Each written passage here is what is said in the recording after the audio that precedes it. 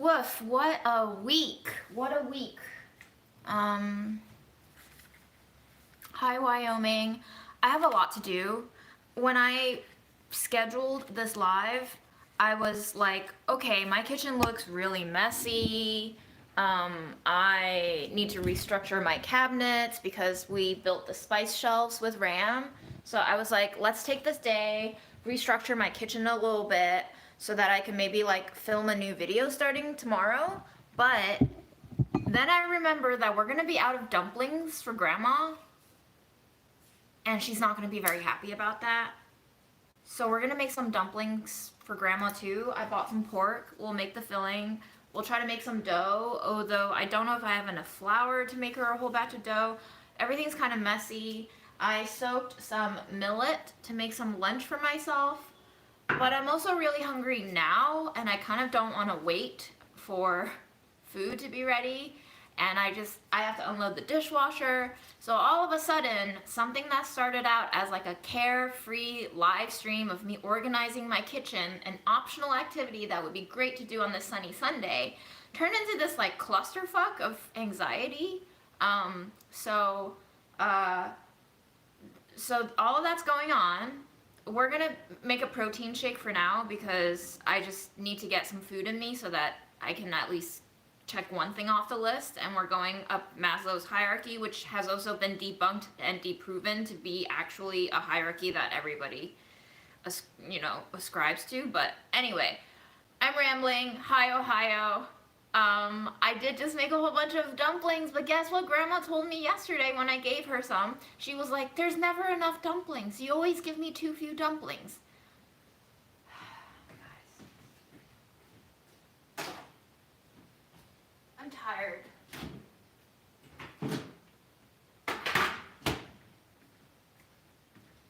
I'm really tired.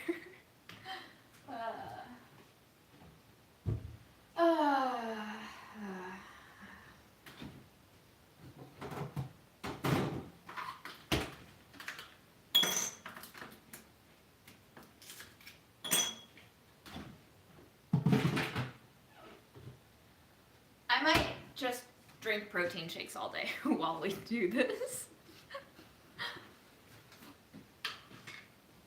And I don't have a scoop in here. We don't really know how much protein we're intaking. That's all good, that's fine. Who cares? Nothing matters. This will be a great chance for me to drink up some of Grandma's milks. She keeps telling me to take home these milks. Honestly, it's kind of gross because what she does is she keeps the milks that they give her for all 3 meals in her drawer at room temperature, and her room is heated. So sometimes I take home the milk and they're like already turned into yogurt. Like they've already started clumping. So it's very unpleasant. Every carton that I open is like a trick or treat. I've expressed to Grandma that I'm very busy, but Grandma is narcissistic. I have no other way of putting it. Like, the world kind of revolves around her, except in the 20% of time where her mind clears and she sees that I'm clearly down and struggling, she'll be like, oh, don't worry about me. But then she'll say, don't worry about me, and then she'll get right back to throwing tantrums about stuff that's going wrong in her life. So I'm just doing my best, like, I know how she works, and I'm just trying to negotiate appeasing her so that my life is easier without crossing my own comfort levels of stress and boundaries. It's a constant negotiation. I don't have it down yet, This carton is not clumpy. The last carton I opened is. I might cook with that carton because it doesn't taste sour. It just is clumpy. So I think the milk is fine. In any case, I haven't died yet. Hi, Sweden. Can't you outsource the dumpling making? I can buy pre-made dumplings. She'll find some fault with it. It's a matter of choice, right? Like, I can tell Grandma to suck it up, and I'll just buy her pre-made dumplings. Or I can take this time to actually focus on making it from scratch and practicing this activity so that I get better at making dumplings while making grandma happy. It's kind of a 2-for-1. If I get absolutely no pleasure at all from making these dumplings, I wouldn't. But I currently do derive some sort of pleasure from it, despite the fact that I feel stressed with time. Nonetheless, I have decided for myself personally that this is a activity I would like to continue doing. Are there activities that I engage in that are not healthy for me? Yes, absolutely. Every single fucking day I do something that is not healthy for me, for the long term, for the short term. But guess what? I still do it because, unfortunately, I have a masochistic streak. So, you know.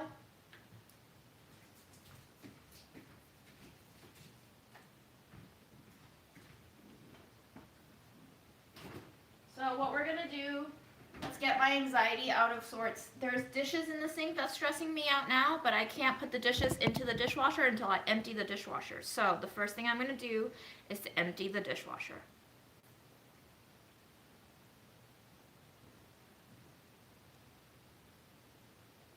I unfortunately don't have lemon juice.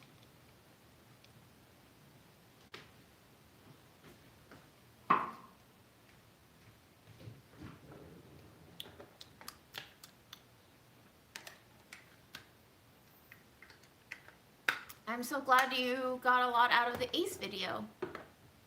Hello, Nowco. Nowco, if you wanna drop your deets, go for it, girl.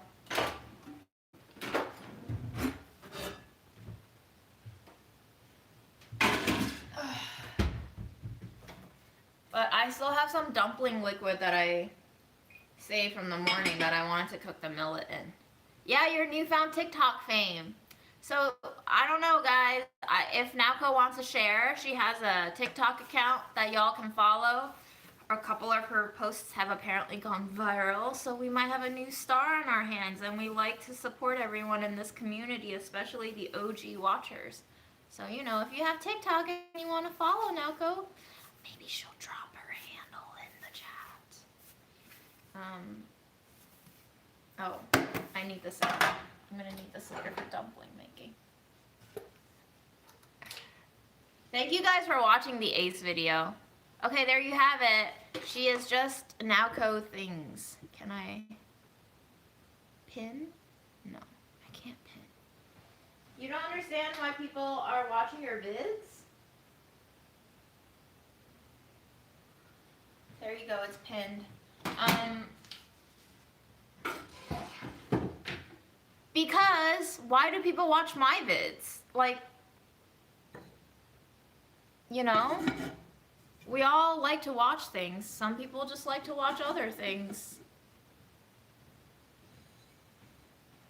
And I know that we've already had a kind of post ACE video Q&A live where nobody asked me any actual ACE questions, but if you guys want to ask me any ACE questions, you can feel free to. I'm happy to expand on it more if you'd like.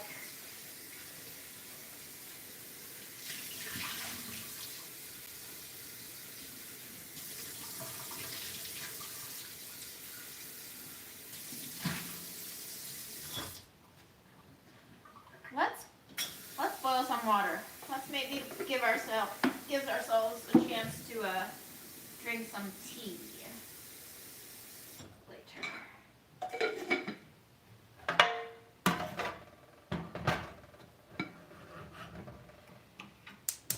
Do I use steel or aluminum bakeware? I almost always prefer aluminum or aluminized steel. Social Security is running out in 10 years? I thought they said that 10 years ago. Are we still going on Social Security?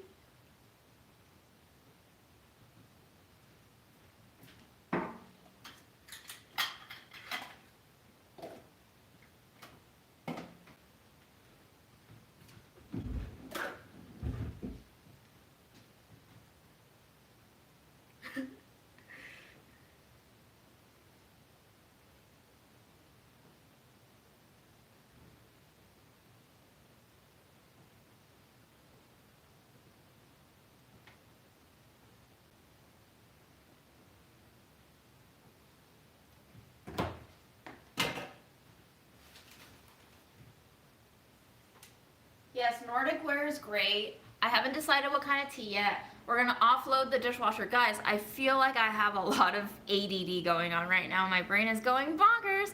Ace question from an Ace. Do you know of any good Ace rep in media? Not sure how into shows and stuff you are, but I feel like it's non-existent. Somebody told me about a female comedian who identifies as Ace. I don't really know anyone else who's Ace. Apparently there's one Ace character in BoJack Horseman, but I don't really watch that show either. Who said hi? Who said hi? Hi, Poland.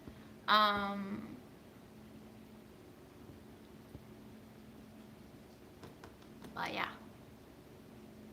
Oh man. Yep, depression will hit us all. I'm glad I'm glad this content gives you comfort. I mean, so here's the thing about banning TikTok, right? They're banning TikTok because of socio-political shit, right? It's about power, right?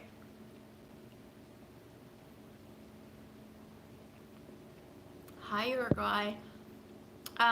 What resources, sites, blogs would you say would be a good place to look for more info? Honestly, I don't read any of those things.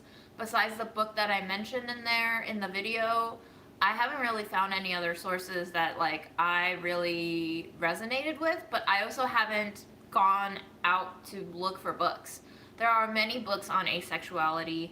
I just haven't read them. So unfortunately, I can't say from personal experience what has helped me.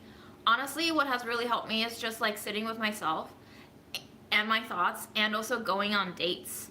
And on the dates, I will engage in conversation that will necessitate me explaining myself to other people, and through navigating those dynamics with people, and some very uncomfortable dynamics at that, I've come to learn about what my boundaries are, about what my feelings of safety include, when I feel unsafe, when I feel like I'm willing to go farther with someone sexually, and when I'm not, right? So it's really dependent on person to person. And I think a lot of this has to be you negotiating with yourself, because asexuality is just a term.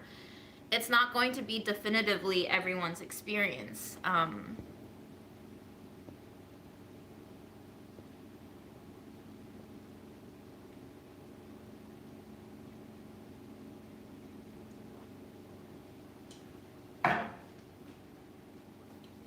I'm gonna read your comments. I'm gonna put away dishes.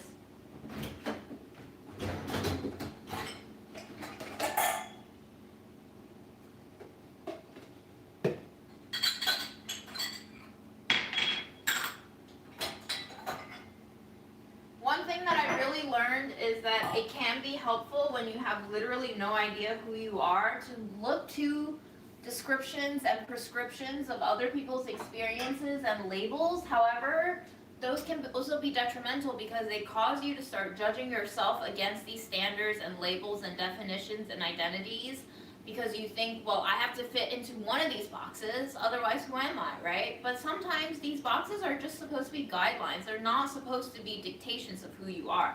And you are not any less of a person if you don't fit into a certain dictation, if you don't fit into a certain label or box or orientation or whatever. It's just like, I keep using my gay friend as an example, but like it breaks my heart every time when I hear my gay friend go, I don't think I'm performing gay right. Like that just hits me so hard. Like, why have we come up with these identities that are then just reinforcing certain types of trauma to be doled out again and again? Like, you are already queer, you find your queer community, only to discover that you don't even fit into this queer community because they have their own rules of how you should be as a queer person. Like, that is just mind-boggling. The whole thing about being queer is that you're queer.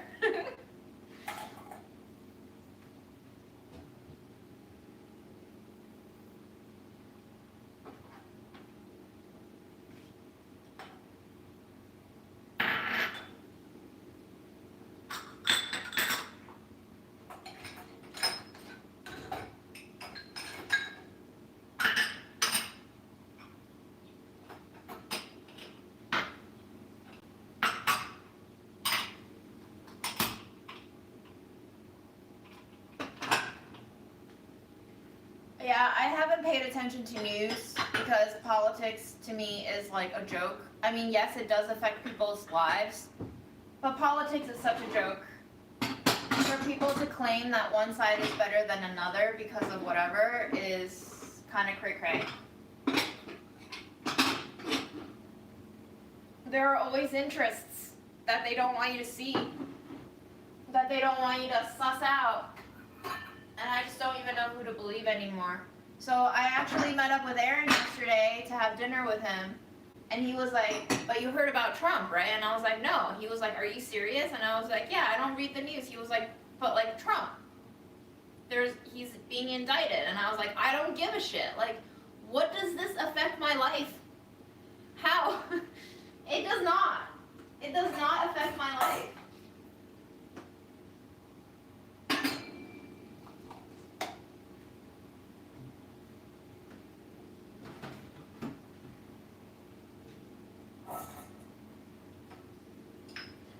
Also, just because he's indicted does not mean that he's actually going to suffer real consequences.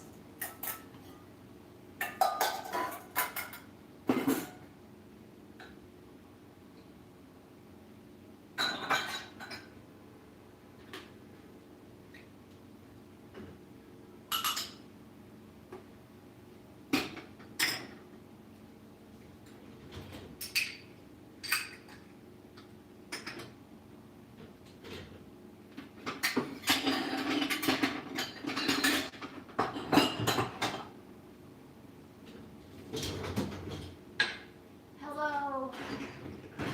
You don't want another January 6th to happen? Well, that depends on a lot of things. I don't think it purely depends on Trump, unfortunately.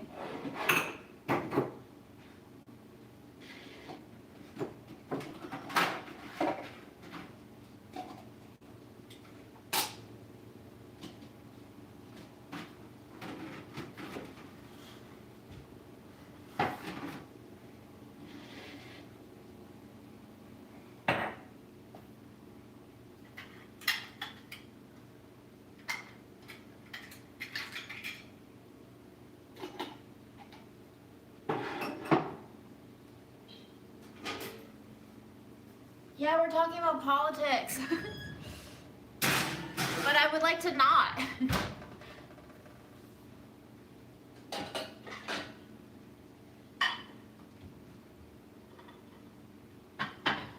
Not because I don't want to talk about it, but just because I don't see a point in talking about it. People always get angry about it and we go nowhere, right? Which is most things in life, but people tend to get more angry about politics because they think it actually matters.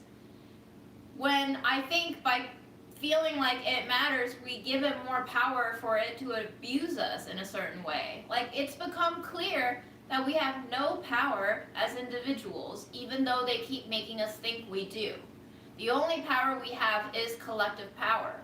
The more we serve to divide the country and the people and whatever class striations we have up, the weaker we become. So, I don't know what we're doing here anymore. I don't have any tattoos on my back. I've been thinking about it. There's one artist in Italy that I would love to get a back piece from, but like that's in Italy. And I'm not going to be traveling until grandma dies. So that might be a while.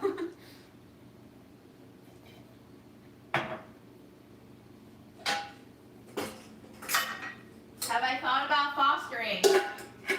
Yes, but I'm not ready to.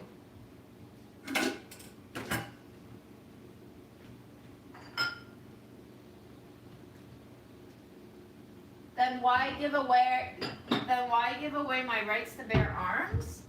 I don't know what that question's getting at. Also, Adrian, I know you've expressed some more conservative views, so I know you have a leaning, which is fine, but like you and I, we're not going to agree on so many things. Which is fine, we don't have to agree.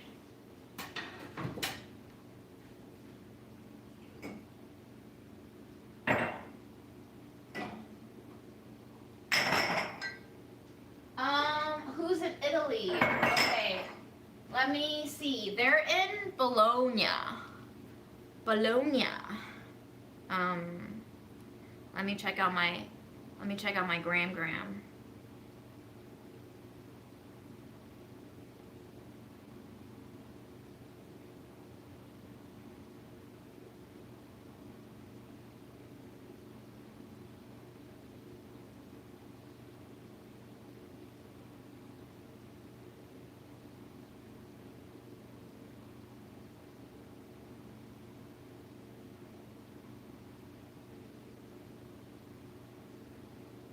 Why do I keep archiving? Alright, let me see. Who do I follow?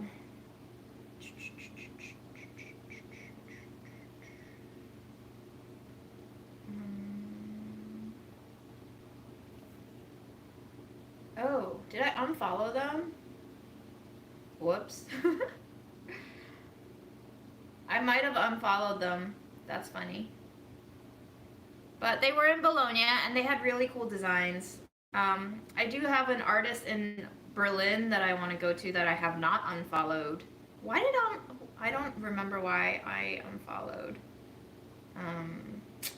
Yikes. But I'll show you the one in Berlin. Any Berliners in the house? Maddie 2.0 tattoo. MATI 2.0 tattoo. Wow, you can't see this shit. Anyway.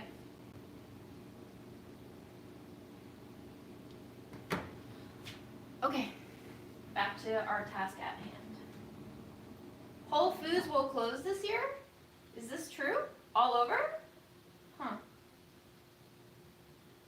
Farm school is cool. We just went to Red Hook Farm yesterday and had a great time. We apparently moved a whole pile of compost that could have been a ton by weight. So that's 2,000 pounds. So we got a workout in for sure. It's warming up, so we're finally able to go to these urban farms and visit them on site, which is, I think, making everyone very happy because I think a lot of us did farm school to find this kind of in-person community, and we haven't been able to do a lot of that because of the weather and because of how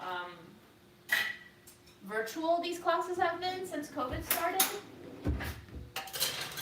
But now we're starting to do it. Fred is doing great. I think he's getting really spoiled at errands. I just visited him yesterday when I saw Aaron, and he seems to be living the life, doing everything a cat does.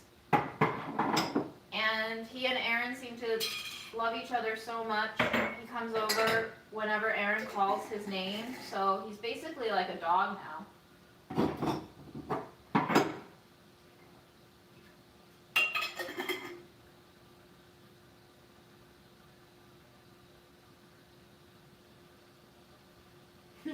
I appreciate the bear arm joke.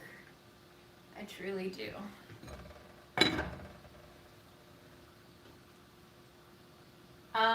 So it's funny that you mentioned Daria. I've actually never seen a full episode of Daria, but people have told me that I give Daria vibes. So that's actually what I put on my last Hinge profile, is that I'm a human version of Eeyore and Daria crossed, which I find to be quite accurate. They're both very tired of life, and they would like it all to stop, because it's pretty lame as is, huh?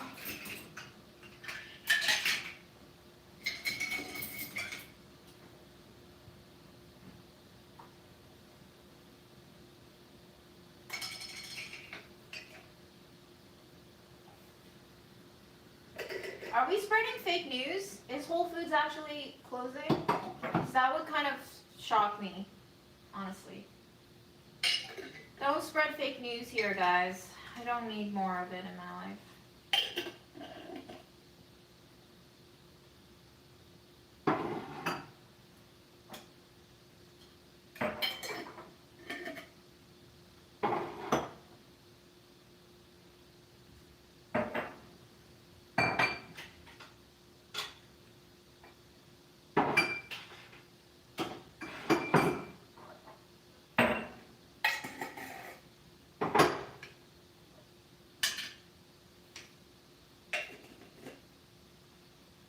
Okay, I do not think Whole Foods is closing. Maybe we can stop that. Maybe we can stop that fake news.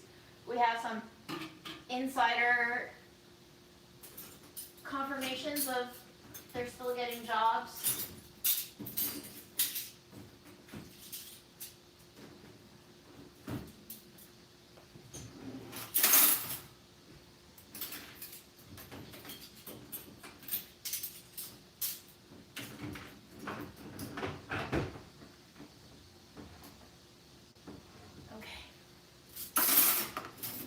is done and our water is boiling, so we can make tea now. Let's choose our tea. We have a lot of green teas. Bamboo, rose scented. Let's go rose scented. I think you saw me do this tea in the last asexuality video. It's pretty good. I enjoy it. Let's try to not spill it this time.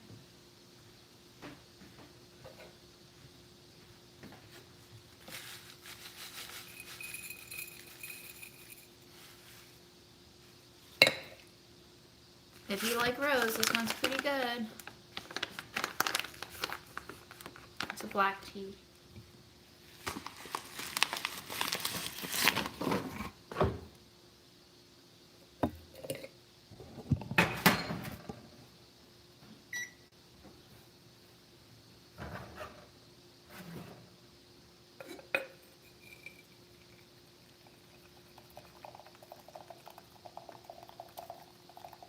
It's really hard to do actions like pouring tea out of a bag when you're also trying to stare at yourself in the camera to make sure you're capturing it. So when I film myself, either the shot is out of focus, which you did get a lot of in this last video because I just kept ranting, or I spill the thing that I'm trying to not spill. So you got a good mix of out of focus footage and spillage, which is great. I wear 2 different colored socks because they're widowed pairs. They've lost their partners. Next thing we're gonna do is to work up the dumpling dough for Grandma.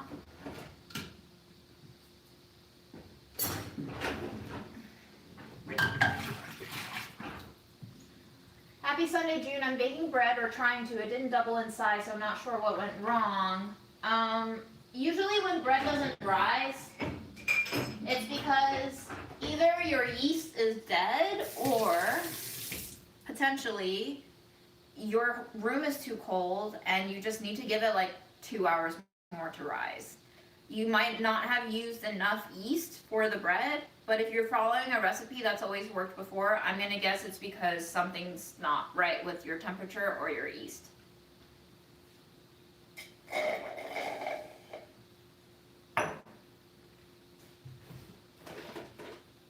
For the dumpling dough, this is the recipe that I'm following. It's a very simple one.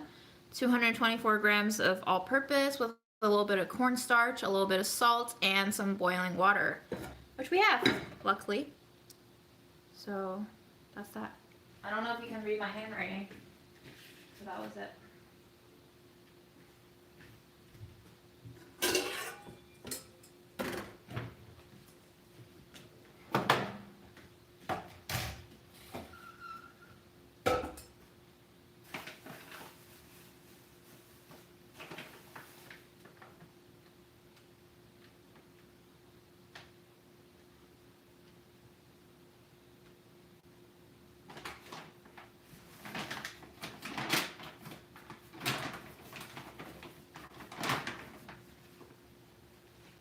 I am not working with Delish, girl. I am very much fired from Delish. And I do not have enough flour for this dumpling dough. Damn it. This is a grave oversight on my end. So we can either make a half batch,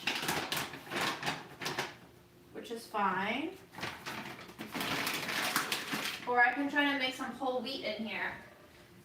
But I have a feeling that Grandma will hate whole wheat, so maybe not. Can dumpling dough be made in different flavors? Of course. Any dough can be made in different flavors.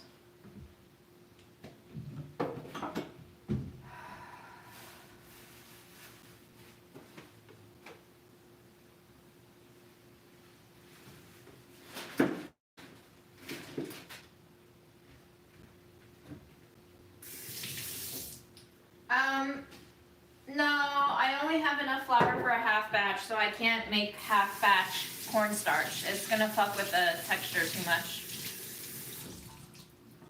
I have never used a bread maker to bake bread. I don't really know how they work. I also feel like they're a unitasker, so I prefer not to.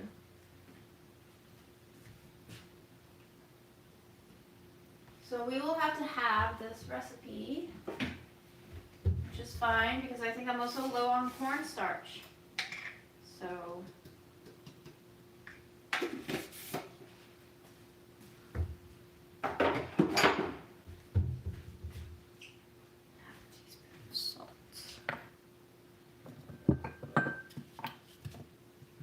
and I can't find it. Here it is.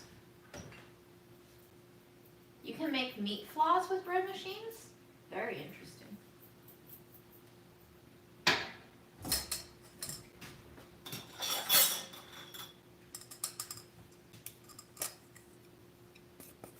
Just gonna stir this a little bit.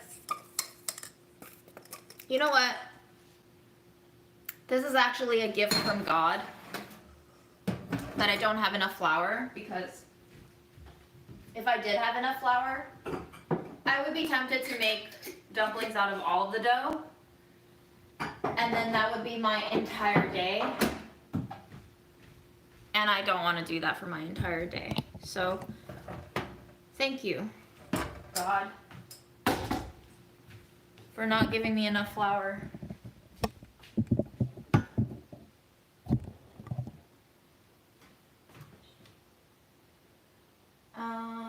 A third of a cup of boiling water is 80, so now I only need 40 grams of boiling water. Sweet.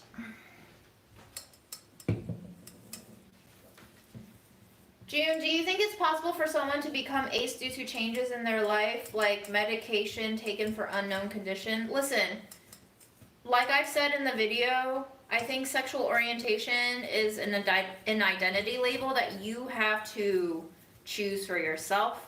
You don't become asexual because of not feeling libido. I would define asexuality as not wanting sex, not feeling attraction to someone sexually. So there's obviously different degrees of being asexual, and that's why there's different terms within asexuality, like gray ace, demisexual. There's also aromantic. So you can have low libido and not be asexual, if that makes sense. It's just, what do you want to call yourself? How do you want to explain yourself to others? How do you want them to understand you? What are the expectations you're trying to set up? It is possible to be gay and closeted, right? It is also possible to say you're bi and then later find out that you're actually gay. So all of these terms, they remain fluid for you to identify yourself through. They are not like a truth.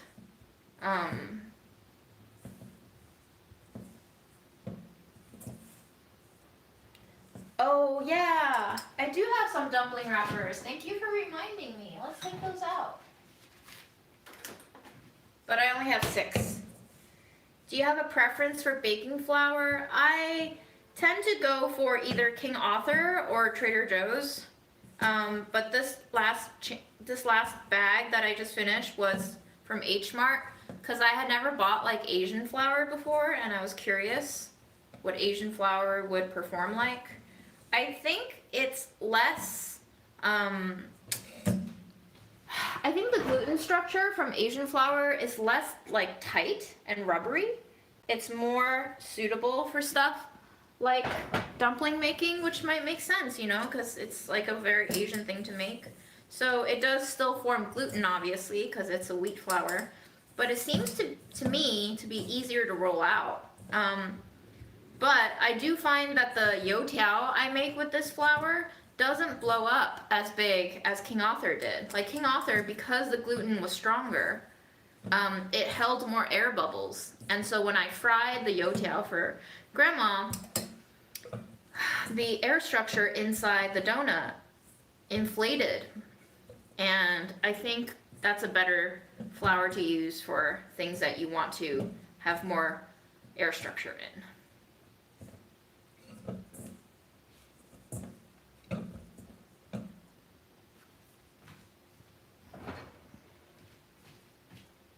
You're gay and demi at the same time. Yes, that is also very possible. You can definitely be gay and other things. You can definitely be asexual and other things. Like, for example, I could be a bisexual demisexual. Like, I could be attracted to both genders. I could be straight asexual. I could be aromantic asexual. I could be lesbian asexual. But I don't know if it's possible to be lesbian, aromantic, asexual. Like, I don't even know what you're attracted to, but that's speaking from my ignorance as a person who doesn't identify as aromantic.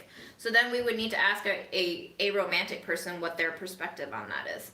I don't really know how life works for aromantics, although I feel like sometimes it would be easier for me if I were also aromantic, because then I wouldn't really long for a romantic relationship. And it might make my life easier because I wouldn't feel this lack. What do you do with 20 pounds of flour if you're single? Put it in the freezer so that you can make sure it doesn't go rancid as quickly. It also keeps out the bugs. Maybe put it in a plastic bag too to keep it from absorbing smells in the freezer.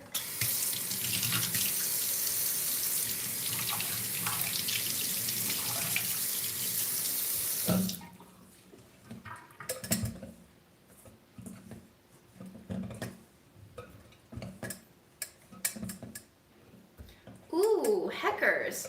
Yeah, I don't know if I've ever used Heckers. I always see it. What do you like about Heckers? I love their packaging. I love their little graphic design. It's very old school.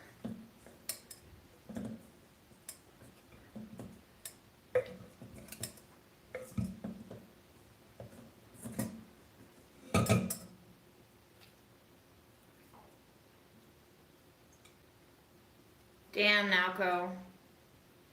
Life is tough in this country with no universal health care. What is it when you like to read, what is it when you like to read about sexual romantic stuff but not really as into it in reality? Like, romance make me laugh a little, am I just tired? I don't know, it depends on what kind of sexual stuff or romantic stuff. Are we talking like really hot, bodice-ripping romance novels? Because I don't really read those. I remember I used to read Nicholas Sparks when I was in high school and college, and I felt so guilty for those sex scenes because I was like, oh man, this seems naughty, like I shouldn't be reading it. That's where my head was at in high school and college. So I did enjoy reading the Nicholas Sparks novels because it's not just romance novels, because like it's not just bodice ripping lovemaking on the fireplace carpeted floor kind of thing. It's also kind of stringing you along to see the development of two people coming together, separating, all of the emotions that come with being in a relationship. I was very much into reading that kind of relationship dynamic. I didn't mind the sex scenes. I think I just felt a sense of shame and guilt with it at that stage of life because I felt like I had been brought up in an atmosphere where I was told sex is a dirty thing. Sex is a sinful thing. And you shouldn't engage in it whatsoever unless you're married. And if you saw the asexuality video, I talked about that.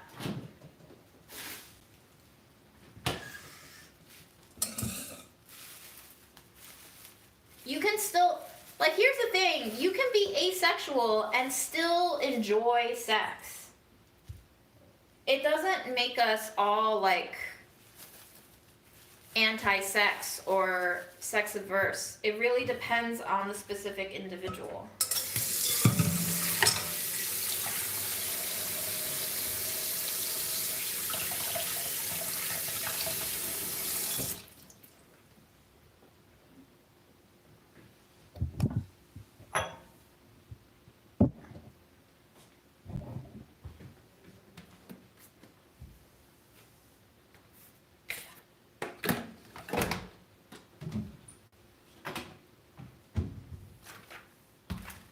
Okay, we're gonna make the filling for the dumplings next. And I think what I'm gonna do is I'm gonna make the filling completely, and we're just gonna end up freezing what we don't use, like we always do.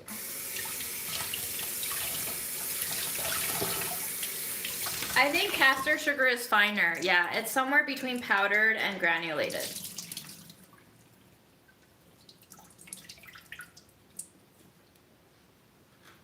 Yeah, exactly. It is true for allosexuals. You can be interested in certain sexy activity in terms of reading it or watching it, but you might not want to do it in real life. And here's the thing, like, we have all these labels that make you think we're all so different, but actually we're not that different. It's just because of how sex obsessed our society has become, it seems like it's wrong to not want to go along with all of these sexual dynamics that we've been taught through culture, media, and like upbringing, basically. But it's not really wrong to just do what you want to do. So it's not necessary to draw like a straight line through people who are asexual and people who are not asexual. And I think people who make a very big deal out of that difference in identity labels really hasn't taken the time to think for themselves what they want for themselves. They haven't really begun to question a lot of the things that they grew up with, which is fine. If they're comfortable with that existence and not questioning, then keep doing that. But obviously, I was questioning and I wasn't comfortable, so then I had to like find out for myself what's going on.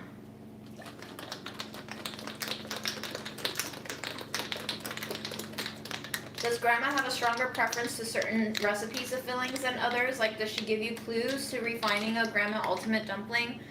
She literally says I can make whatever, but she says she can even eat vegetable stuff, but I think every time I give her more vegetarian heavy stuff, she hates it. So she just wants meat. Grandma just wants meat. Grandma is a carnivore for the most part. She hates vegetables. She's kind of like Fred. She likes sweet potatoes. She likes pumpkin. But she doesn't really go for other. I've discovered that in the last 2 years of my life, there are 3 great manipulators that have appeared into my life. One is Fred, one is Grandma. The third one, I'm not healed from yet. So.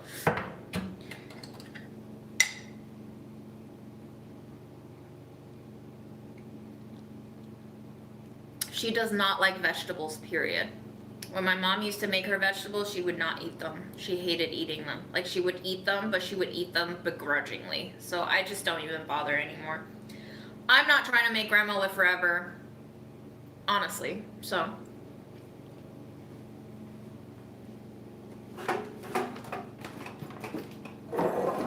Hello, Kentucky.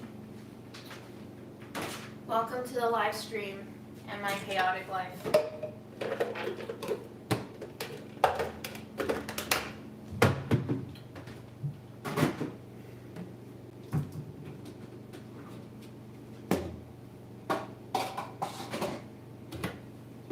Alright, in terms of dumpling filling, we have some cabbage and we have scallions that I bought.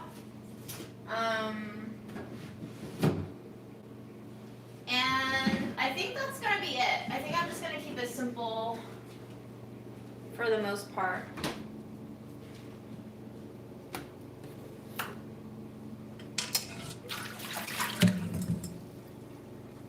Did grandma make you and mom eat your veggies? I don't remember. My food memories with grandma surrounds her making me starches and buns and scallion pancakes. Grandma is very much like Fred. Yes. The 3 manipulators of my life in the last year all have something in common with each other.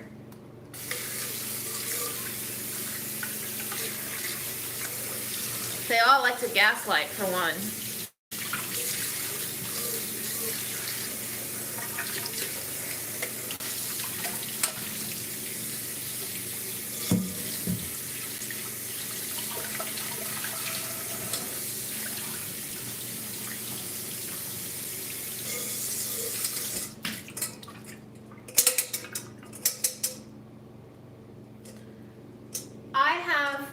reason for spoiling grandma, and that is whatever she wants to eat will give me the path of least resistance in dealing with her. And also, if she doesn't want to eat vegetables and she wants to die sooner, by all means do, grandma. Like, I am not trying to make grandma live forever.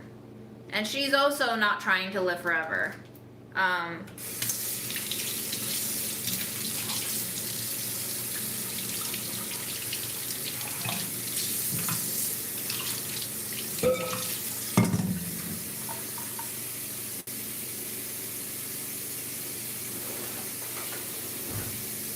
So, this is like the most legal way of killing grandma is to give her what she wants, which is 2 birds with 1 stone, y'all.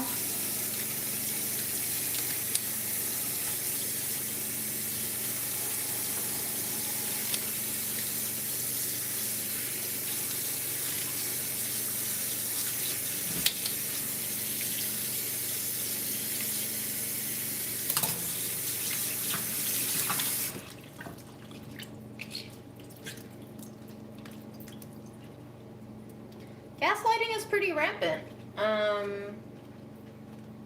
And for people who have always been taught to doubt themselves and their own realities, it's very easy to get away with gaslighting someone. You just don't even pick up on it. So every time I live through something that wasn't really pleasant to live through, I learned something from it. Hopefully. Sometimes it takes longer than other times to get the learning through my tough noggin, but eventually it happens.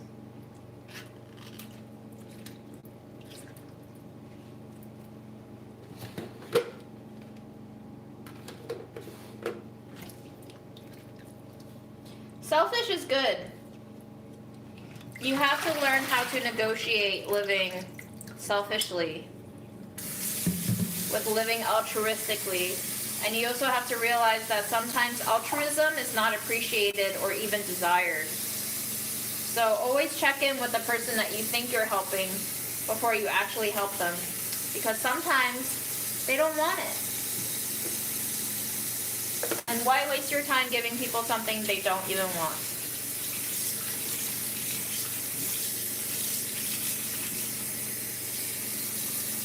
Is living till 95 even worth it? Grandma would say no, but she's also not itching to die. Whoops.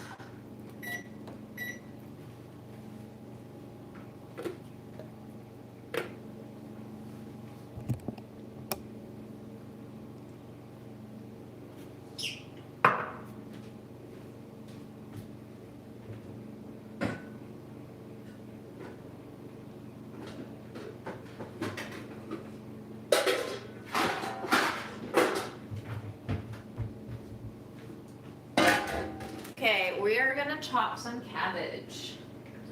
It's gonna be really exciting stuff, y'all. That was sarcasm.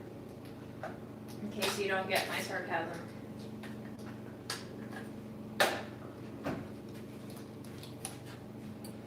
I also love it when people apologize to me for being late to a live.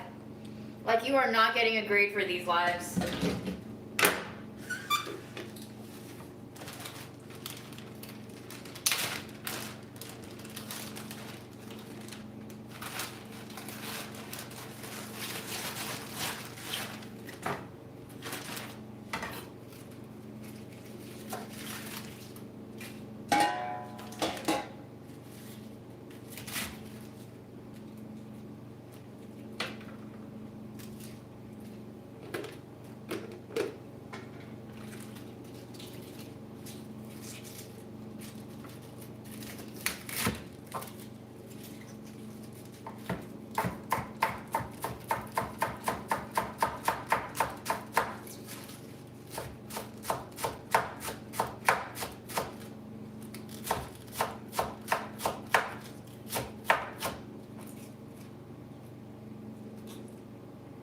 Why is everybody getting laid off?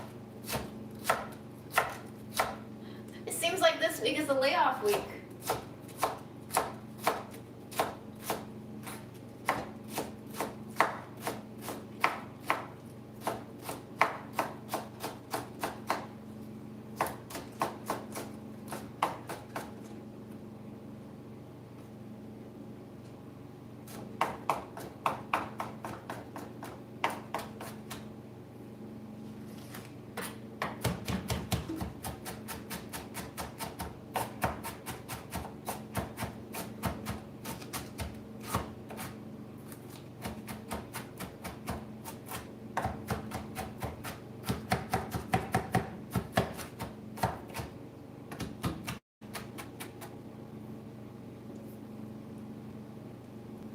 I did not reorganize my pantry yet. I'm so sorry. We might not get to the pantry until like 40 minutes from now is my best guess. What time is it? We might not get to the pantry until it's 4 p.m. in New York. I just have too many other things that I need to get done too. Are you clean? Are you clean?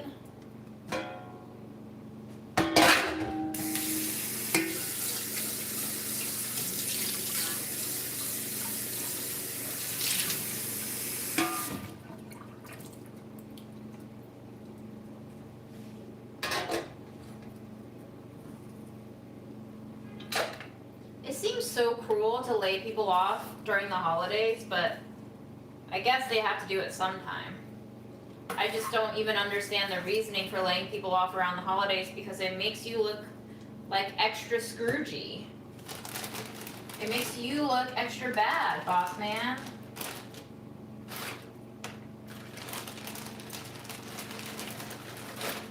Also, thank you to everyone who signed the union petition letter. Hearst is still being a dick.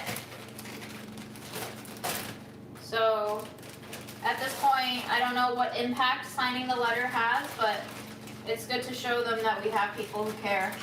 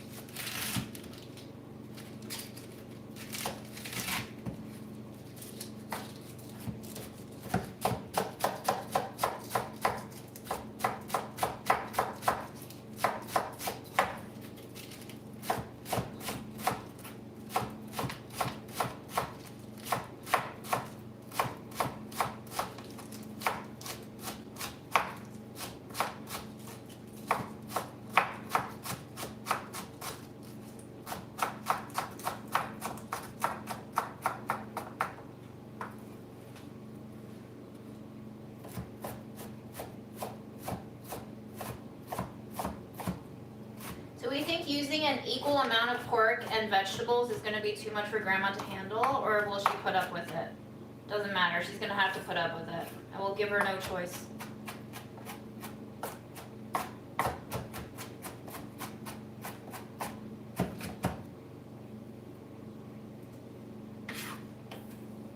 I'm going to have to like start manipulating her right back and just being like, I'm already spending hours of my life making these dumplings for you and you still think that they're not good, then next time I'll just not make them for you, right? It's awful, because in dealing with people who play on your emotions like that, you kind of have to like start playing the game back at them just to stay sane. But like, I think that's the most toxic part of toxic relationships, is not only that you're being subjected to toxic behavior, but also that it's basically forcing you to also adapt by displaying those exact toxic behaviors in order to survive the situation and the dynamic. So the most important part of getting yourself out of a toxic situation is to not let yourself become toxic.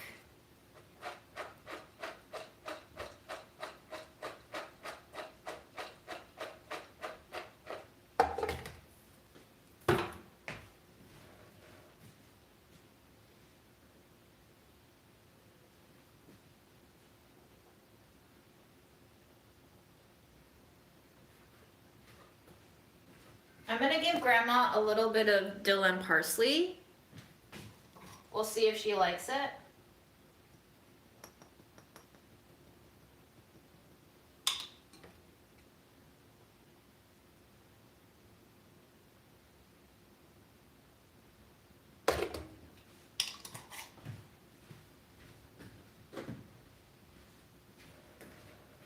And then we are going to grate some ginger and garlic.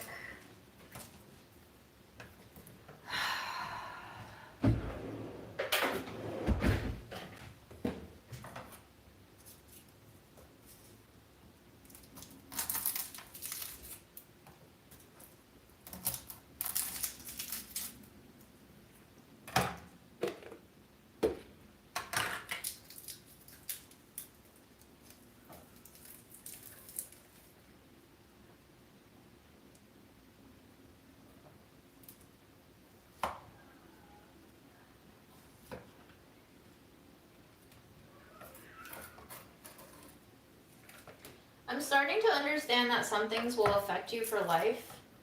And in the same way that illnesses kind of change you in terms of how you perceive life and yourself, relationships and trauma from relationships can do that too.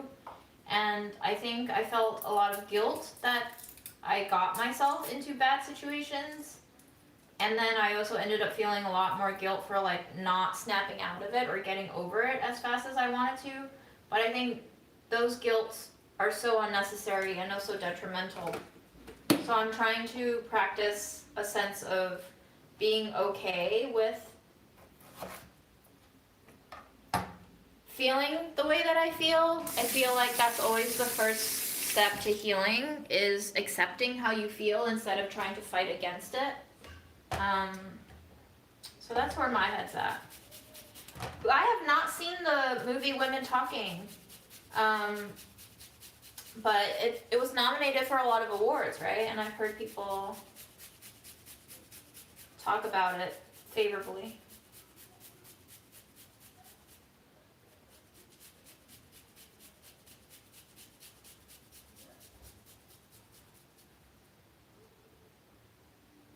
I feel bad for the people in my life who now have to like listen to me repeat my traumas over and over again in an attempt to get over them, to like absorb them and accept them. Because it takes a lot of talking about it, I think, to finally come to grips of what happened. I think for me, especially, putting things into a narrative is a form of processing. So until I tell a story enough times, my brain doesn't really click in terms of, oh, that's what happened. And until I reach that threshold of understanding myself and the events, I don't think I can properly, quote unquote, get over it.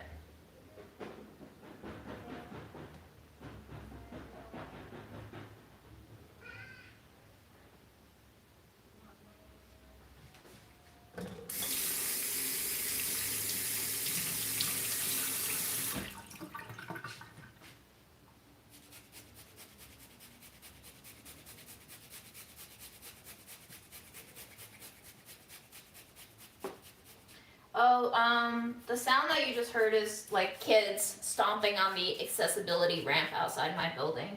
It's actually really annoying because in the morning when Amazon does deliveries, they basically push the entire cart up the ramp, and the ramp is unfortunately right outside my bedroom window. So I get like a 5 a.m. wake up call sometimes. It also sucks that people have to start working at 5 a.m. on deliveries. That's kind of crazy early, isn't it?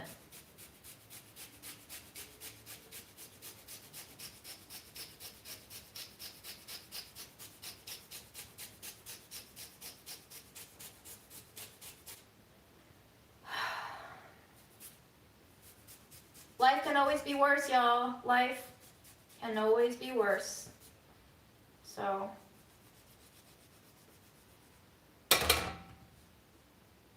I may complain, but I am still grateful that life is not worse.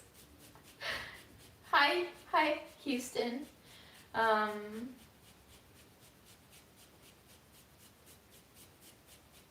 Yeah, post-breakup depression, post-mom dying depression,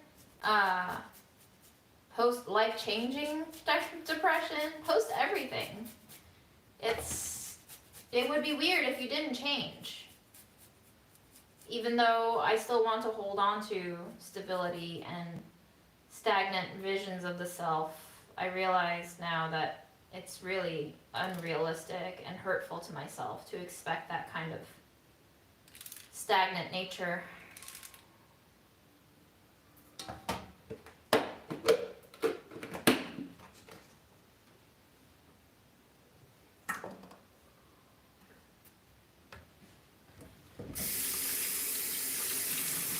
Yep, at least I don't have any children of my own. Here, here.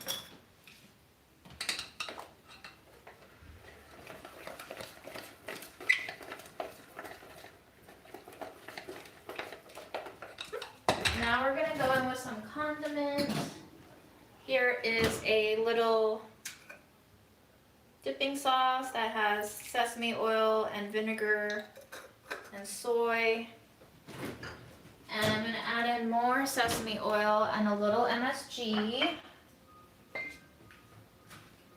I don't watch Succession. I tried to when it was like first starting to get popular because everybody was telling me how great it was.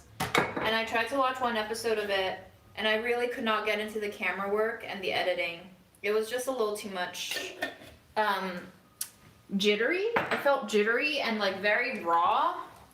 Not in a storyline raw way, but in like a shot like it's a reality TV, but it's very much not reality TV. There was just kind of some sort of like a viewer cognitive dissonance happening inside me that I was not a fan of.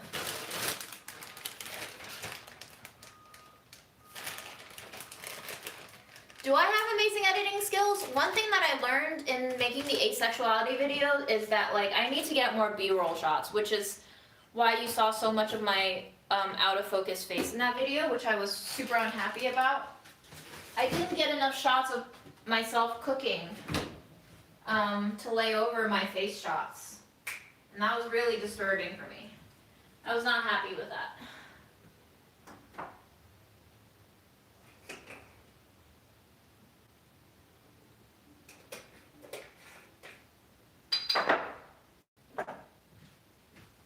We're gonna add a touch of spice in here. Just gonna try something new. And some shiitake powder because I don't have mushrooms this time. Hopefully powder will work just as good. I'm gonna mix that in.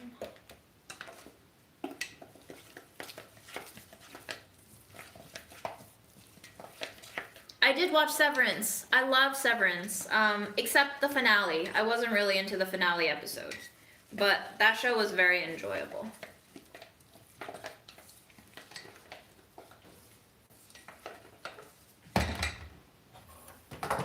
Yeah, I don't exactly know how much footage I start with, but yeah, there's a lot of footage.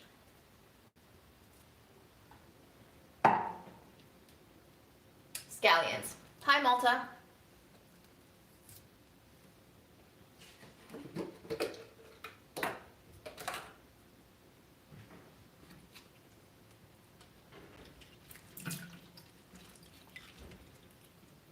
Are we talking about Women Talking? The movie?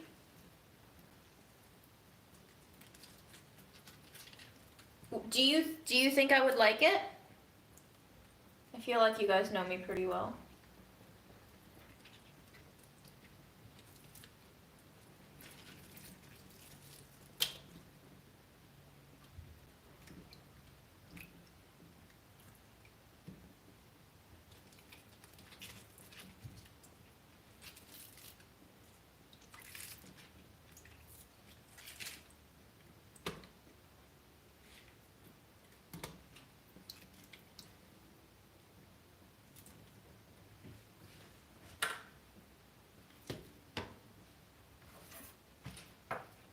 It's pretty triggering. Oh dear. Okay. Noted.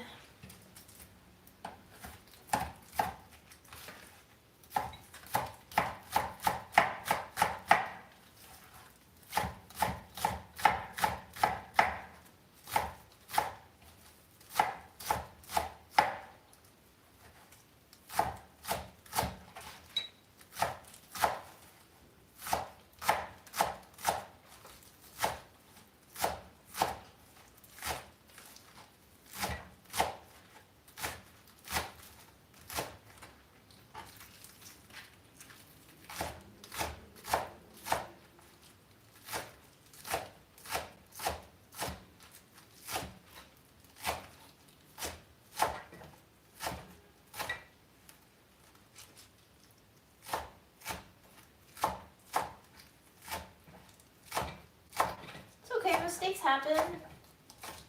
I'm sure your dog knows you didn't mean to hurt him.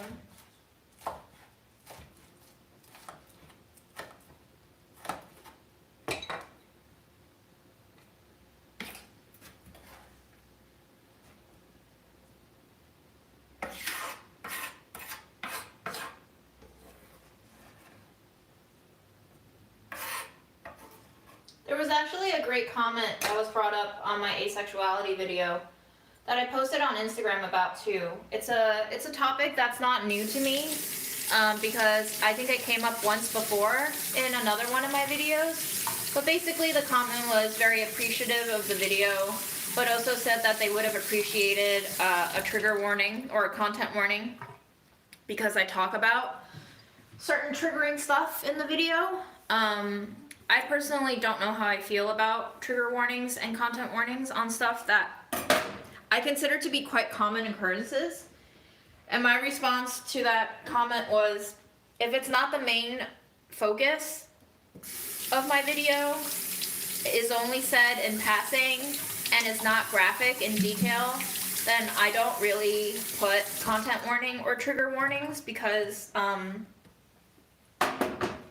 don't want to further the taboo that surrounds these topics. I feel like every time we put a trigger warning on something, it signifies that this is a topic that is bad, right? And I'm not saying like stuff like sexual assault isn't bad. Obviously, horrible. Damages people for life, hurts them a lot, changes who they are and how they function and what they think. However, unfortunately, sexual assault is very common. And this is just one example of something that can be triggering. It's something that happens to so many people. Women, men, whatever. And so by issuing a trigger warning before every single mention of sexual assault, we're making it further and further unspeakable, because to have a trigger warning is to have a sense of shame about this occurrence. And I understand the argument for, protecting people who haven't healed from their traumas, who aren't ready to deal with these subjects. But again, as someone who puts out her own content, for me, the decision was made from my point of view, and that's currently my point of view. I'm not saying everyone else's point of view is invalid, I'm just saying I had to do what I chose to do.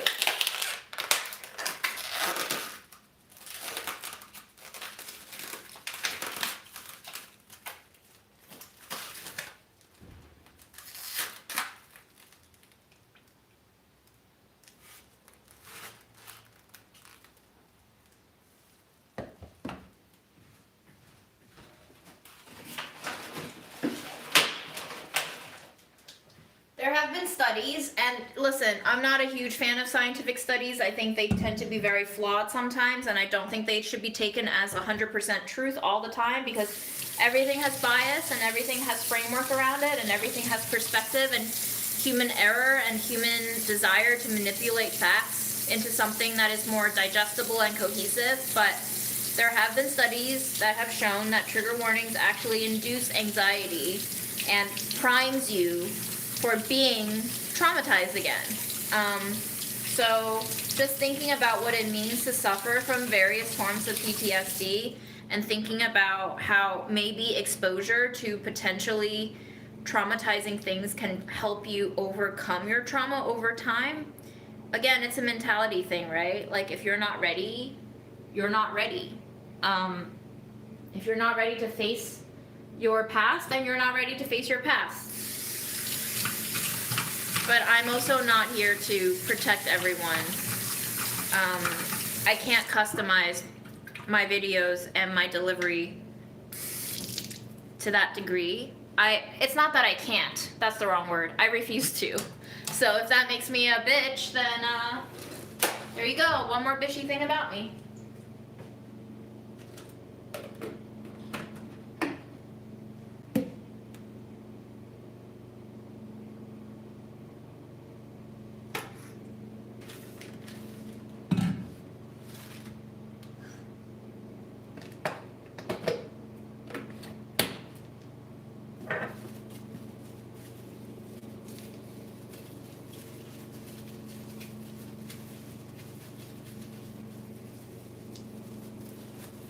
I think it's time to re-knead this.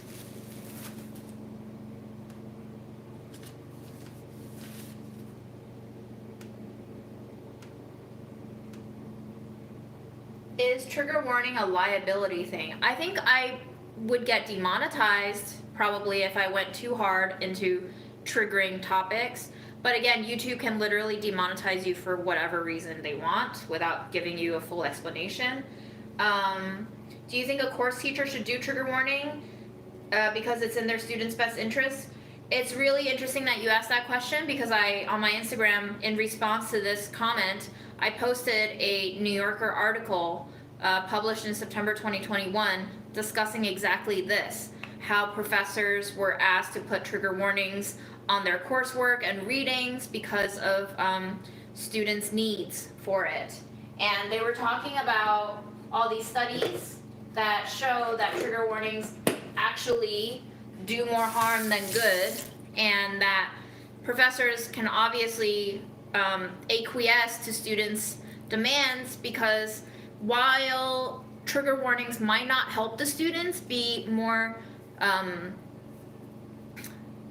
protected or be more healthy, and might actually be detrimental to their own healing, that professors will often put trigger warnings on the coursework anyway, just to appease the students and to perform this role of an instructor who cares about their students' well-being, even though the trigger warnings, scientifically speaking through these studies, might not actually be helping the students and might actually be hurting them. So it's interesting, right? A lot of what we do, especially in the age of internet, is for performance value, right? I say certain things, I word certain things because it's the more acceptable thing to do. This is the thing about PC culture, right? Like, think about it. I wonder, I really do wonder what the difference is between saying people of color and colored people. Like, one is not acceptable at all. The other one is the de facto go-to term. But really, what are they saying? And are they saying different things?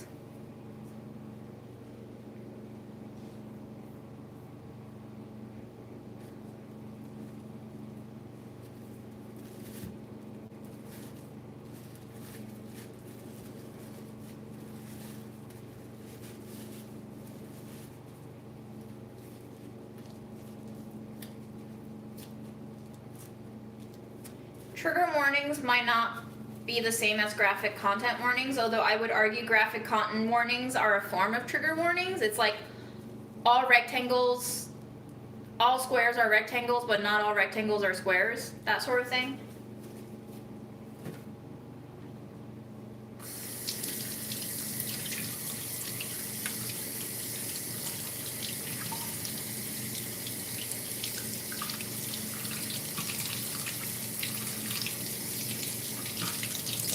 I have no real effective judgment on trigger warnings and content warnings.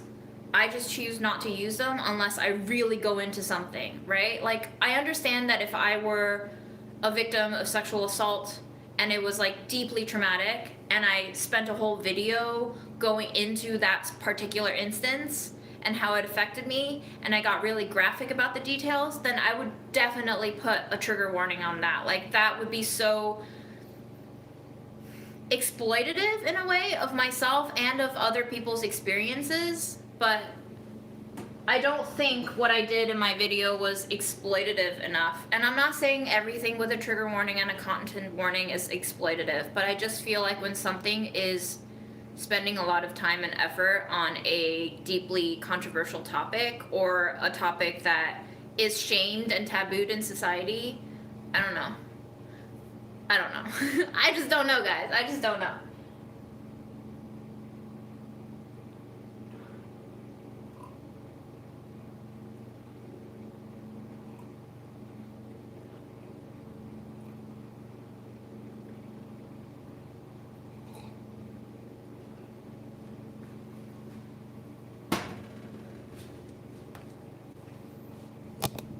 Now we mix forever and ever and ever.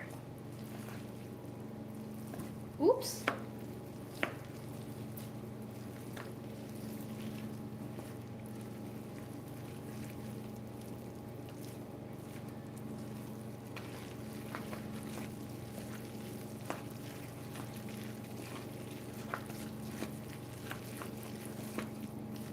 Guys, I think I need to put more vegetables in here.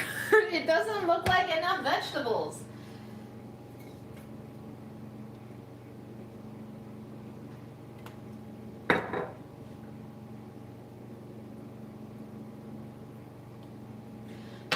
No, Karen, I fully acknowledge that calling people colored is offensive now. It's unacceptable.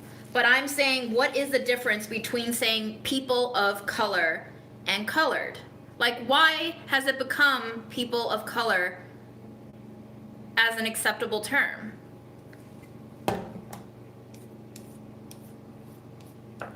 Because to me, those two linguistically are the same thing. Like, powerful people versus people of power. Is there a difference?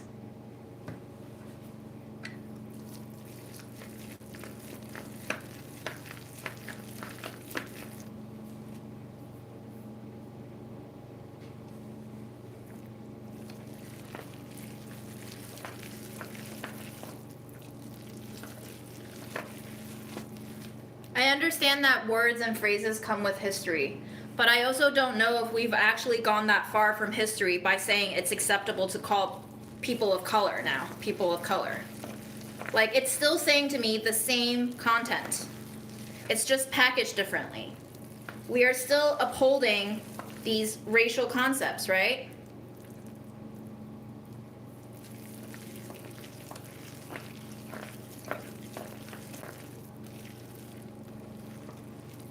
Yes, I think we are on schedule. I think in 10 minutes time I will start organizing my pantry.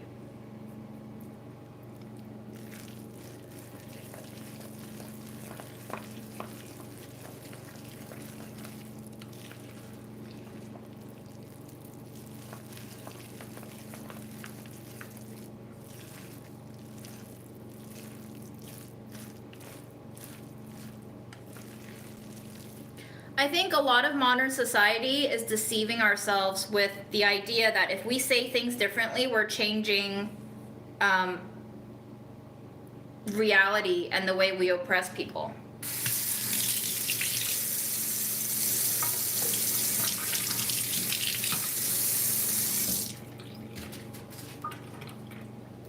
Yeah, so I agree with Joe's comment. You know, one of those terms come with a loaded background, so we try to stay away from that loaded background, but we don't really leave that background at all. It's still our background because we are still calling people who are not white people of color. Like, there's still a distinction.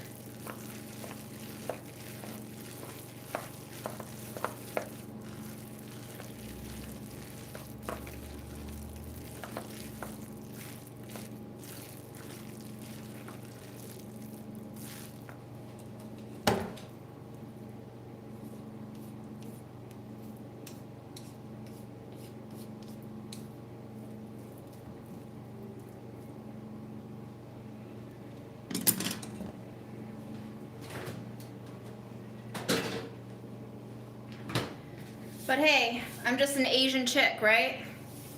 I didn't come from a history of being oppressed with ancestors who were enslaved. So my opinion here probably doesn't matter as much. And I do think it is right. We should always ask them what they prefer. We should always ask every single individual what they prefer.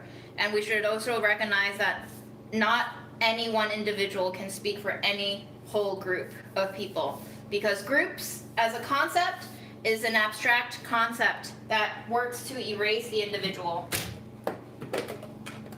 and belittle the individual. So beware.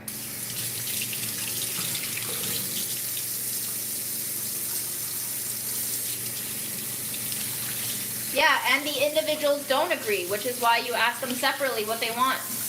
It makes society very disorganized and hard to shepherd. That's why we don't allow people to be individuals. That's why we like to hone in on labels, because it makes us more easily manipulated, worked around, moved around, ordered around. That was the main point in my asexuality video, is that we have these labels and we tend to have stereotypes that come with the labels because this is the way that our society has decided is going to be the most effective way to control a huge population with the least amount of work.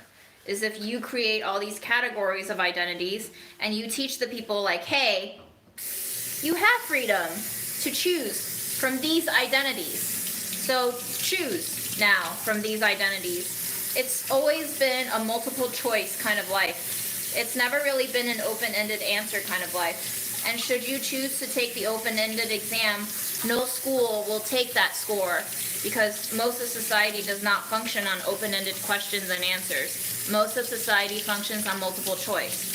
So what if you come across a multiple choice question that doesn't have your answer? You force yourself to pick the most accurate answer, which might not be accurate at all depending on who you are and what your experience is. But you force yourself to assign yourself to living that answer because those were the only choices provided to you.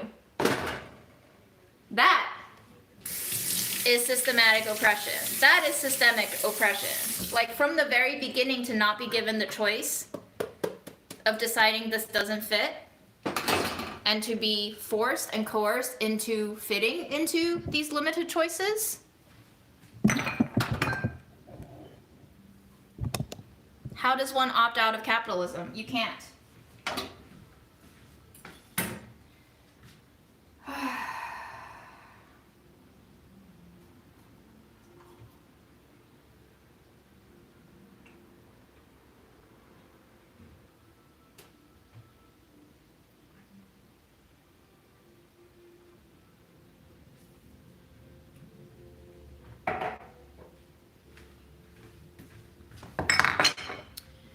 We have 5 minutes. I'm going to start boiling this millet so that I could have maybe a meal by the end of this live with some of my leftovers. And I'm looking forward to putting some spices in this millet. We are not doing videos with Delish. I have been fired as of October last year. It's been almost half a year since I've been fired.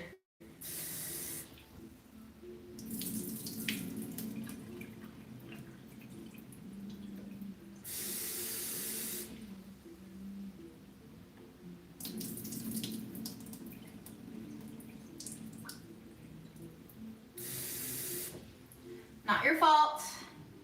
It's okay. Being fired was not traumatic, but being told by HR that I'm the toxic person at work was very traumatic.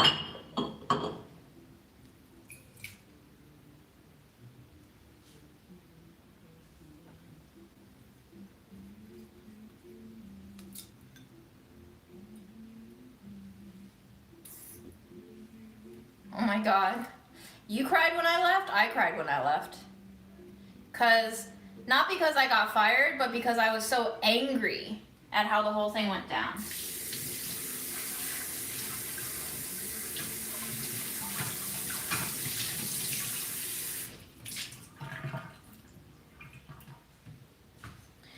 Man, I sure hope I was gaslighted, because if what they said was true, then I am a real shit human.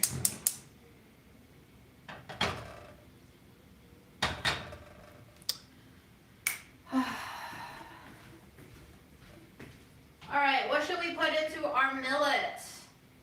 I have toasted onion and sweet paprika. Those sound good. And then I have some herbe de Provence. It's a origin blend from Provence, France. So we're gonna go in with some toasted onion. It smells really sweet and a little bit caramelized. And then I have this very old sweet paprika that I would like to finish maybe today. Let's finish it today, yay.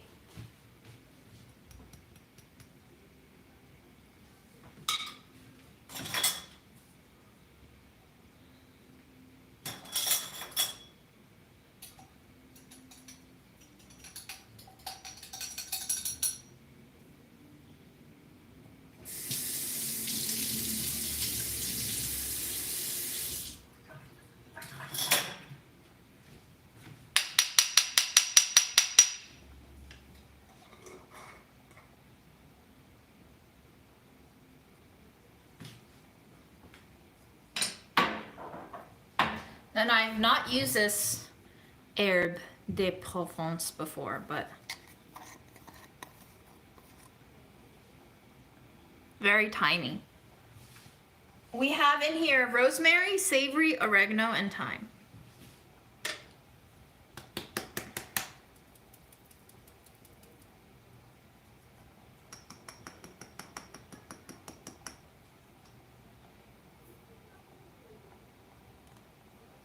I'm like complaining that the jar is too full because I could not shake any of it out because of how full it was, but at least you get more product.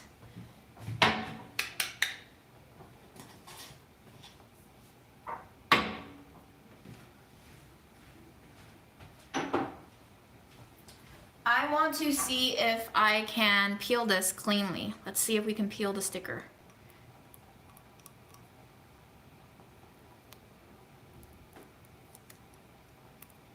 Oh, I don't know, guys. Oh, it's not peeling cleanly. God damn it. I think the jar is too old, actually, because I finished a jar last year and it peeled really clean. But I don't think this one will. Sad. Sad.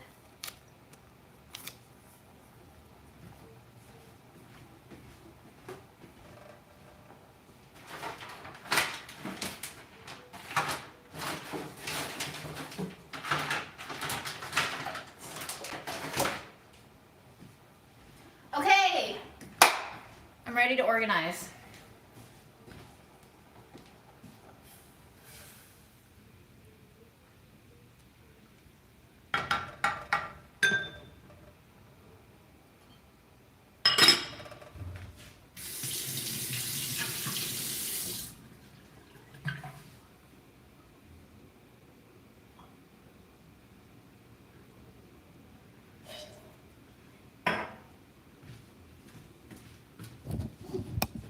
This area is a mess, but I'm gonna leave it for now. I think I really want to organize this one first because I took out a lot of the spices and now I'm trying to figure out what to do with all of these things and how to organize them. So here's what's going on. The spice cabinet, before we got the bookshelves for the spices, functioned great. It's already missing a top drawer, so this one works. And I've started putting my pasta and my other grains in here, which is fine. But unfortunately, this bottom drawer is like very iffy to open. I think something might be broken inside. So what I think I want to do is put stuff in here that don't really get touched very often. Stuff like backup. There will never be another Budget Eats, guys. Never, ever. Ever, ever. Not by me, at least.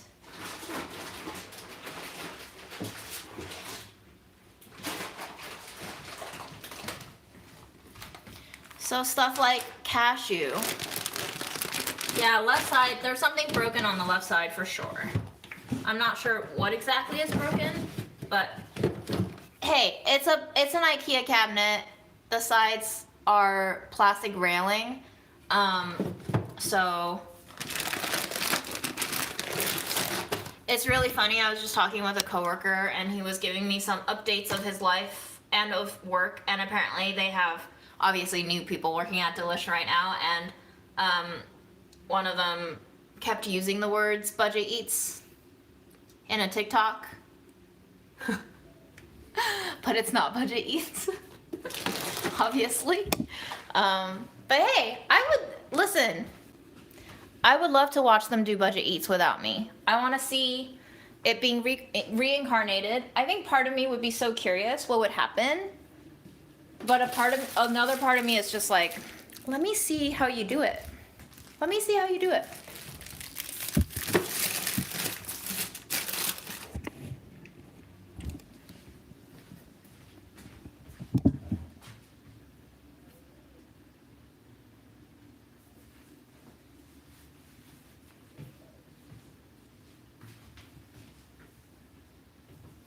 Like agar I never use. We can put that in there. We have some new lentils that we can put in there.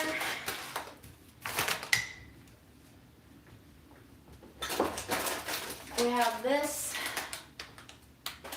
these seaweedy things that I almost never use.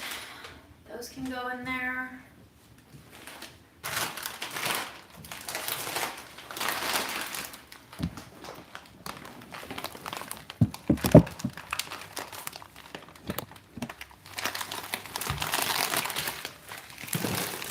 As much as I would like to flatter myself by thinking that I have a June army, and I do have one, but unfortunately, I don't think hers cares.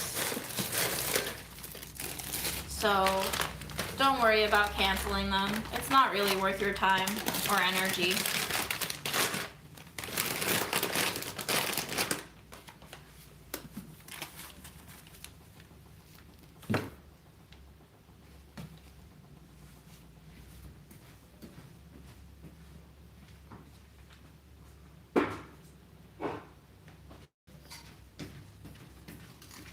I have 2 whole jars of green citron peppercorns.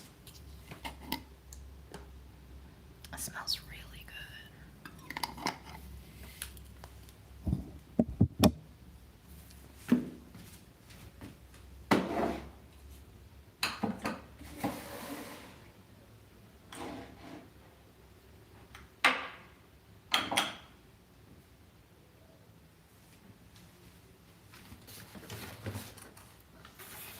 I got some new spices this week too. Now we have to find room for them on the shelves again. Whoops.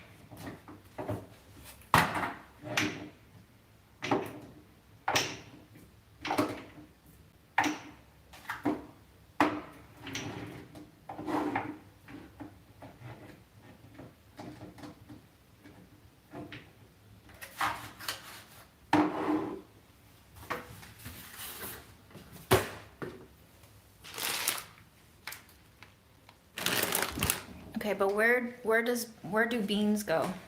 You made a playlist for Budget Eats? Dude, that's amazing.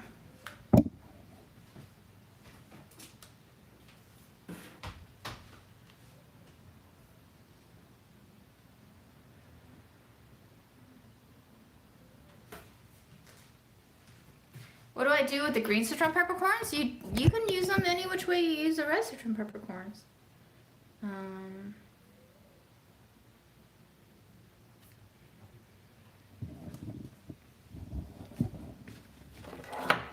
Oh, this bottom shelf is a mess. It's a mess. You found this channel before you knew about Delish? That's surprising. Actually, very surprising. Huh. Huh.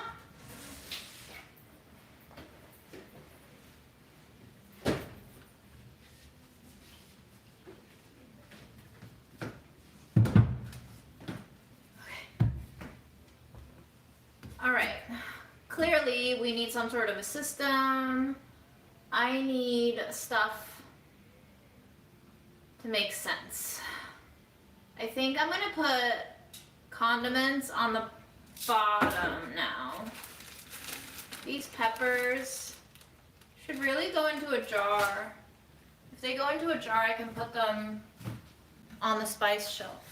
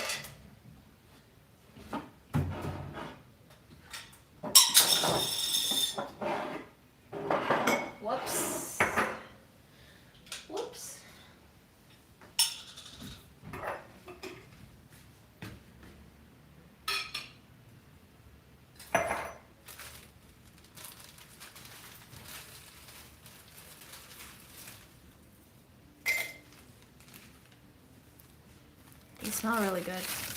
I don't know what they are. Does anybody know what these chilies are?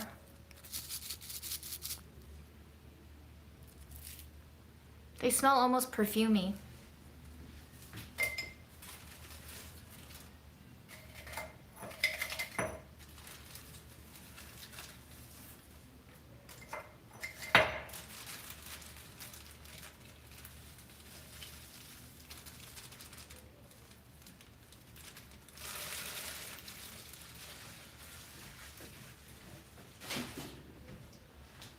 Yeah, so many people thought that that Delish was my own channel. That's hilarious.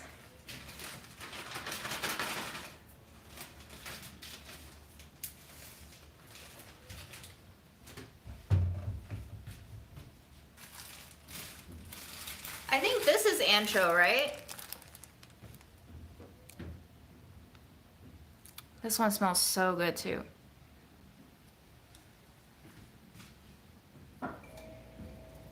I did make a chili crisp with them.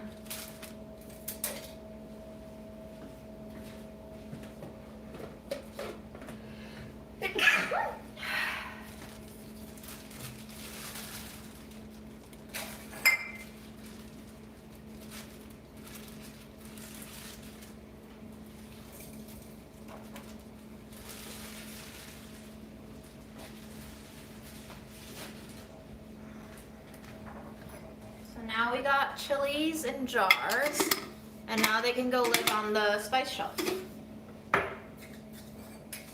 I did buy these chilies in LA, yes.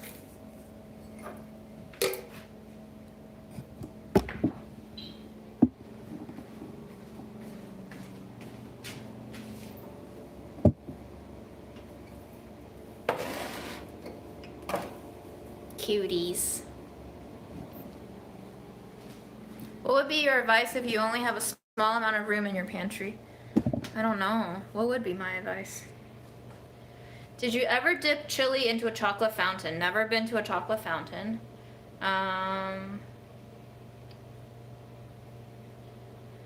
Well, if you only have a small amount of room in your pantry, what kind of advice are you seeking? I can't magically give you more space. You can just buy less stuff, I guess. Store less stuff. Ooh, these peppers. I've never used them. We have long peppers, I think. And these Timor peppers. I don't know why I never use them. I should use them. She says, as she doesn't use them.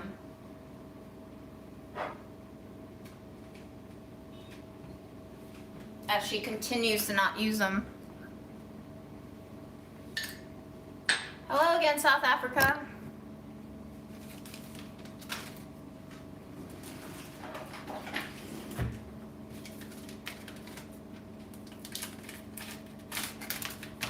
Fuck it. We're tasting this shit now, straight.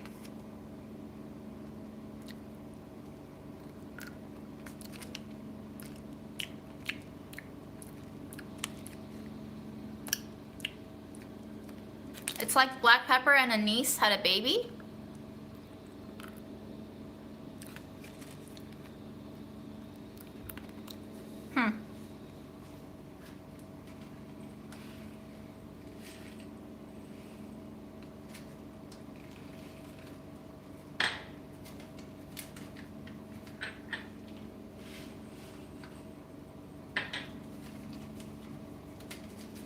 This reminds you of the chat rooms in early 2000s. Yes. I'm trying to be the new face of Lonely Girl, whatever her number was. The OG YouTuber. The OG viral YouTuber. I'm just waiting to have enough followers so I can tell you I've been a fake all along.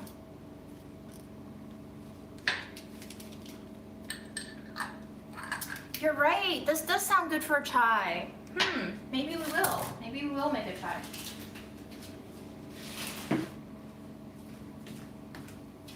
Should we make a chai right now with it?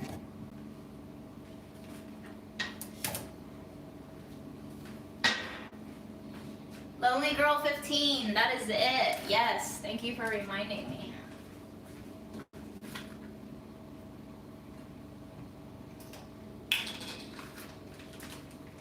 Here is a jar that was one of Mom's lotions that I cleaned. We're gonna put the long pepper in here.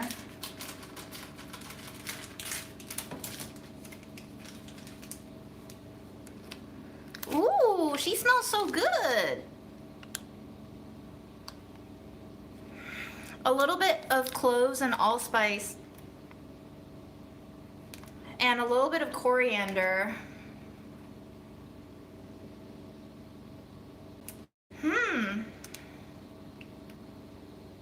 And dried plum. Like a little bit of sweet fruitiness that's fermented and dried. A little bit musty.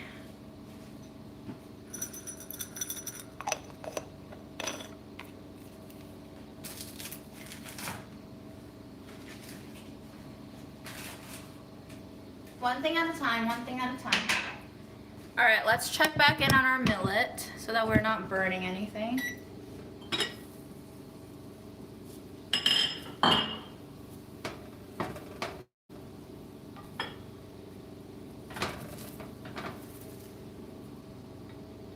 Ooh, we were starting to burn. We got real close to a burn.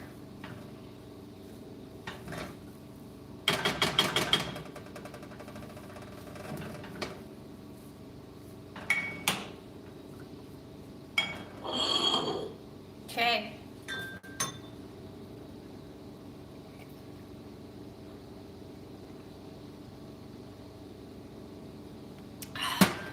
I'm very tempted to make the chai, but not today, because if I drink chai at 4:30 p.m., I will never go to sleep today.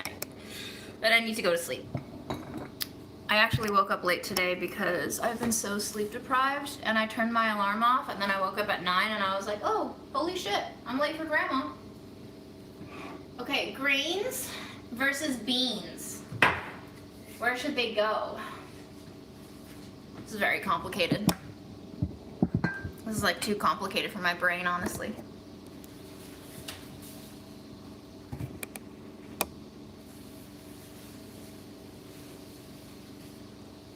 Okay. Yes. Yes.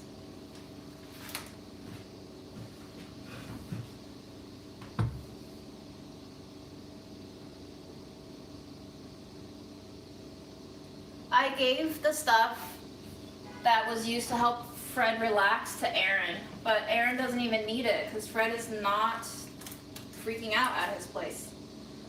I think Fred just hates me, unfortunately.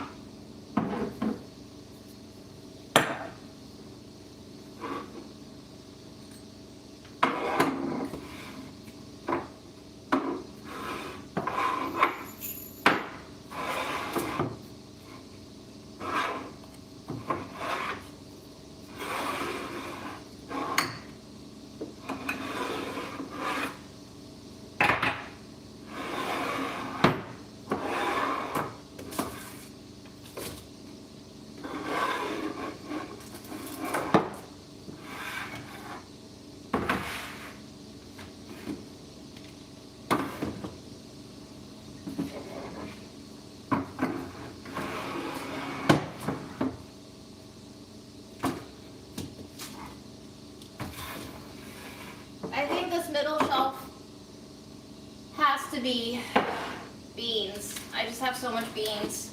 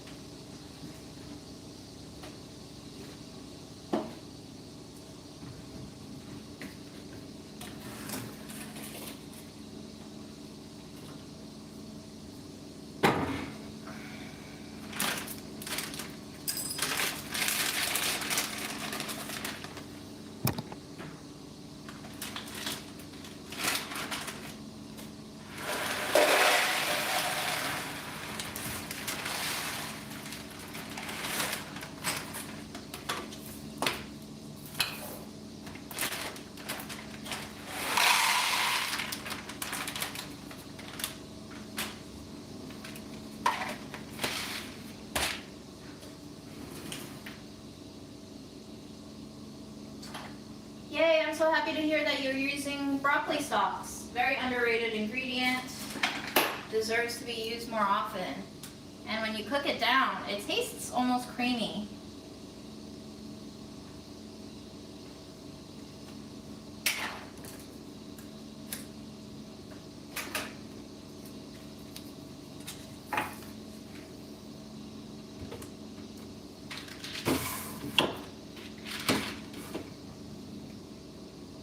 Okay.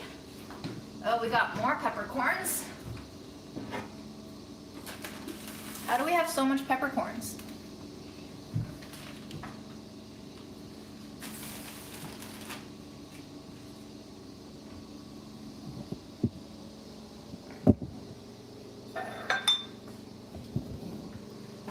Ow. Definitely didn't ram the whole side of my thigh into an open drawer. Okay. Specialty ingredients like Mom's instant mashed potatoes, this thing that Aaron got for me from Turkey that I still haven't used. I think these can go in the pasta drawer. I think this will be the drawer where I try to use up more stuff for our next video. A concentration on the ingredients in there.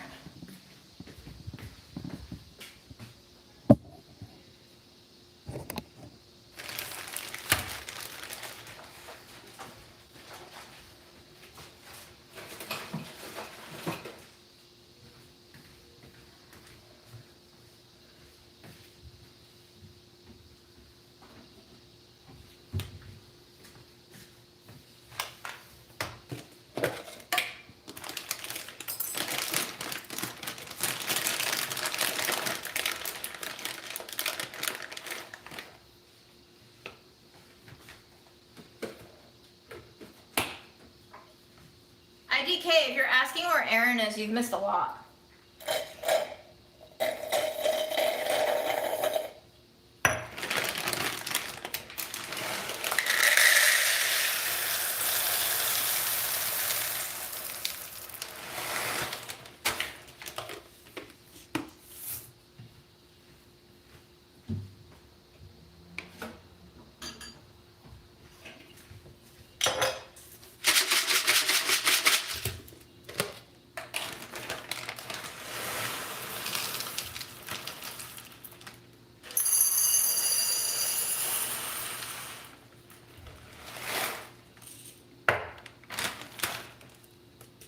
You don't need to apologize. No need to get worked up over a stranger's life details.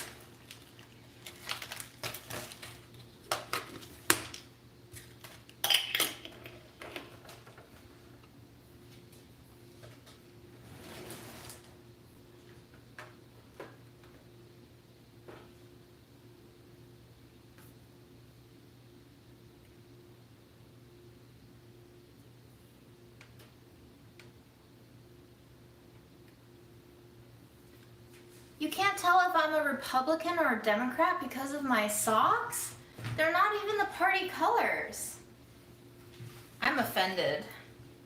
I'm very offended at that. I'm just kidding, I'm not offended. I don't care at all. Because I can't find my Sharpie sometimes, and that's what I care more about.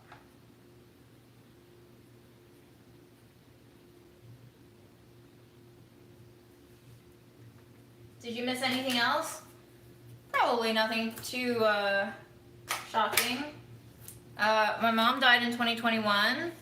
Aaron and I broke up in 2021. I got fired in 2022. I also moved out in 2022. I went on Hinge for the first time in my life. Sustained some trauma from that experience. And I'm trying to stay sane, and it's not really easy. I've been dealing with body image issues as I always have, and I'm trying to make videos that matter more to me and hopefully find people who like them. And I'm trying to decide what to do with my life, but not really pressuring myself into anything because I need time to process everything that has happened. And I continue to be open to change, hopefully.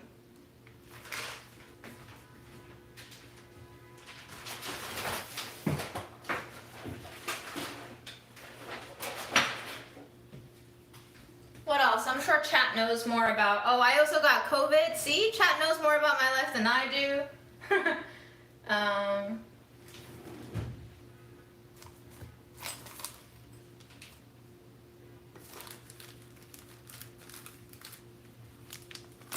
It's been a lot to process, yes. Okay, so it's not really much more organized than it was before, but it looks more condensed and consolidated, which I like.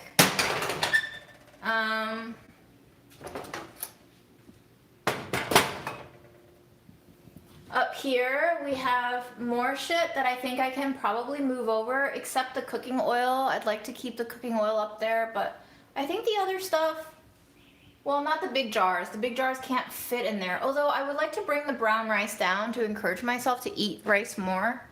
I'm going to, if I carry through with making the new video, I'm probably going to have to address how long I spent my life fearing carbs. Like, not all carbs, but just like kind of not making a habit out of eating pasta and rice, because we went through the whole fat scare in the 90s and early 2000s, and then we shifted straight into the sugar scare, which then extended into the carb scare, which I think just kind of seeps into our consciousness over time and kind of brainwashes us almost of deciding how to feed ourselves, and it demonizes certain food groups. And I think this is something that I haven't thought about very pointedly until recent months, when my body image issues came back in full flare as a result of my hinge trauma. All these things, guys, all these things, they're just like intertwined together. They don't really exist separately. So that's why it's really hard to talk about one aspect of my life without talking about another aspect of my life. And I think it's really hard when I get comments that say things like, stick to food, because I've never really just been about food.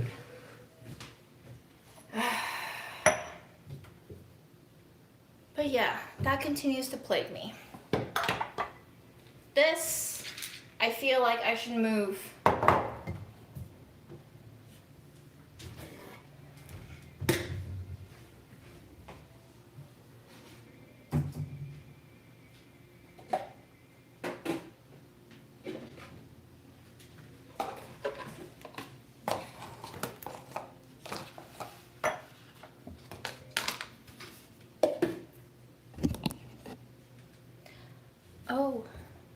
Oh, I need my battery.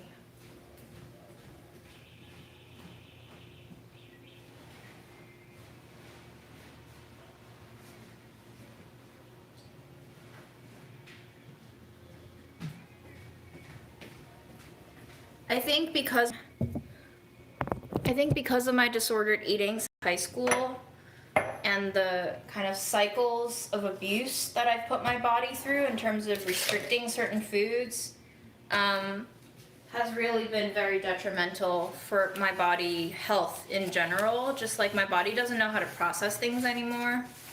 The shelves are still holding up, Ram, yes.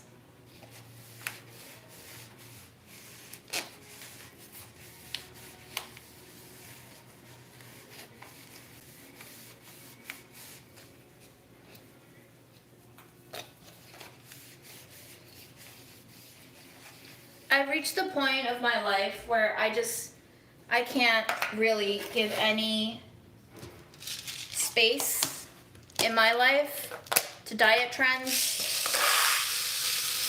As a concept, I think it's become very toxic for me personally. Maybe it works for other people, and that's fine, I'm happy for them, but for me, too toxic. I can't engage, I can't think about it, I can't give it space. I'm not entirely triggered by it, but I'm not entirely not triggered by it, if that makes sense.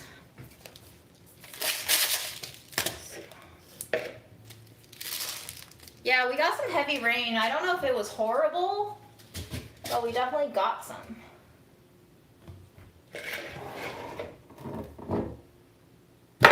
Ooh.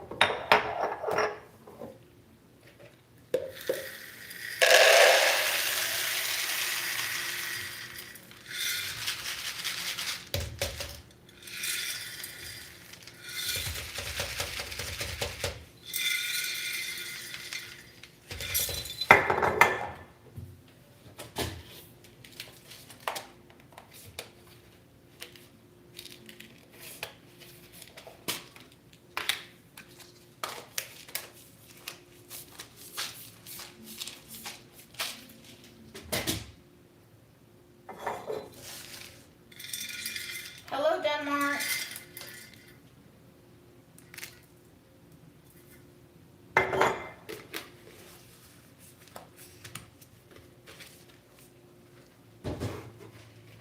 Do we need to label this? I don't think so. I'm gonna be lazy. I'm not gonna label that. Okay, now we have this empty jar that I can see what can fit from this big shelf up there. There.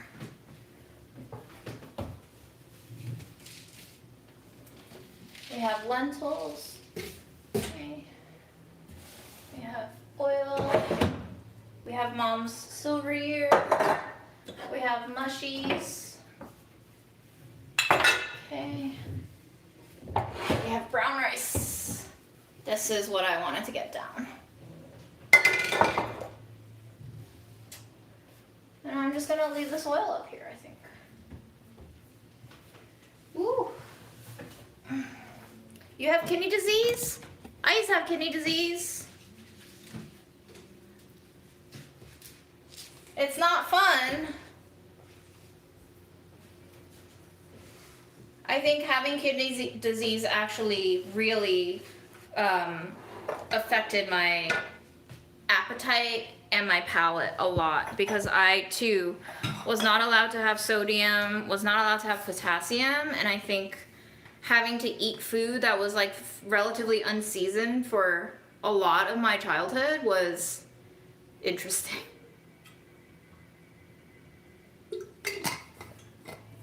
It is the old fancy cashew jar. It is one of the last things I gave to Mom before she died. And I found it in her house.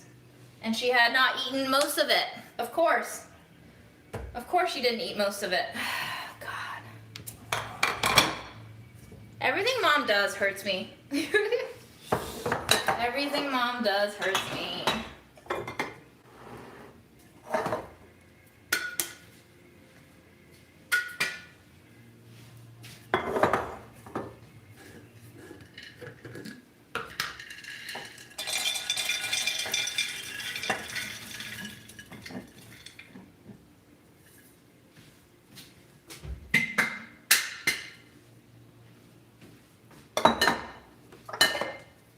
So now we have cashews back in this jar.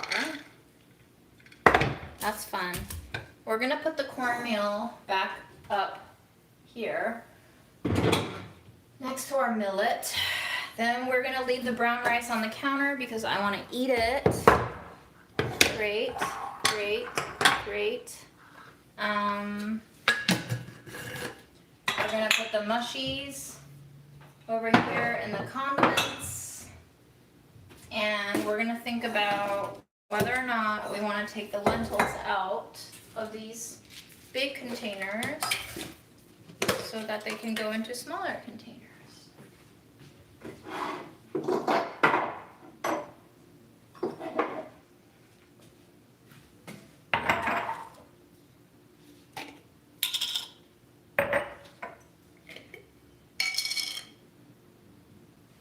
Isn't it crazy that you guys have seen me through so much of my life? Especially the last year, it's been a lot. That some of you remember when my mom was still alive. It's weird, but also oddly comforting to know that strangers even remember my mom.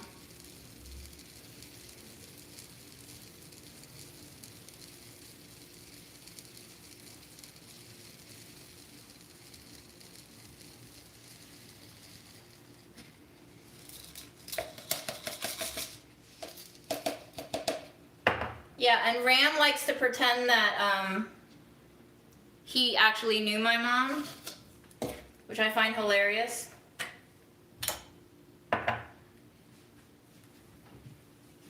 You wish, girl. You wish.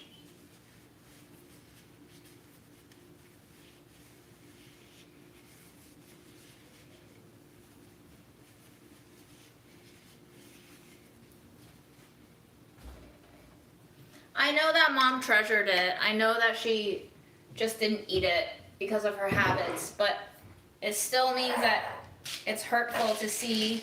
I mean, listen, I gave it to her. She uses it however she wants.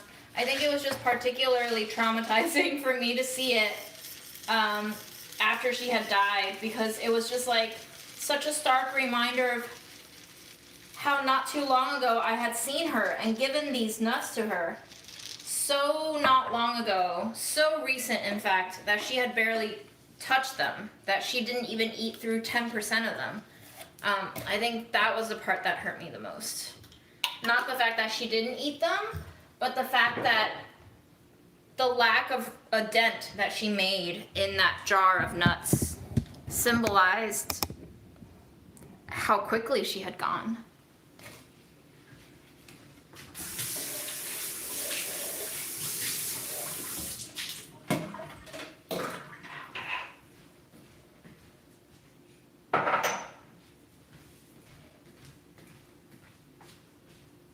Yay! Okay, let's take a look. Still pretty empty up there, huh? Nice. And then here is pretty empty. Only the oil is left. And here, I think we need to buy more plates. Always a great activity for myself. I'm gonna clean what's up there. There's some fresh food up there. There's some jars. There's this. Everything's a little disorganized.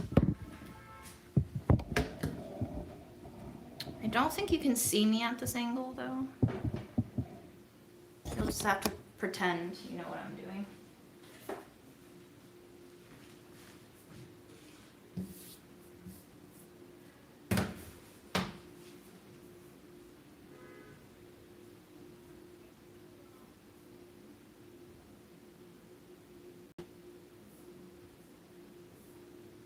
But anyway, mom dying really drove home to me, use your fucking stuff. Use it, please.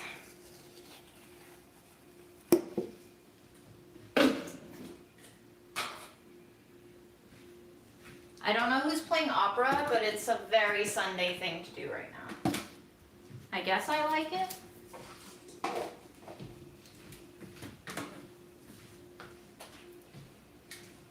All right. Do I think I'm ever going to use this jar is the question. Do I want to keep this?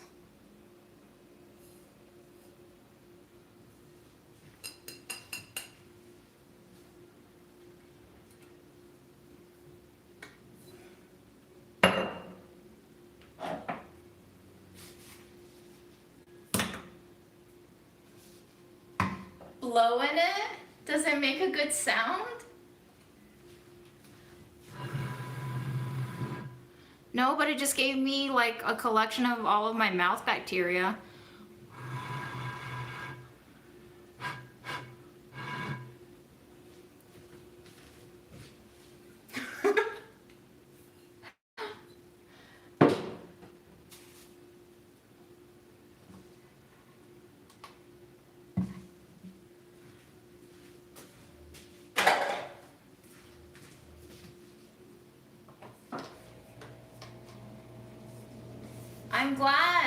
I'm glad you're using your shit, and I'm glad you're getting rid of shit that you don't want and you don't use. I'm glad.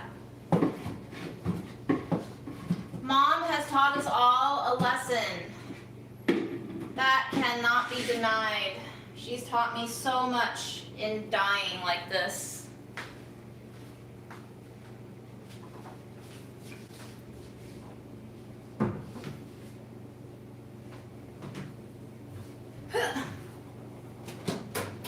Wow, I have all these chewy treats that Fred never got to eat.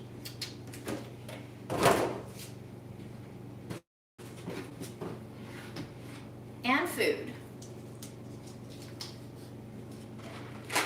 I need to bring these to Aaron next time. I'll put it on the bottom so I can remember it. And then these go on top. Containers, containers, containers, plastic containers. A whole bag of sporks that my mom collected, like disposable sporks. I don't even know why.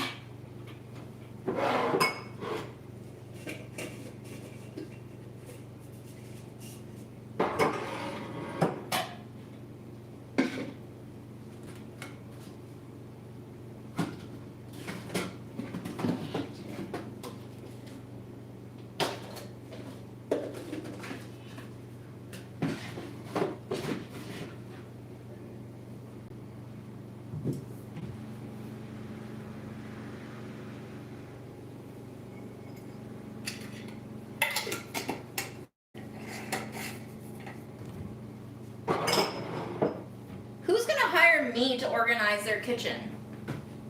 I am the queen of chaos. Nobody in their right mind should do that.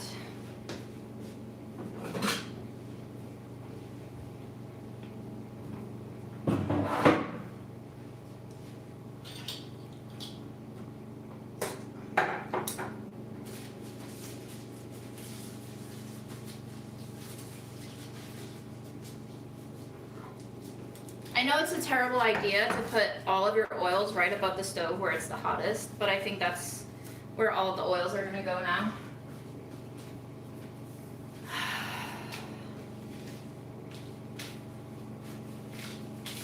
I just don't want it on my countertop anymore, you know?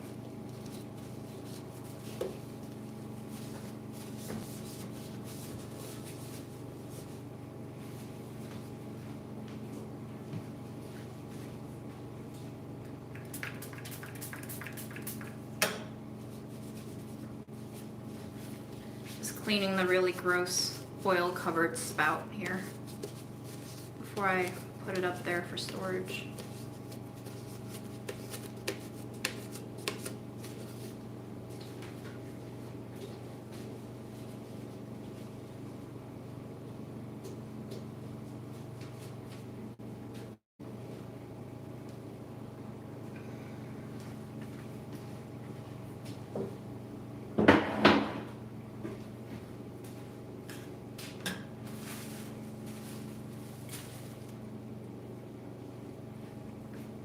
I need to take a pee break now.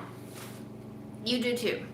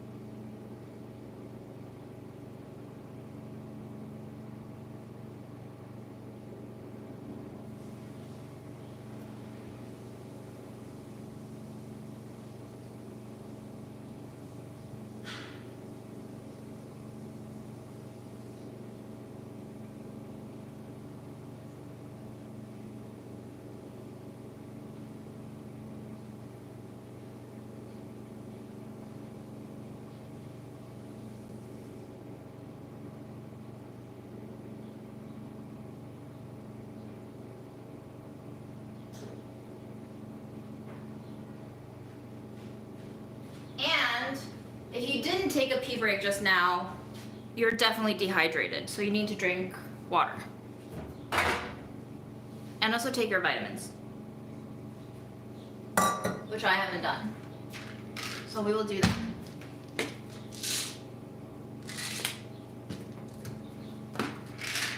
Pork with the skin, and the skin is called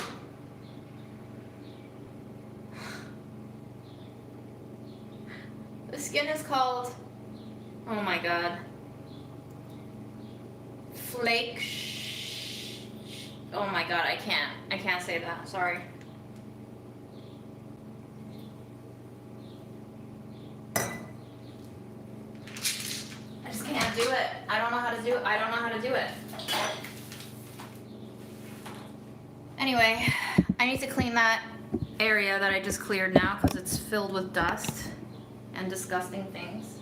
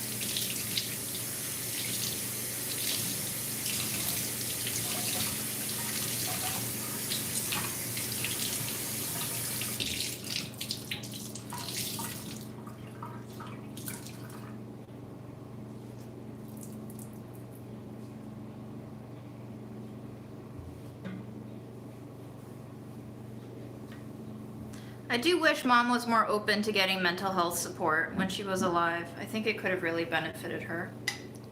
But unfortunately, due to a lot of personal, cultural, societal values, she just never did.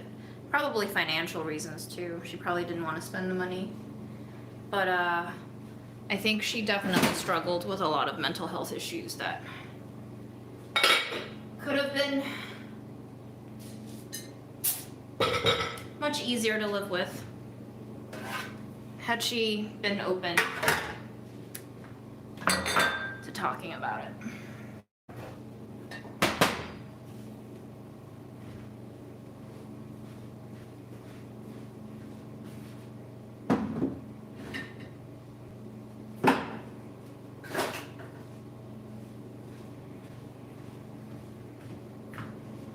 We're gonna clean the stove now, I think.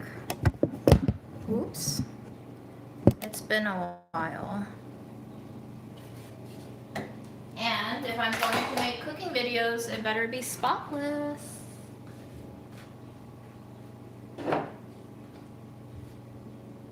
If we wanted to send you some food snacks from our country, to where would we send it? Perhaps you could do a reaction video to the food and snacks. You know, I have been thinking about this for a while. I would love to do a reaction video of tasting. I think some people would be really into it too. I would have to get a P.O. box because I'm not willing to divulge my home address. And it's possible. It's possible. I just don't want to open up a P.O. box and then have like one package come through every month and then I have to pay to maintain it, you know, because it's not really cheap. It's not expensive, but it's not cheap.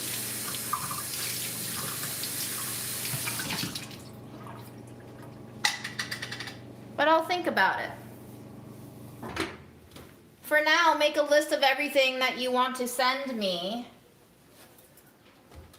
And once I have enough people who wants to send me stuff, I'll maybe make a community post so that people can like record it on there.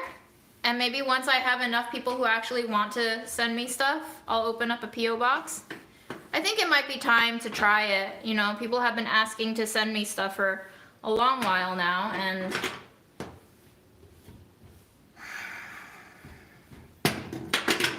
why not? Life is all about trying, right?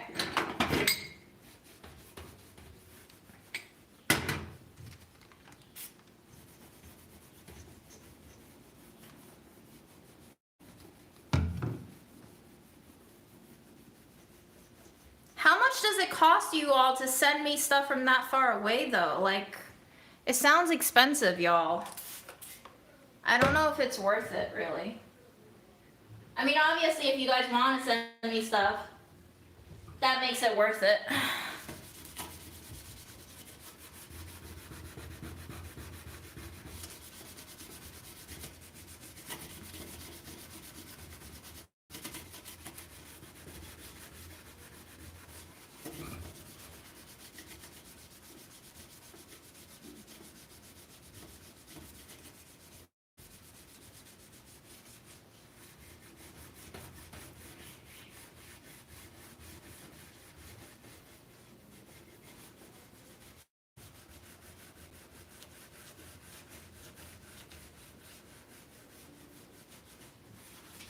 Yeah, this sponge is brought to you by Ram.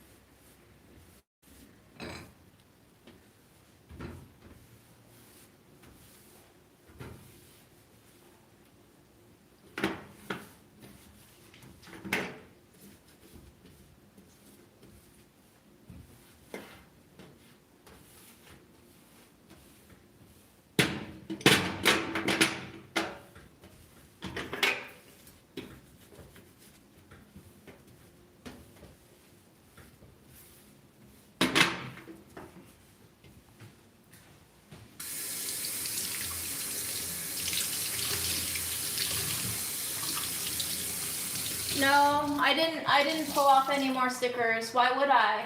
We both saw together how horribly they peeled. So they're just gonna live on there forever.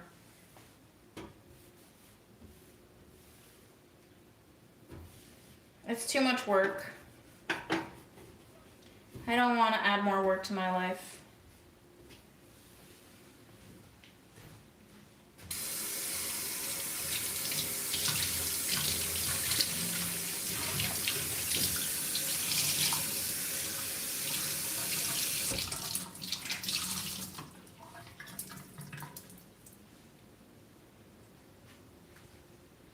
Bye, Doc. Good luck.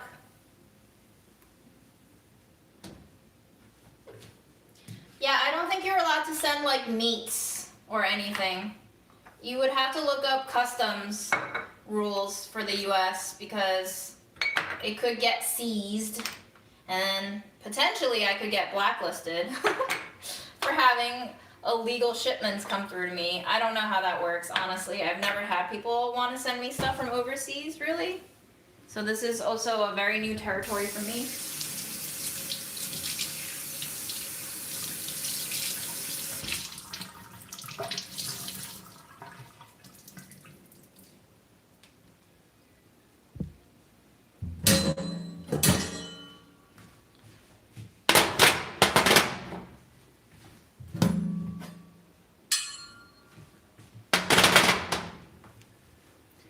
Okay, what to do with this hoard of condiments right here. Some of them I would like to keep here, but some of them I do not think is necessary to keep here. So let's decide. Sugar salt, I need to label.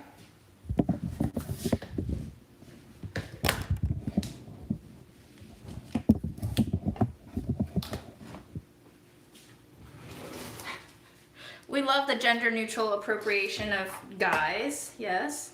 I would argue guys has always been gender neutral when used in a crowd addressing way.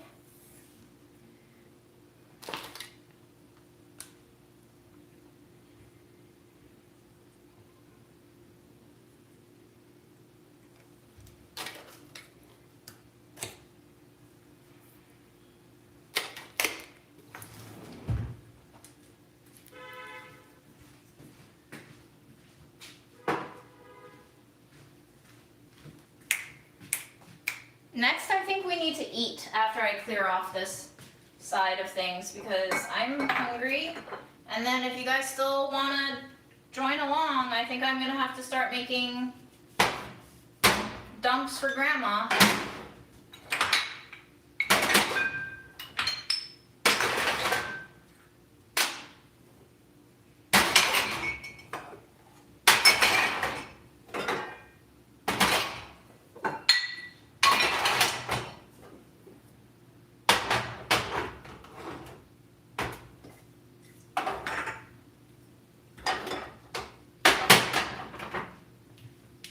Toss this. I thought I would use it, but I never have. Oh God, yeah, we're gonna toss this.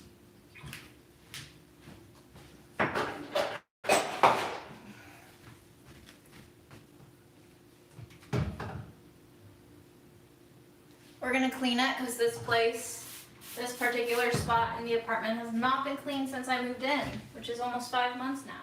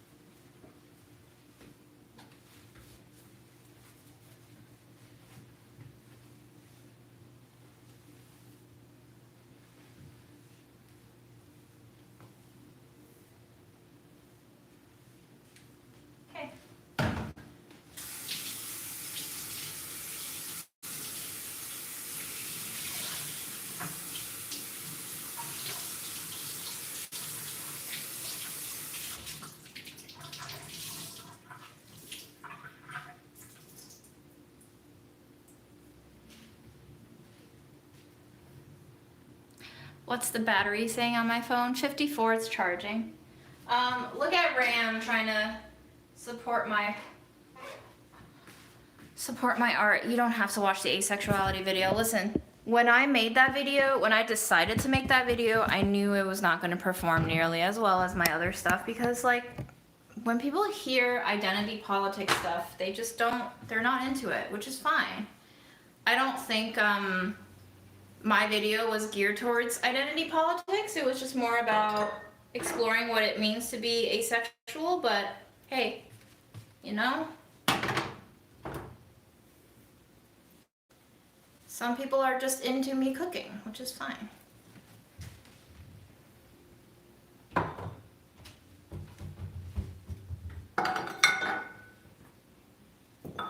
gonna put this one away. We don't need both of you out here. All right.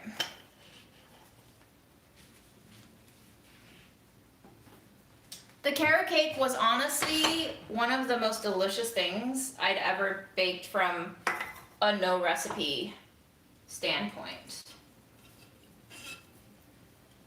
I don't have any usual grains, but definitely I always keep lentils on hand. Lentils are amazing. Smooth, mushy, protein, takes on flavor really well.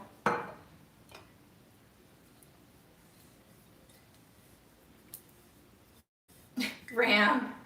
Ram, don't push the people. It's like reverse psychology. They won't want to watch it if you keep trying to persuade them to watch it, you know? We gotta be smart about this.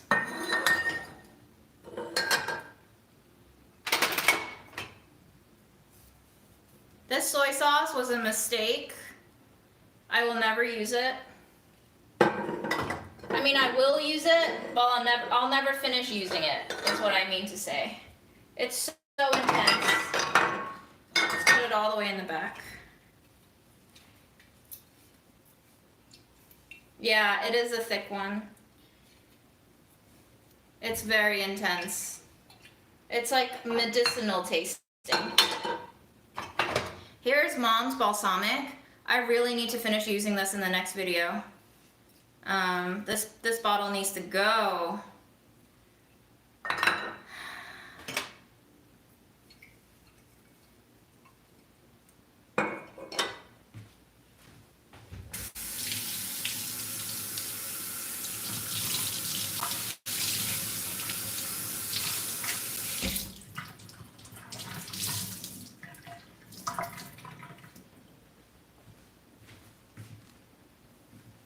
This is really good balsamic. Mom had good taste. I like this.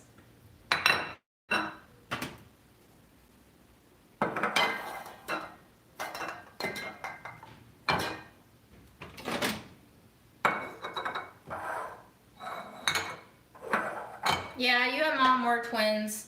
So you need to stop being Mom because Mom died from exhaustion.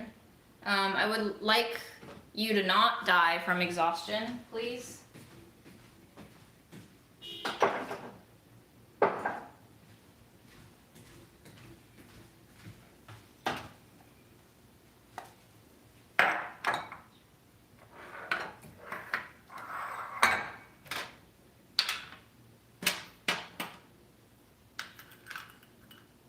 Cool.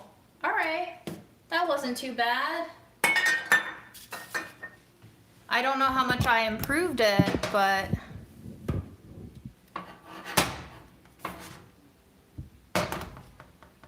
it looks neater now, and at least we know it's cleaner.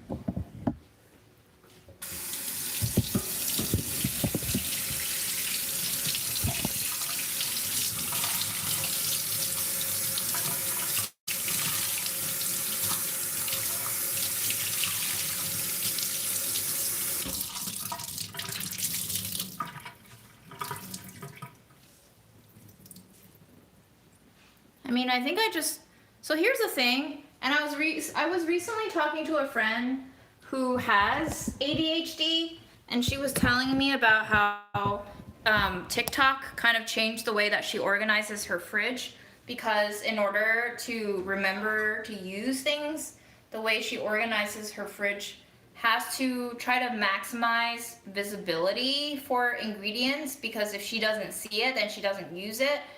And I don't know if I have ADHD or ADD or whatever, but I've always been a person that tends to have a cluttery messiness about her living situation, because I have to have everything laid out. If it's in cupboards, I don't remember to use it. So especially with condiments and spices, I need it visually laid out so that I could actually imagine what flavors going in here would taste like. If I don't see it, I can't just like reach into my brain and be like, oh yeah, cumin's gonna be great in here. So it really helps me process imagining flavors if I could see all my condiments and spices out in the open in a single flat layer. Because if I don't see it, I don't use it. Seems pretty common sense to me. I don't think it's like an ADHD thing, but maybe especially for people who are neurodivergent, it helps. I'm not sure.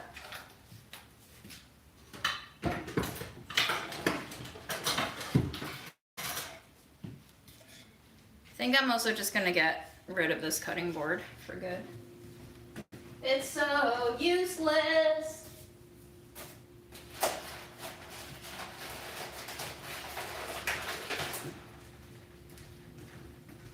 Are we ready to eat? I'm ready to eat.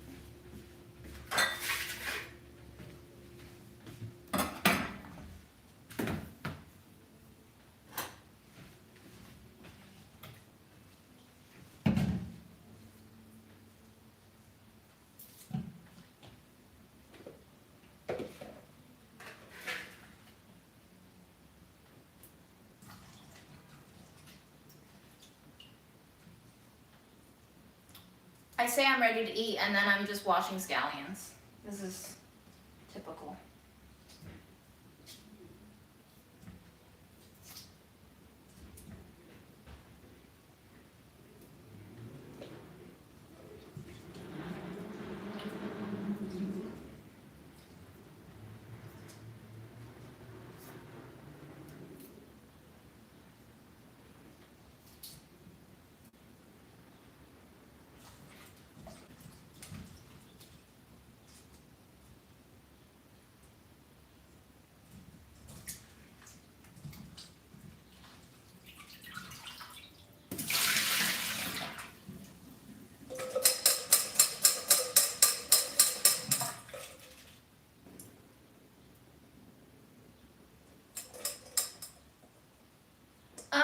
I've been thinking about putting something here, but honestly, with all this cabinet space, I don't know if I need it. So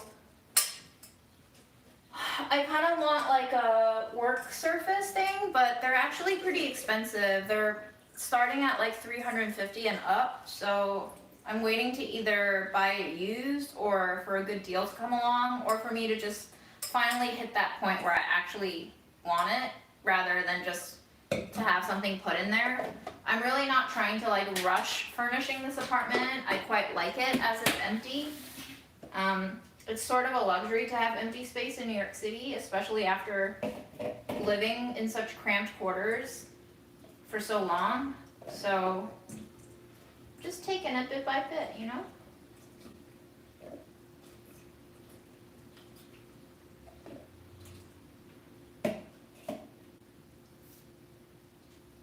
I would like a butcher's block work surface, but those can be very expensive. That's a whole solid piece of wood.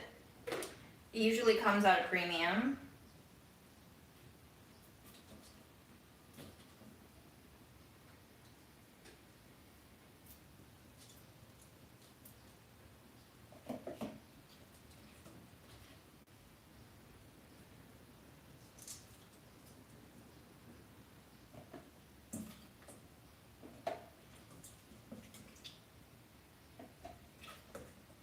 Do you guys hear the opera? How do you properly sanitize? Water and vinegar. Wood is very self-sustaining. Like wood is kind of organically porous, and it actually harbors less bacteria apparently than plastic grooves. So there's that. I think I'm going to try to keep a little bit of water in here.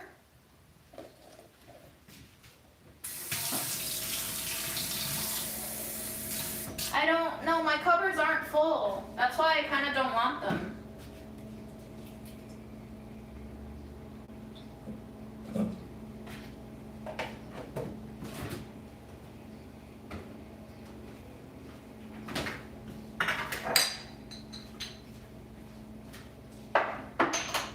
Okay, now we eat. We have leftovers.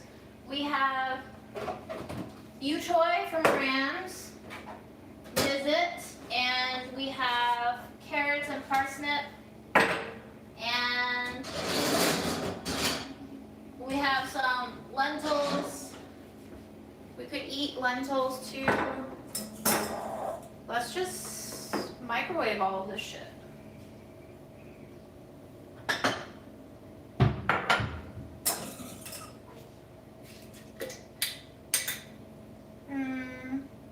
What if I don't want to use a bowl? Even if I have a dishwasher, what if I just don't want to?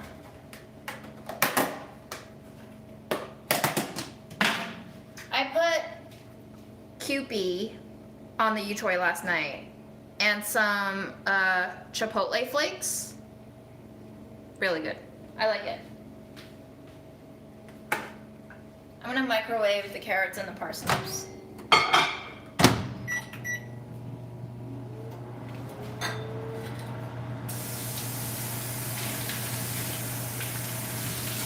Ooh, an Amazon wish list. That's fun. I don't want to encourage myself or enable other people to let me buy shit that easily. But I really like, I truly am very thankful for how giving everyone is, but I'm not in a place of need right now, and I also just don't want to psychologically feel like whatever I want I can have. But thank you.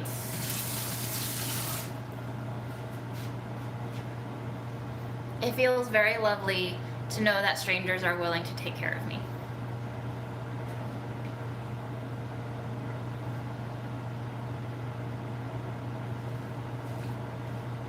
Besides, I need a real sugar daddy, you know?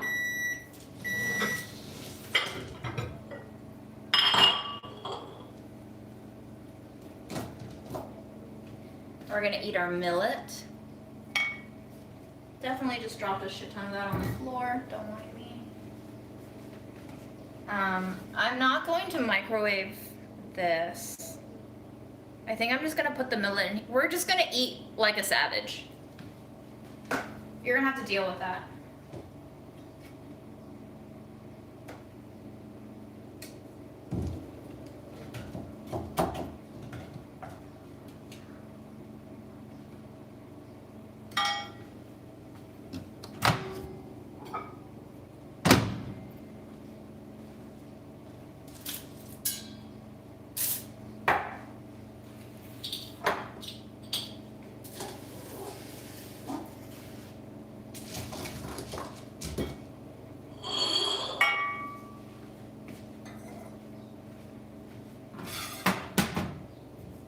Am I a big reader? I am not. Sadly. I would love to be. I would love to be the English major who still reads for fun and knowledge. But alas, I am very much an uneducated, ruthless, unthinking savage. In my current iteration. I'm not going to say I'm never going to change. I might.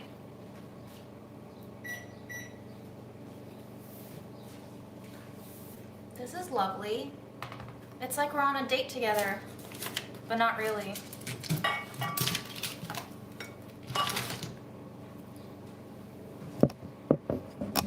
Oh, if I move you back more, you can see all of me. Wow, perspective. It's amazing.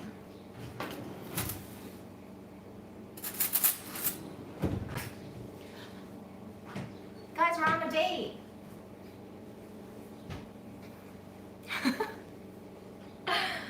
All right, what do you want to know about me? Now I can actually eat while sitting and read your comments.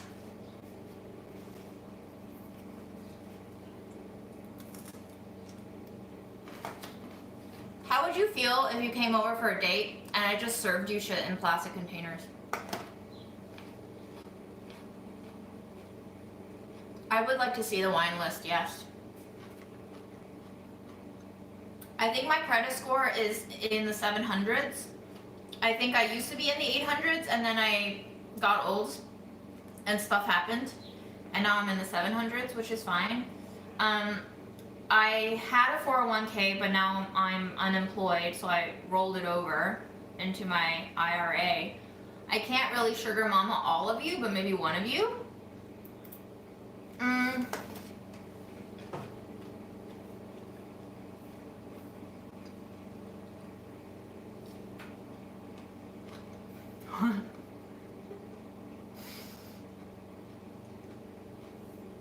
I can't use power tools. Ram will confirm that.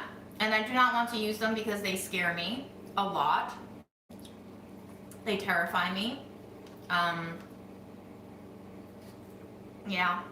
Anything with noise and power, including men, scare me.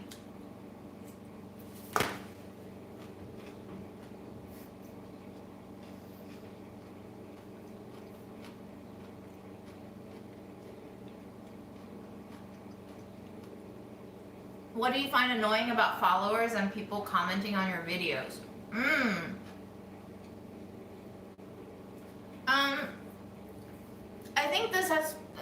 transitioned a little bit. I used to be annoyed when people used to text me for, like, DM me for cooking advice. I still am, but if I've chatted with you before and we've discussed other things beyond just you using me for my cook brain, I'm less offended by it. I also tend to be pretty offended by people who say they're coming to New York and want me to, like, give them a list of places to go. I understand the impulse to do that, but I also can't do that to everyone, for everyone. Let's put some of the shit that Dan brought over.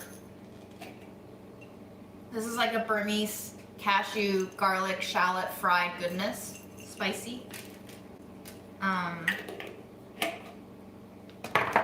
But now I'm trying to just steady my brain. When I get those DMs, I ignore them if I don't have the energy to, or flat out say no, sorry.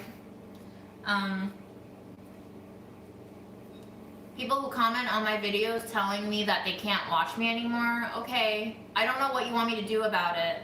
I think for every negative comment, if you want to be a more responsible person that contributes to society becoming better, you can definitely criticize me, but make sure in your comment you give some constructive feedback on what you would like to see me do.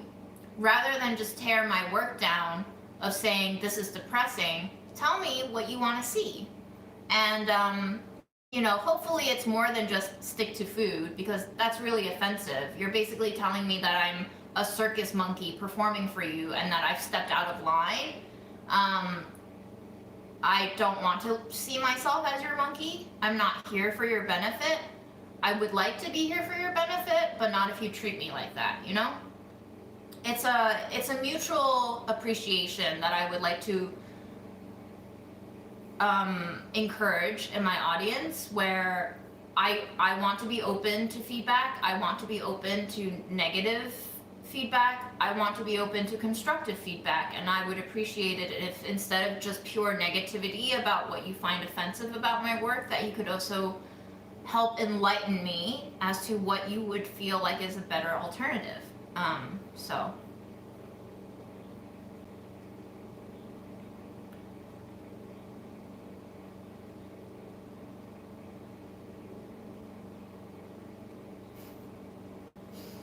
I would love that to be the new pickup line. What's your credit score?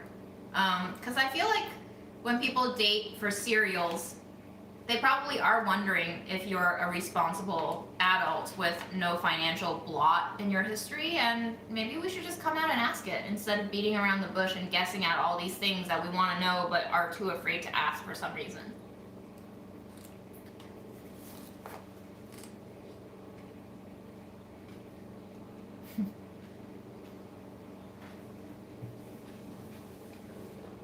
I don't have any siblings, a result of the one-child policy era in China.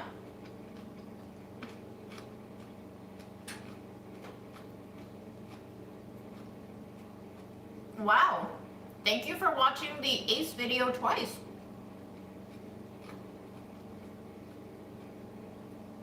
I'm curious, for viewers who watch my videos twice, why do you rewatch it, and what do you gain from repeated viewings? Because it always surprises me somewhat to know that people can watch such long videos twice. I love raisins, and I love dates even more. Both kinds of dates. I really do like meeting people. I just don't like it when they lie to me.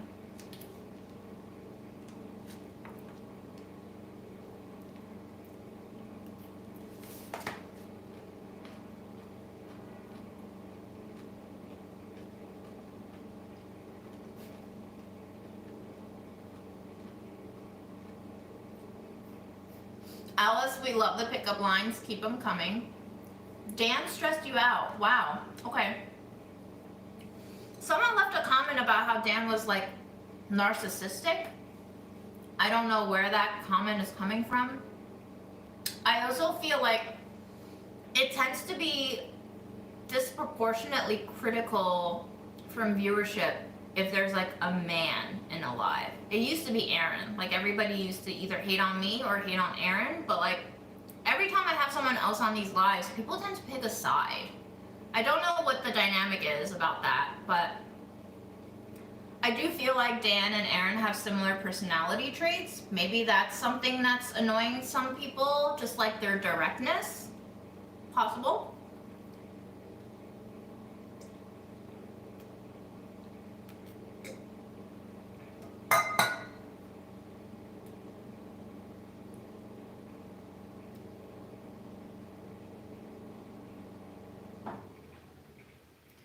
The new June home assistant. I'm game. It's basically my reply. Like, you do you. I don't know how it's going to turn out. I only know how things turn out because I tried it before. But if you're hoping to learn by basically avoiding making mistakes or making trial and error, then you're depriving yourself of a learning experience. I can give you my answer, but that's my answer based on my experience. It's not the answer, you know? So sometimes it really benefits you to figure out for yourself what the result of an experiment is.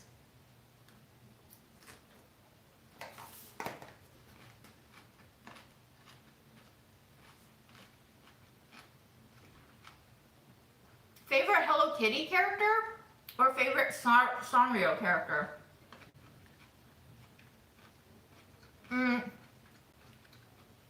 I used to like the dog, and then I went through a frog phase, and now I'm really into the sad, depressed egg.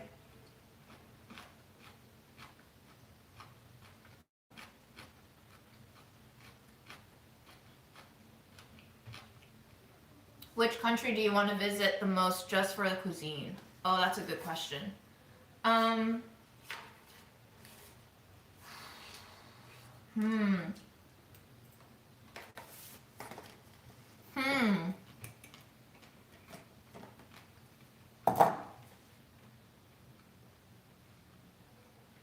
Wow, that's a loaded question. I almost want to pull up a world map and like just review what all my choices are. I think the first country that came to mind was Taiwan. Because I feel like Taiwan kind of melts together certain Japanese elements and obviously a lot of Chinese cuisine. But I've heard amazing things about the street food.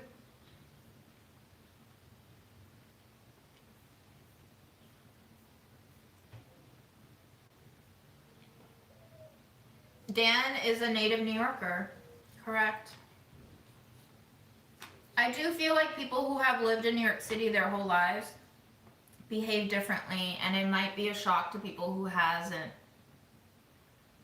grown up in this environment.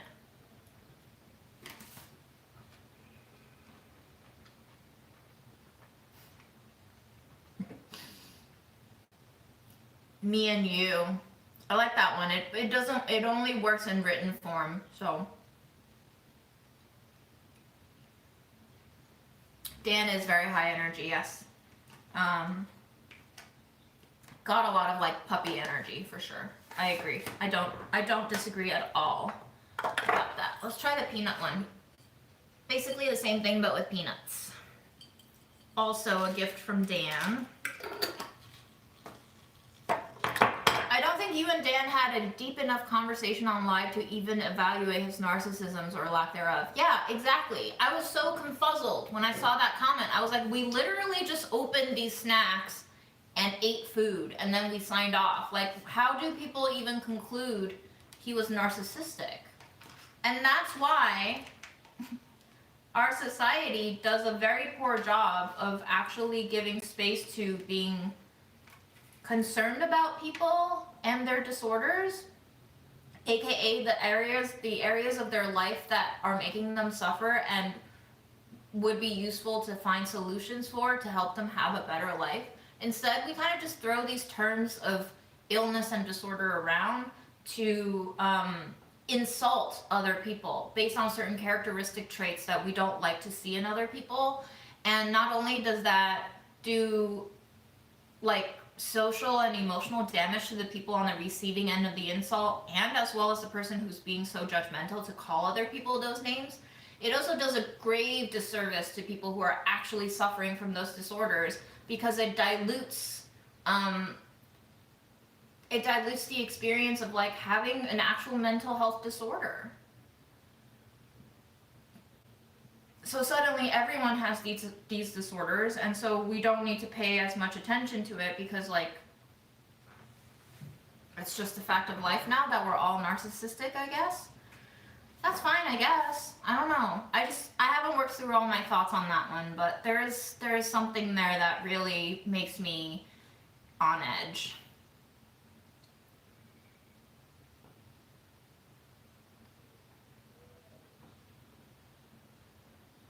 Hi, Denise. I don't know if I'm saying your name right. Um, Thank you for watching. We're not family, but I'm glad you feel cozy enough. Um,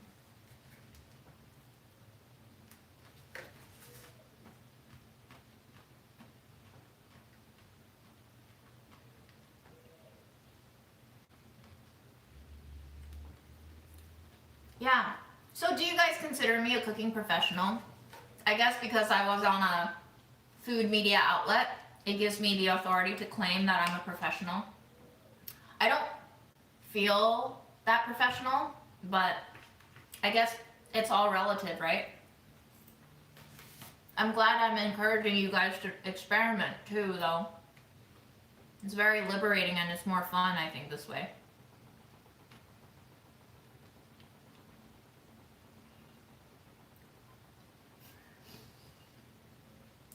Yes, Gudetama. Gudetama is such a mirror character of me. Um,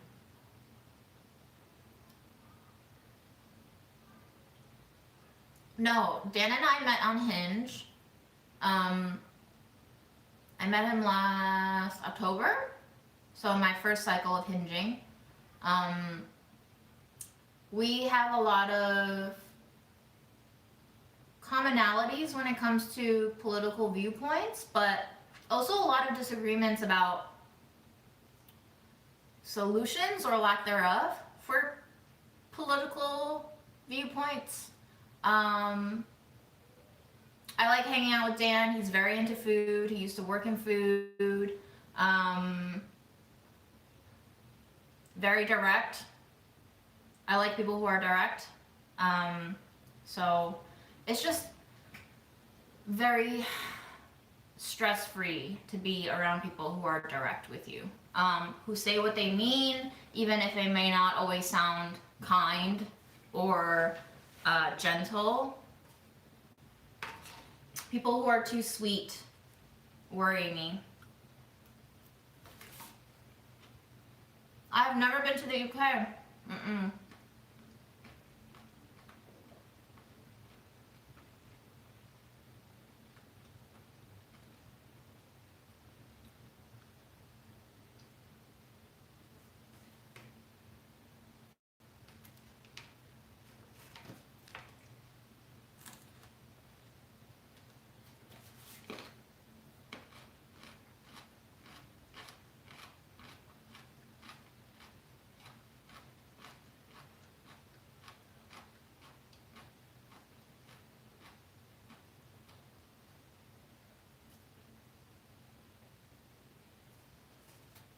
Yeah, there is nothing that pisses off native New Yorkers and slow walkers, I think.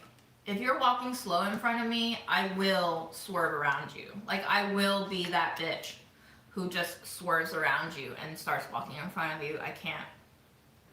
Even if I'm not in a rush, unless you're elderly or like clearly somewhat injured or somewhat disabled and you have a special needs sort of situation going on, if you're a tourist, I'm cutting you off.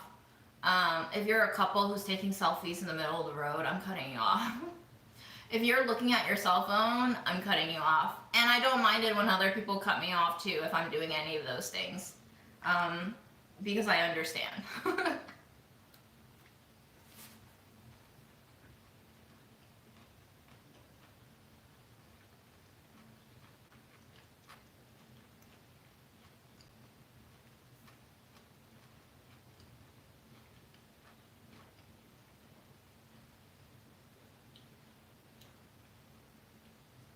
Ooh. Ooh, keto pumpkin cheesecake. Yum.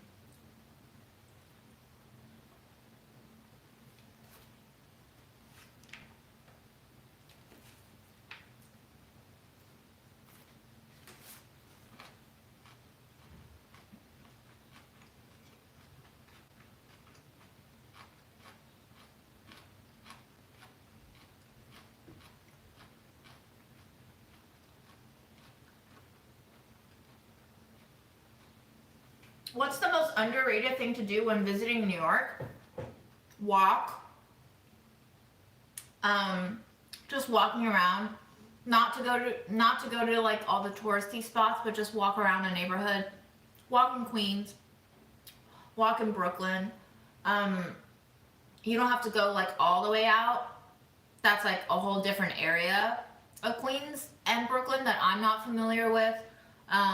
Obviously, there are different neighborhoods that have different income levels, that have different social standings that you may not feel as safe in if you're not native to New York. Sometimes I have neighborhoods that I go in that I don't feel safe in too, so it's dependent on your comfort level. But if you have like a food destination, I would just say get ready to spend 4 hours in that vicinity and go to your food destinations, but also look around and be open to finding other stuff, because New York is so walkable. Like, this is one city in the country that is like no other because of how accessible on foot it is.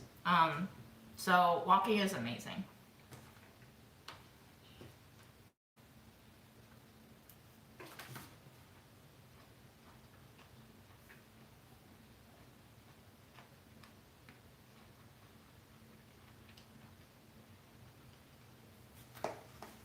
Jen, I don't know what you're apologizing for. Don't worry about it.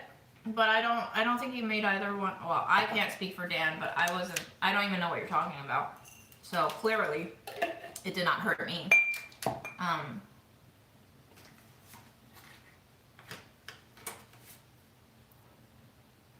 The crunchy thing that I'm eating is Burmese nut shallot garlic fried condiment.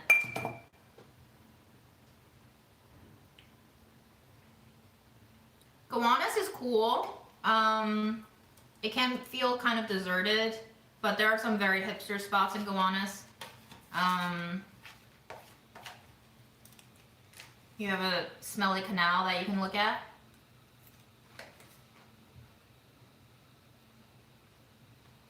Oh, when you were comparing him to Al Pacino.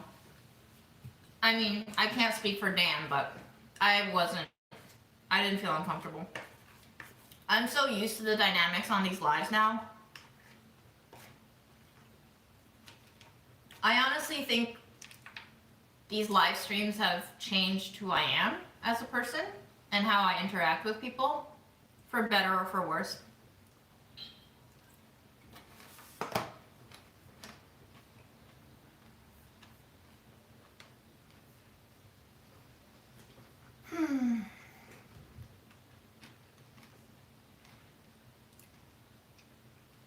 Look at 260 people just watching me eat leftovers.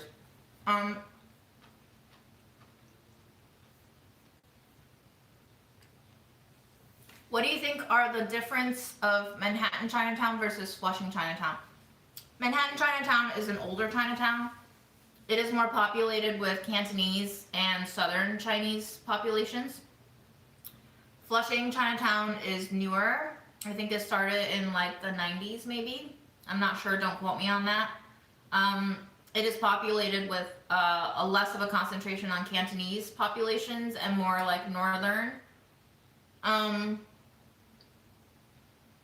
But it's a mix. So the cuisines will vary a little bit. I would say Manhattan Chinatown is more well known as a Chinatown. So it's more stereotypically touristy. Chinese population in Flushing is way more native feeling in terms of like natively Chinese. It almost feels like you walked into a Chinese street in China when you step off the 7 train to go into Flushing. It can be very overwhelmingly crowded.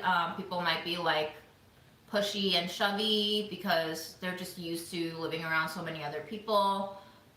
There's a lot of street food in both Chinatowns, but I would say maybe Flushing might be the slightly more affordable one. Don't quote me on that.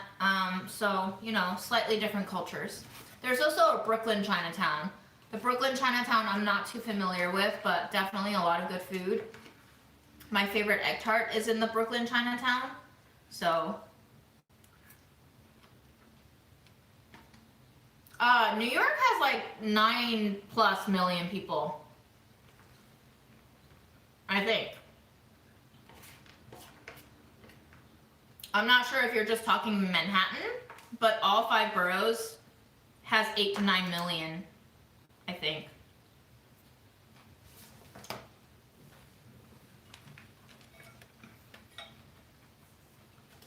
Ooh. You grew up in Flushing before the Chinatowns happened. What's been the biggest difference for you? Have you noticed? I mean, besides more Chinese people?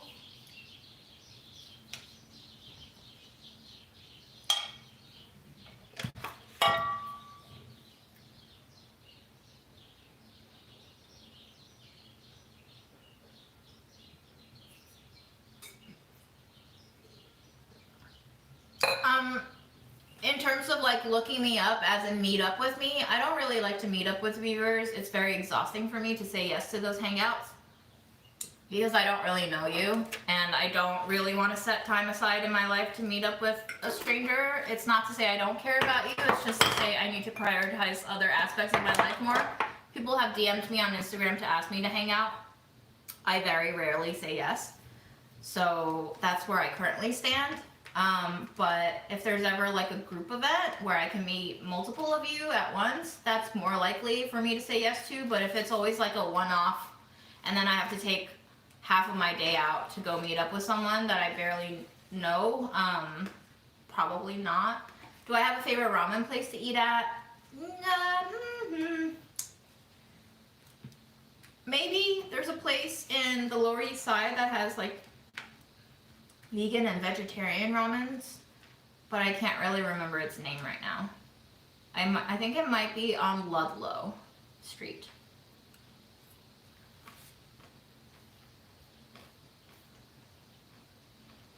I have been to San Francisco. Millet is great. It can be savory or sweet. It can be congee or a cooked grain. It can go with anything. It's very non-obtrusive of an ingredient.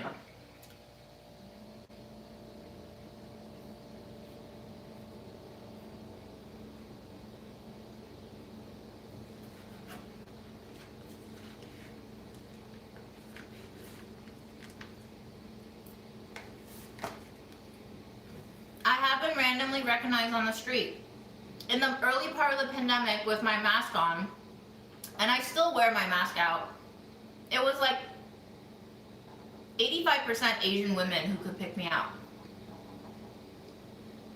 And then Aaron and I got recognized in the Stop and Shop by a viewer who recognized our voices.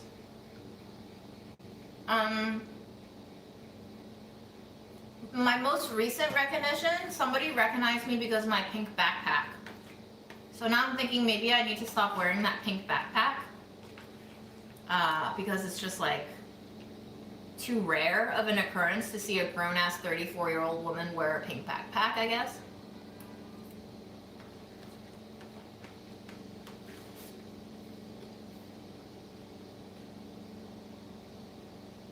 Ramen Ashita. I think that might be it, Ram. How do you know? How do you know all of these things?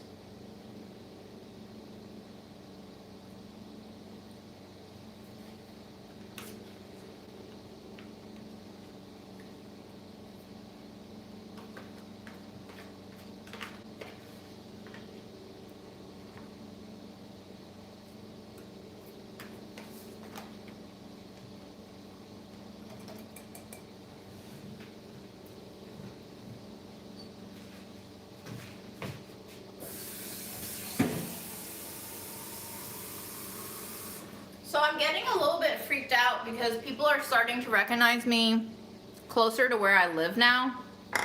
I would prefer that to not happen.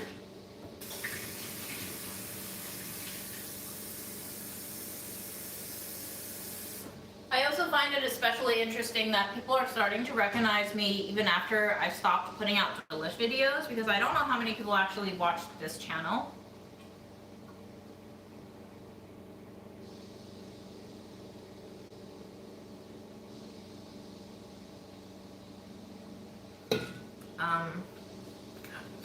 Just dye my backpack? That seems like a lot of work. Seems like a lot of work.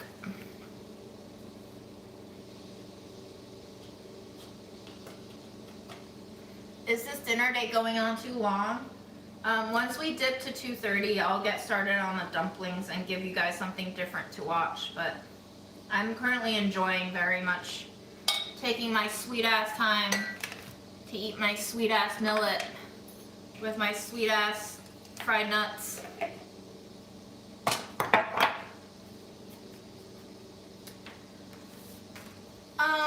It's weird. I recently had someone recognize me, and I didn't really know what he wanted from me. He just like came over and he said he recognized me because, well, he first asked, do you make YouTube videos? And I said yes, and he was like, oh cool, I watch your videos. And I was like, thank you for watching. And then it just felt like there was that awkward second and a half where I didn't know if he wanted to say more to me, but I was also in the middle of working out, so I was just like, I just went back to my workout. And I felt like he might have wanted to say more, but he didn't. So then we just both went back to our workouts. Some people, the interactions that I find the least awkward are when they come up to me, they ask me if I'm June, I say yes, they say, I love your videos, I say, thank you for watching them, and then they say something else, and then I say something back to acknowledge what they said, and then we both say, have a nice day, and go our separate ways. It's when like they say, hey, are you this person? And I'm like, yes, and then they say, cool, I watch your videos, and then I say, okay, thank you, and then I'm just like, what now? What now?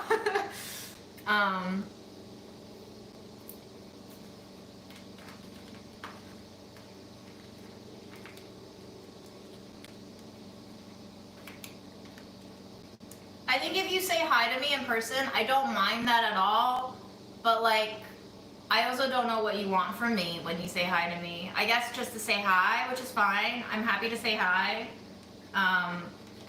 But if you have stuff to say to me when you say hi to me, say it to me. Otherwise, it's just gonna be like a very awkward, okay, goodbye.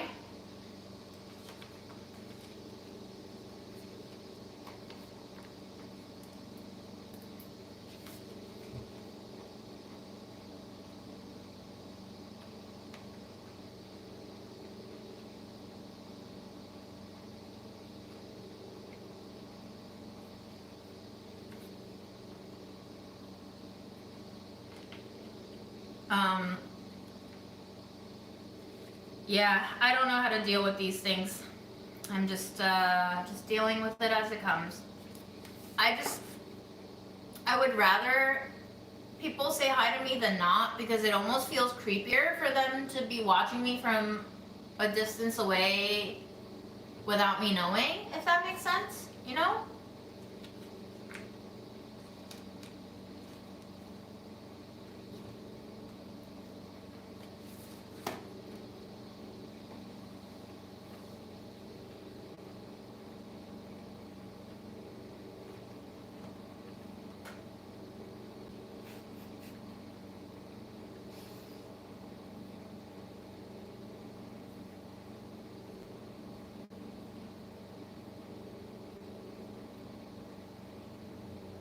I didn't make the nuts, so I don't know the recipe.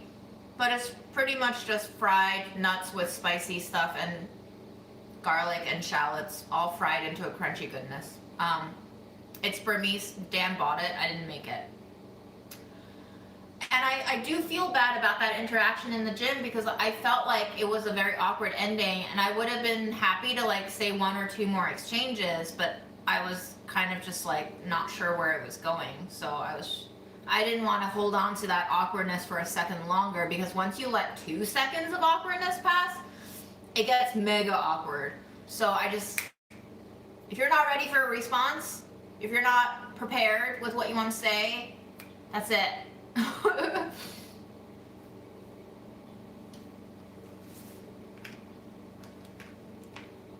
I have millet, I have leftover roasted carrots and parsnips, and I have crunchy Burmese toppings. And I kind of want mayo.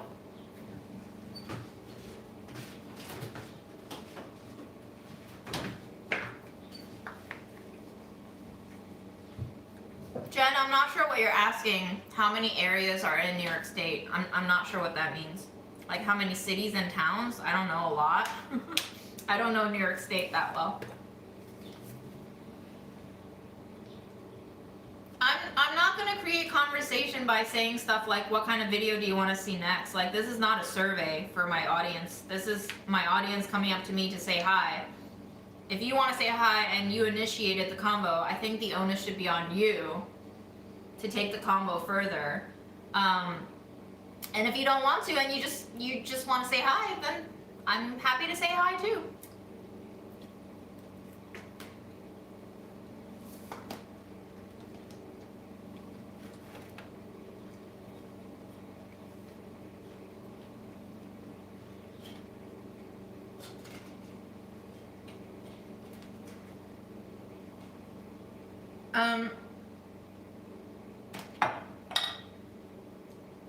I don't know how many cities New York State has, unfortunately. New York City has 5 boroughs. I live in one of them called Queens.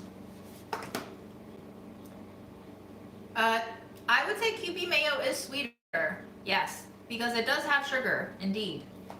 It makes it very enjoyable for me. But it's not like a noticeable, oh, this is sugary. It's just like a nice little brightness to it.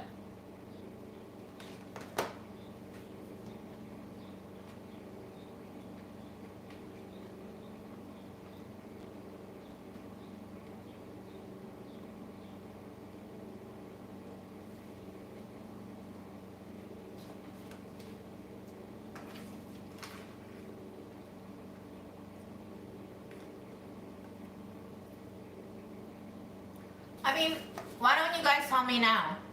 What would you like me to say back to you if you ever came up in real life to say hi to me? Like, what is your ideal response? What is your ideal interaction? How would it go down in your head? Are you sure Kewpie doesn't have sugar?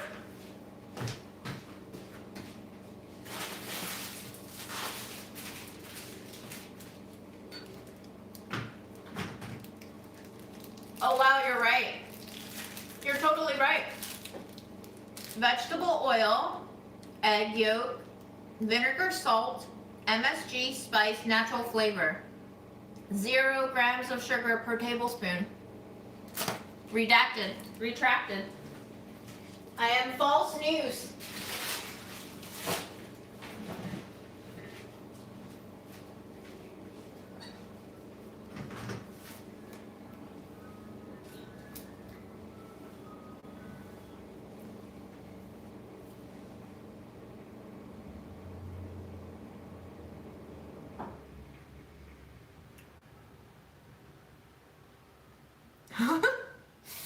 Nowco, you want me to just hang on to a cheesecake in my backpack at all times? It's a lot to ask.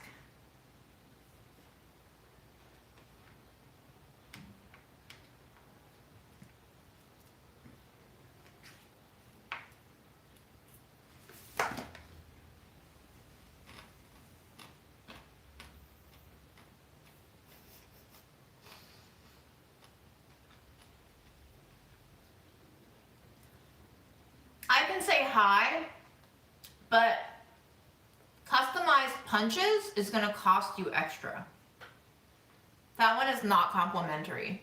It does not come with the standard pack.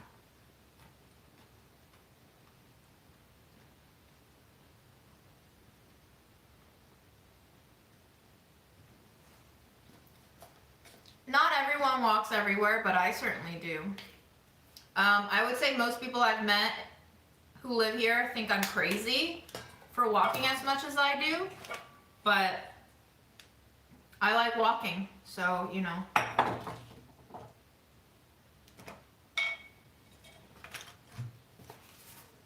I do walk over bridges. Bridges can be fun to walk over. Not the Queensboro one, I hate that one, but I like walking over the Couscous Bridge. I'm not pronouncing that right at all, but it's a Polish word that I cannot pronounce correctly. So I just call it the Couscous Bridge.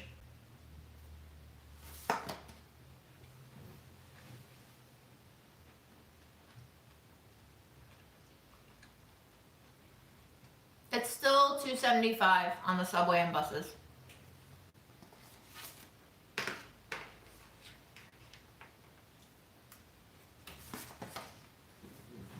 Well, you can come to New York and walk it, and then you'll know why I hate it.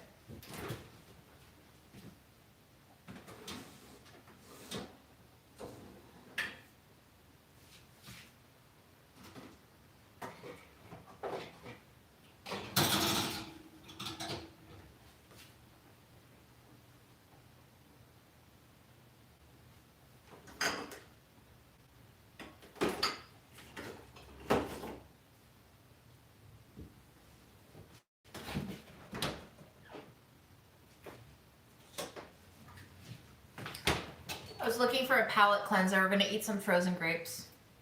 These grapes are starting to go shrivelly and bad, so I froze them because Grandma's very picky about her fruit.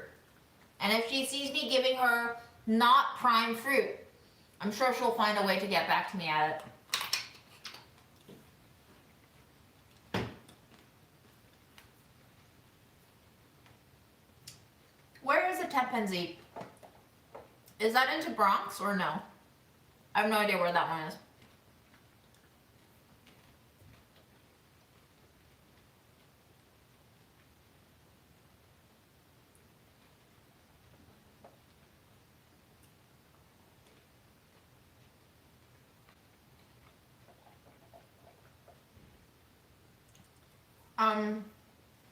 Bye, Leonie.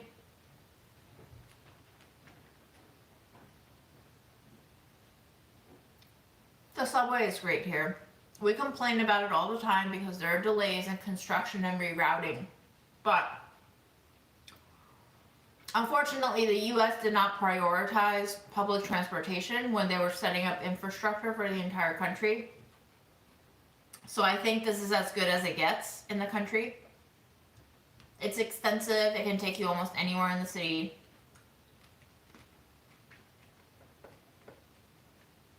And yes, there are a lot of repairs that should be happening, but relatively speaking, it's pretty good. It's functional.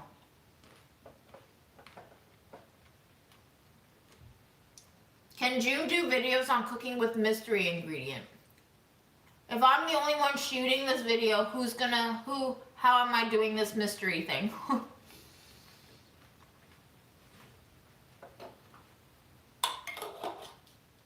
You guys are asking me all these questions about New York City. Sure, you can be pickpocketed anywhere. Have I ever been pickpocketed? I'm not sure. I lost the phone once. I don't know if I lost it by leaving it somewhere or somebody took it off of me. But I would say I haven't been pickpocketed that much. Just don't be stupid and keep your valuables like close to your body.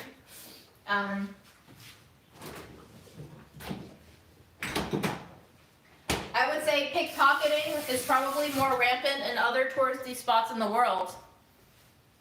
Like I've been warned that in popular touristy places in Italy, in Morocco, in like Colombia or Brazil, you have a lot of pickpocketing, you know? So it can happen anywhere. You just have to know how to be careful. Trust no one.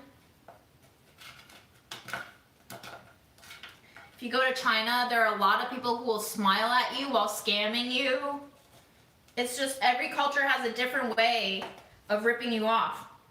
So you really have to be careful. If you're not native, if you don't know the rules of that place that you're visiting, try to not go alone.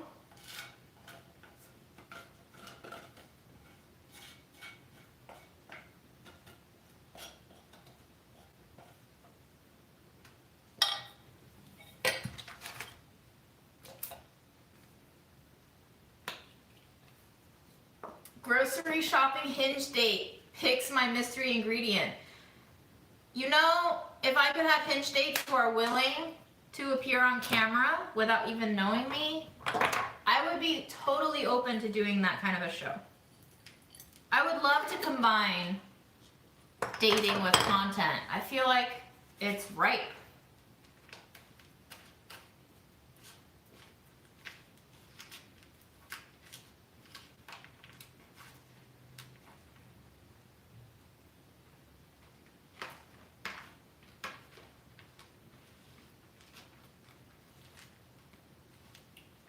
I think right now I'm just eating this millet because I want to eat these delicious nutty peanutty things and cashew things. I'm not actually hungry anymore.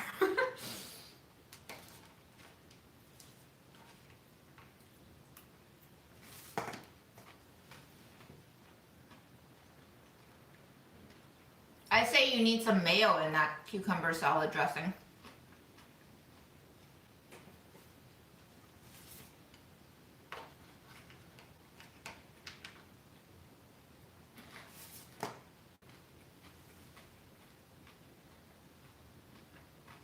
The rats are not cute.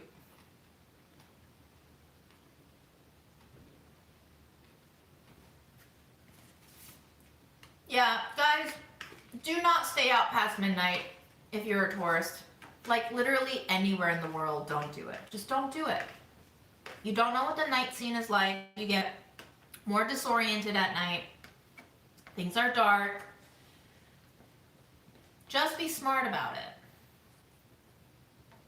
You should pretend that you're 12 years old when you're traveling. What would you do if you were a 12-year-old?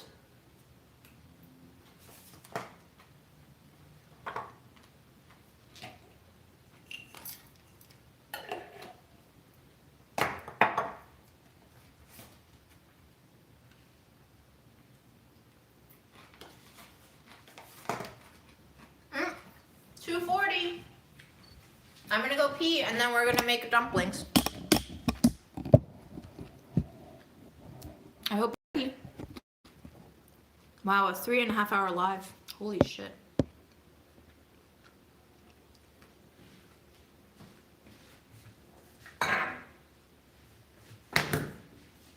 Plugging you in.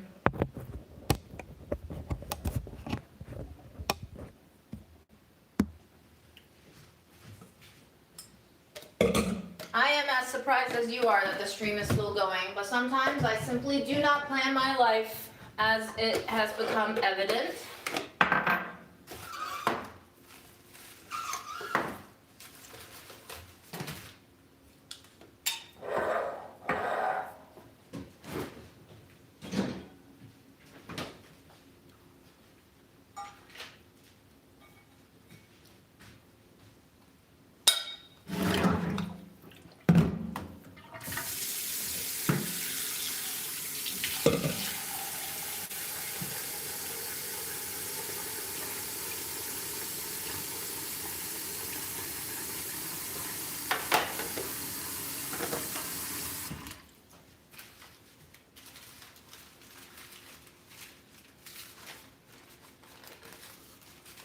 Oh man, my old dumpling wrappers got so dried out.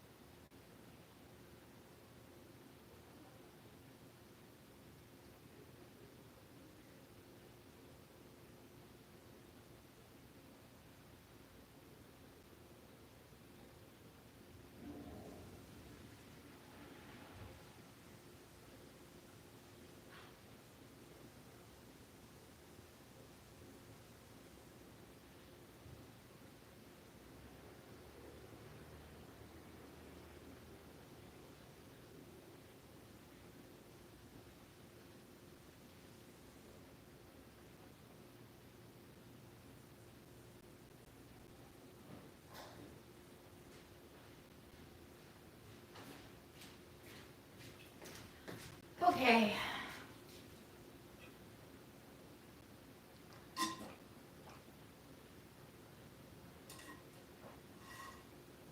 Are we talking about eating rats? Woof.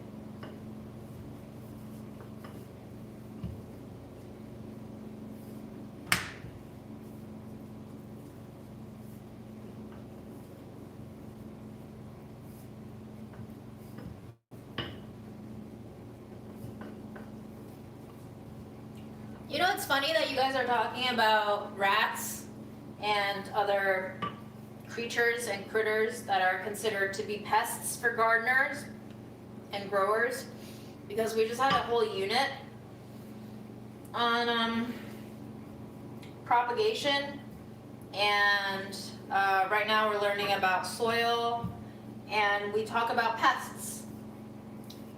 And it's really funny the way we consider things to be pests, and we never include humans in the pest list, but I feel like humans are the biggest pest.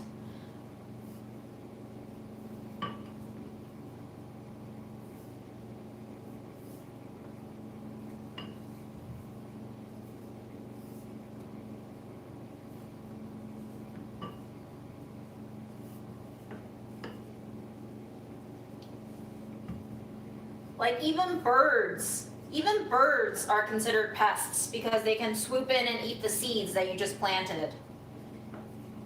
But who are the ones who are destroying the soil with like shit like monocropping and all of that, you know?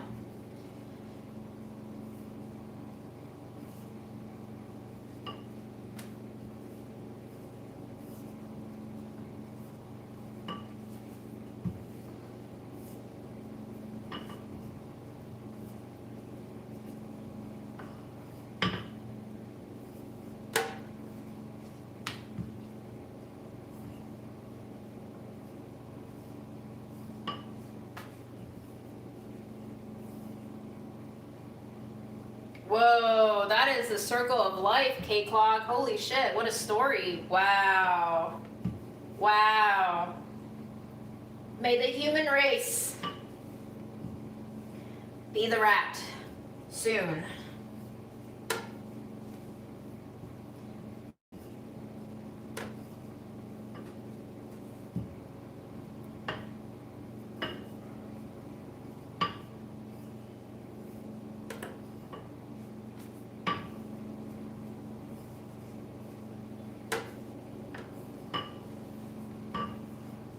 I mean, squirrels are just helping spread the seed. They're doing their part of nature, propagating.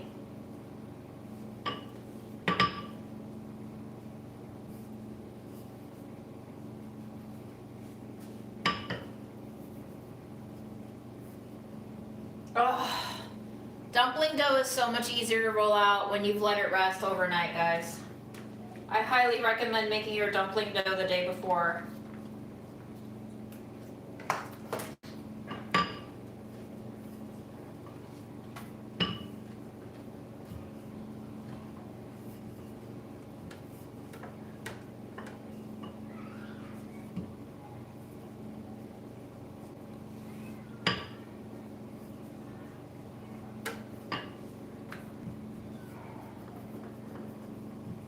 Woof.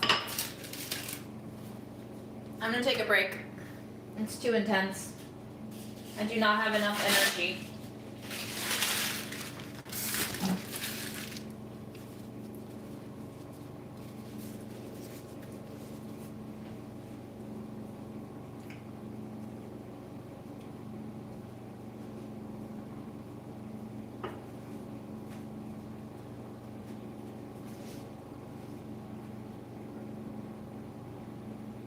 So sad. Look at the dried, it's like become dried out noodles, really. The wrappers.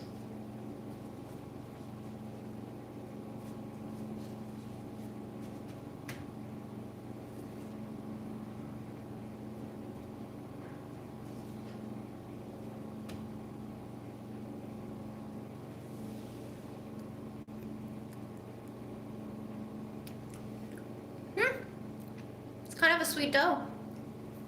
Not bad. Jen, you keep asking me questions that I do not have answers for.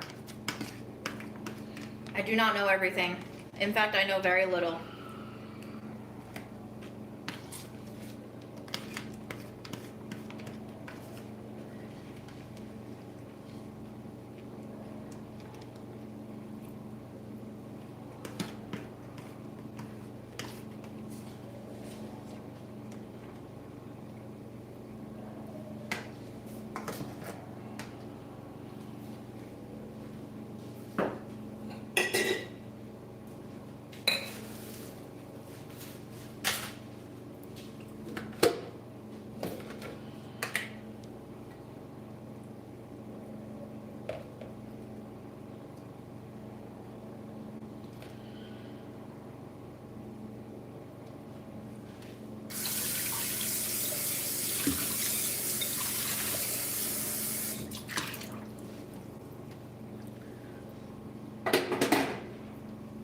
Wait, I've been live enough that you've lost power and regained it?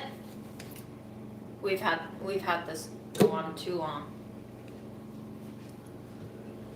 Insanity.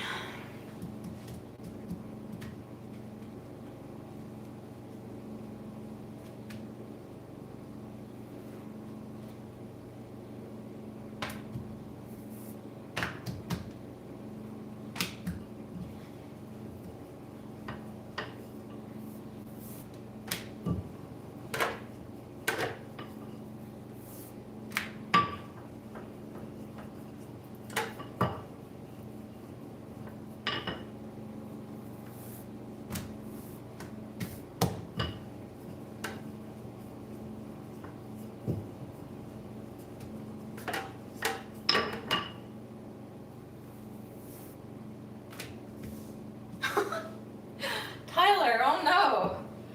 I feel shame now.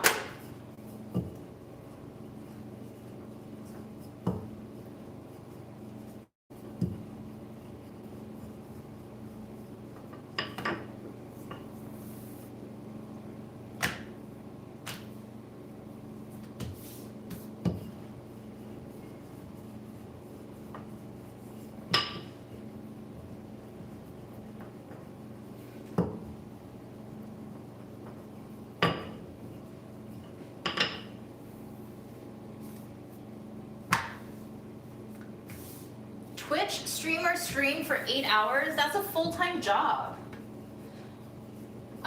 Do I like coffee? Yes, but it makes me anxious.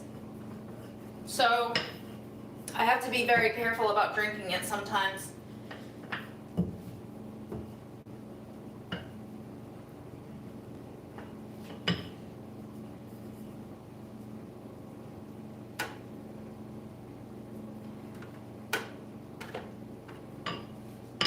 Yay!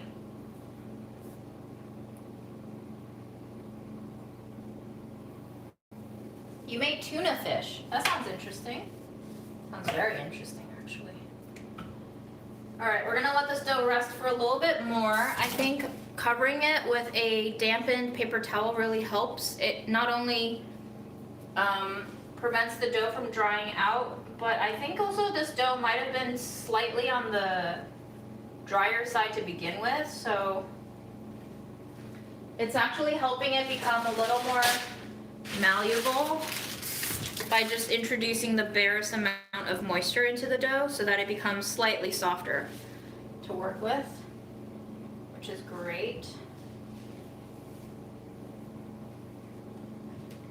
You find my voice tone very soothing. I see.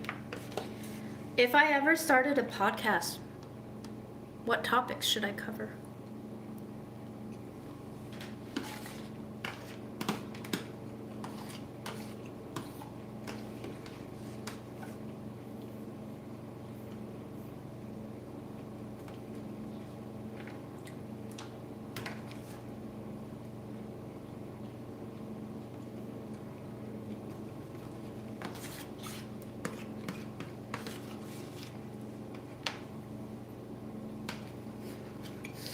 I don't know if your boyfriend fell asleep because of the voice or because of the content not appealing to him.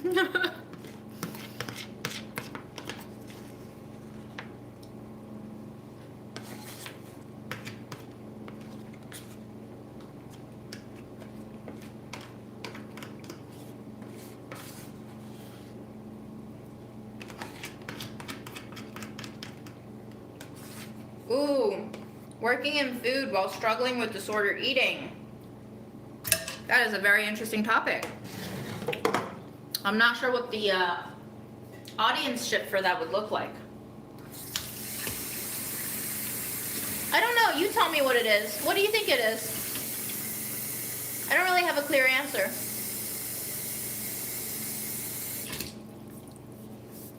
I do like the fact that I put people to sleep. I consider that a superpower.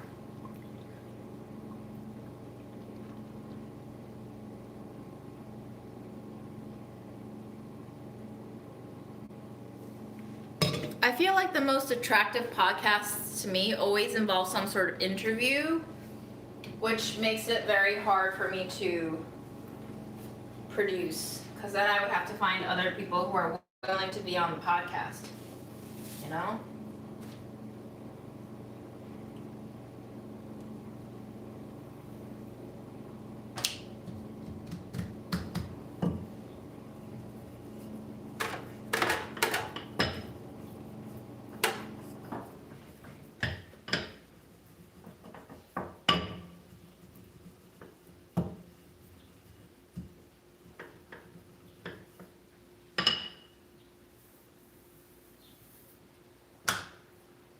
I think the Sporkful reached out when I was still working at Delish, but they didn't really reach out to talk to me. They just reached out to see if we would collaborate with them on anything. But at the time, I was just trying to do my job. Wasn't about to add one more thing to my plate.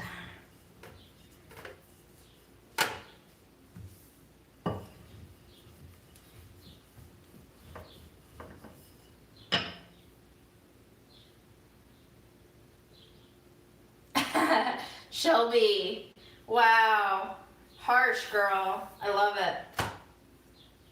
I love it. Well, all we have to do is wait a couple more months and see how weird these contract negotiations don't go at all. And maybe we'll have a few more guests. But yeah, I mean, these are very niche topics as it pertains to working in an industry that doesn't value its workers. It's a pretty diverse thing, but I also don't know if I can feel confident enough to go into like investigative stuff. Murders would fall under that too, unfortunately. I'm also personally not a huge fan of true crime.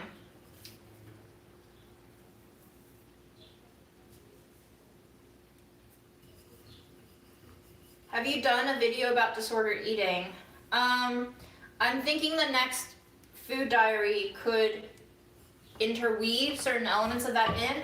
I would say my very first long form video on this channel went into it a little bit, and that one actually did come with a trigger warning because I did talk extensively about my feelings on the subject matter. I didn't really go into detail about what my specific disordered eating habits were, and I don't think I will ever. I don't think that's important.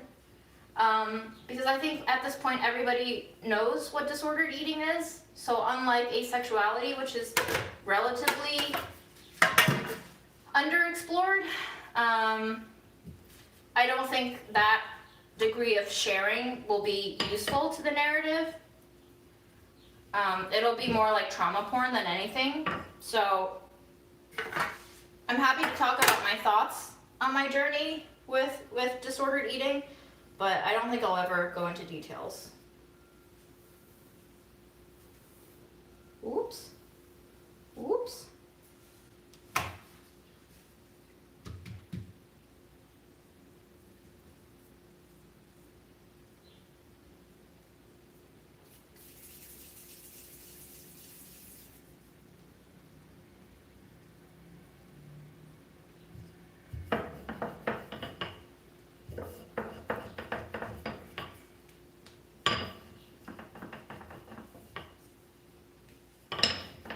Yeah, I think that's a lot of it, right? We all like to feel like we're not the weirdo. So I get it. Unfortunately, I think alongside the asexuality video, the viewership wouldn't be extensively diverse. I look back on the videos that I've done, the H-Mart video blew up, right? People are attracted to just me cooking stuff, and I get that. I understand.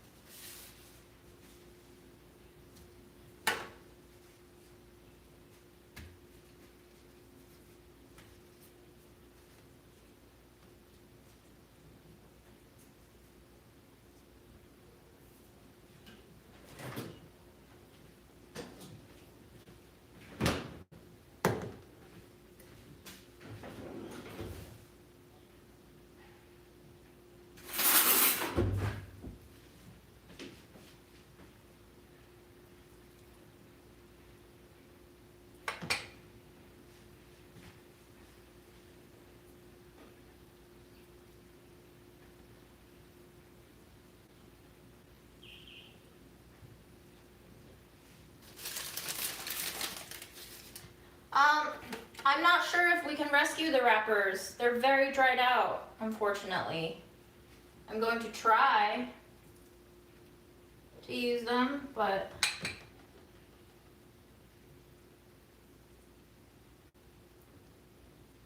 think they're just going to be a little crackly. Here's one. It's cracked on the back. The filling will probably fall all the way out when I cook it.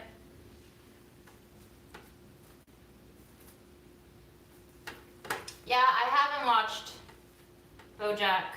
I've been told I should.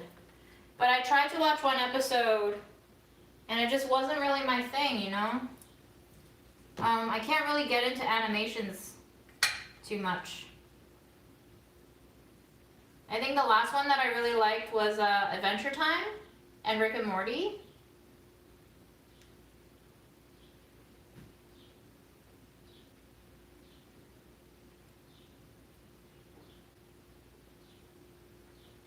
They have a dating app on the show called All About That Ace. Oh my gosh. That's funny.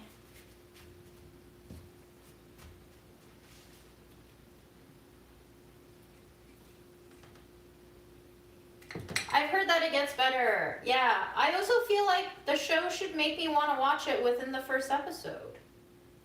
You know?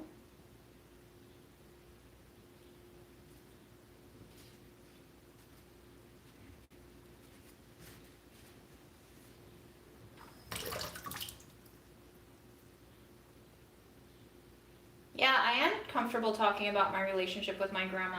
I think it's really hard for me to do a podcast without a guest because I really, it works much better when I have another voice to respond to. As you can see, the majority of the ACE video was situated around other people's questions and comments, you know? So that's actually really crucial for me, is to be able to have a conversation partner. Otherwise, I don't really know where to take it. The ACE video, I think, would have fallen apart if I didn't have the comments to work off of. Would you agree or disagree?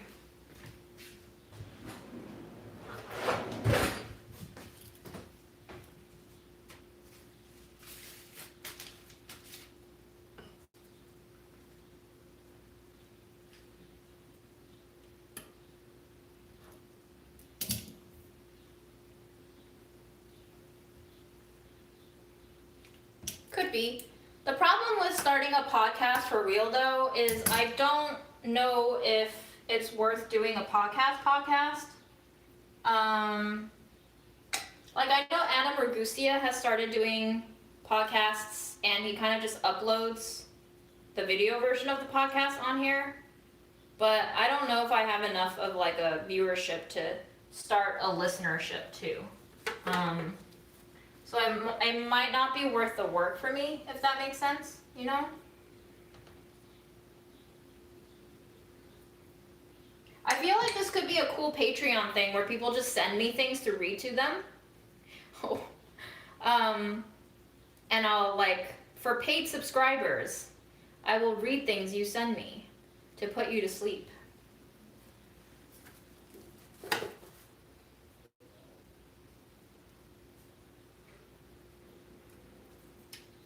We only give Grandma boiled dumplings because I think if we fry them, they will be too hard on her teeth. So.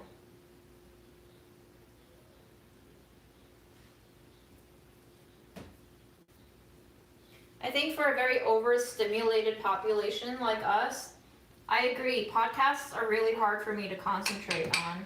I just, I lose my attention span when I'm listening to them. I just can't keep track. I always end up rewinding to, I don't know, 5 minutes ago because I just feel like my brain tapped out. I don't know how to handle it.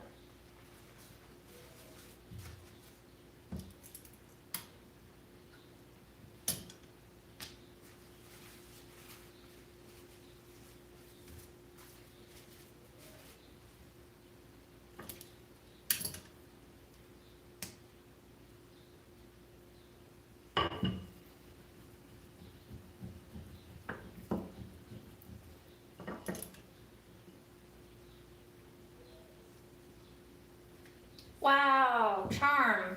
That's huge. I hope the conversation was healing.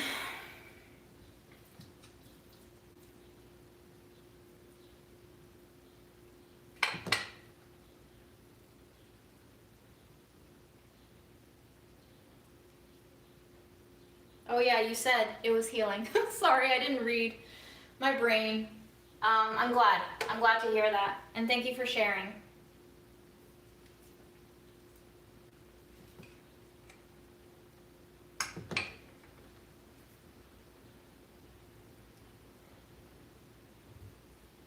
Comments like these really warm me up. I think after my mom died, a lot of people reached out to me to tell me how my Instagram posts affected conversations they then had with their parents regarding end of life. And it's just been really nice to know that stuff that we think in private actually matters as almost like a public service, you know? So much has been taught to us should be private and privatized.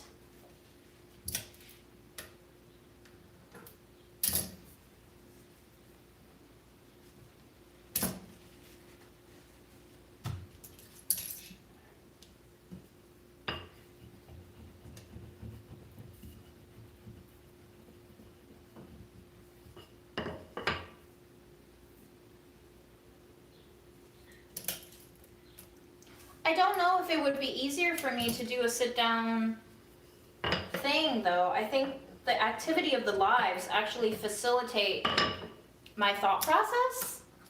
You know, it's kind of like how people need a little, what do they call it?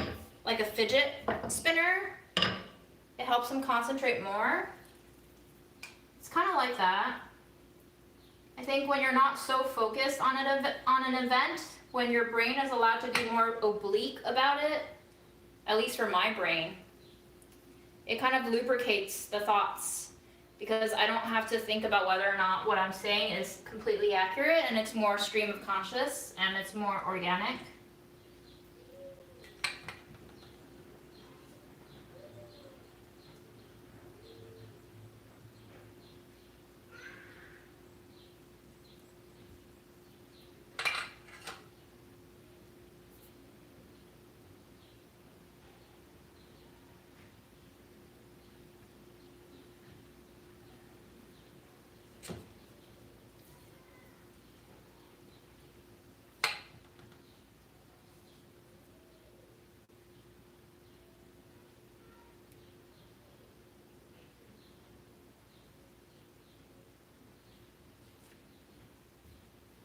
I used to listen to this podcast called The Truth, and they used to have really good sound design on their audio stories. So if you're really into storytelling and story enjoying, they're all like short stories too. None of them are really longer than about 15 minutes. I don't know if they're still doing new episodes, but I remember maybe 4 to 5 years back, oh man, I used to listen to it on every single commute.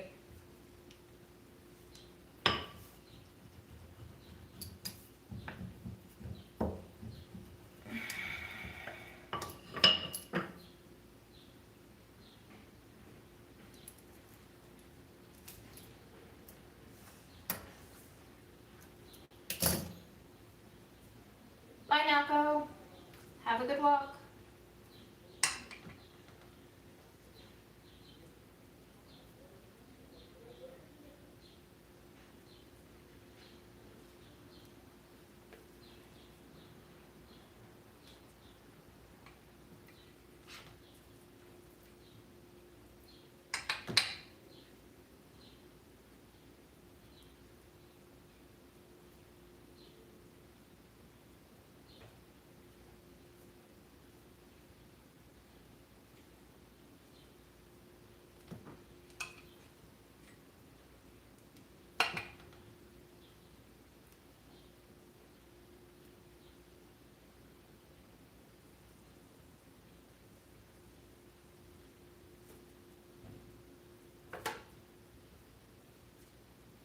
Bye, Douglas.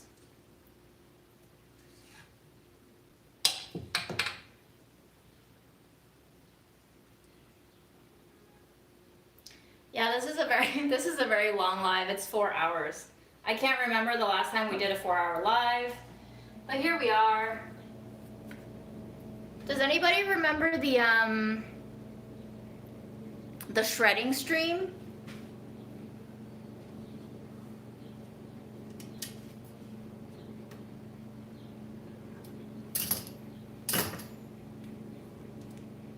What is the next thing you are working on? I don't know yet, but I do have a draft. I have footage of meeting up with Aaron and another food friend on a Saturday, and we just eat some casual stuff. So that's probably going to be the next thing that drops. It's just a little bit of a casual eating video.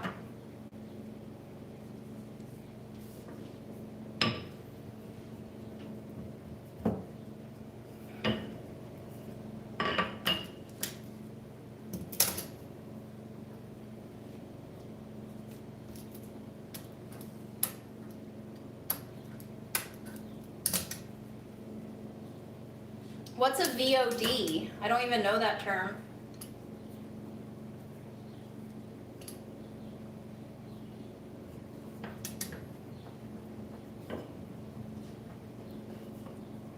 Oh, video on demand. Ha. Love it.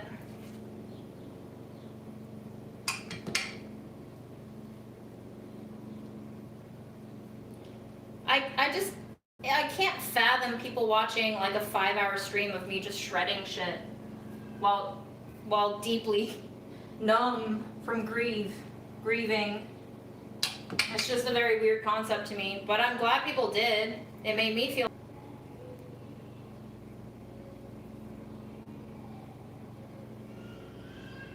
Wow, this child is crying like it's the end of the world. Maybe this is what we all feel like from time to time, huh?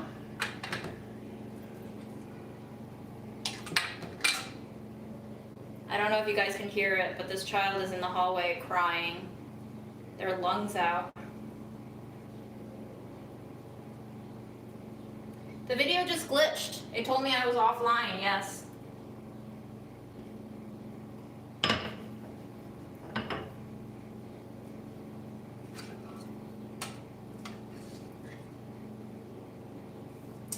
I'm sorry you missed Budget Eats, but all things have to come to an end.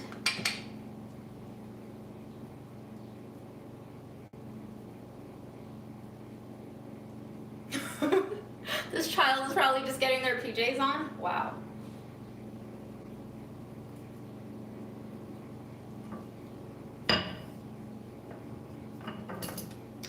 I mean, we can still spend money and eat. That's not a Budget Eats concept. Everybody spends money and eats.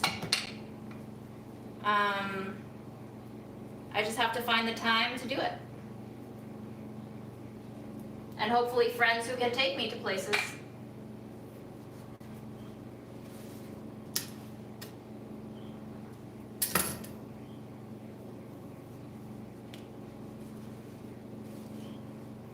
Oh yeah, the cassette tapes were amazing. I love listening to the cassette tapes on the lives. See, that's one thing that I don't think I could have done on my own. I think it would have been too emotionally loaded to listen to all of those tapes while I was grieving, cleaning out my dead mom's house, alone. I think I would have just, like, shattered, honestly. I did not see the latest Budget Eats challenge of Atomic Shrimp. I find his videos very fascinating. He forages a lot, right? I love the foraging.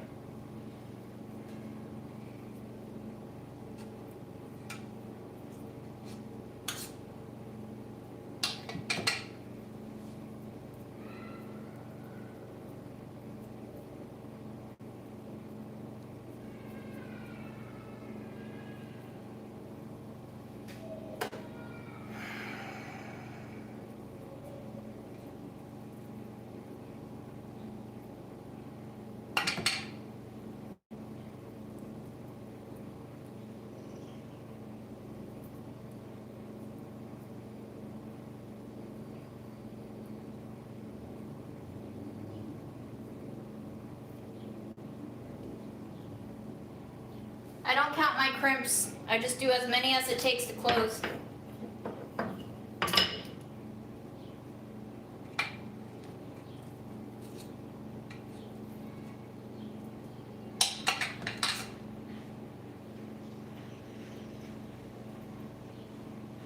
You're right. I totally did shatter. And that is probably why I'm drained all the time now.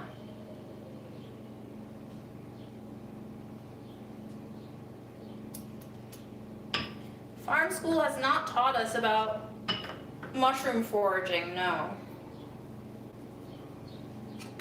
That could be delightful.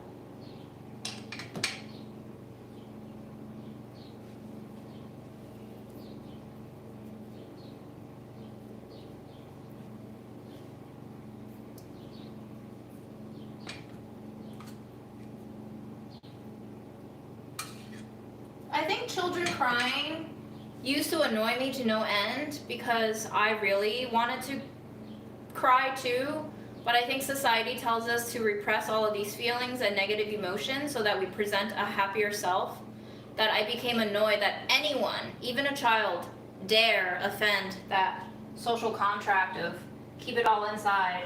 And I think it was when I was stuck on a plane with a kid that I realized that, like, wow, this is really toxic.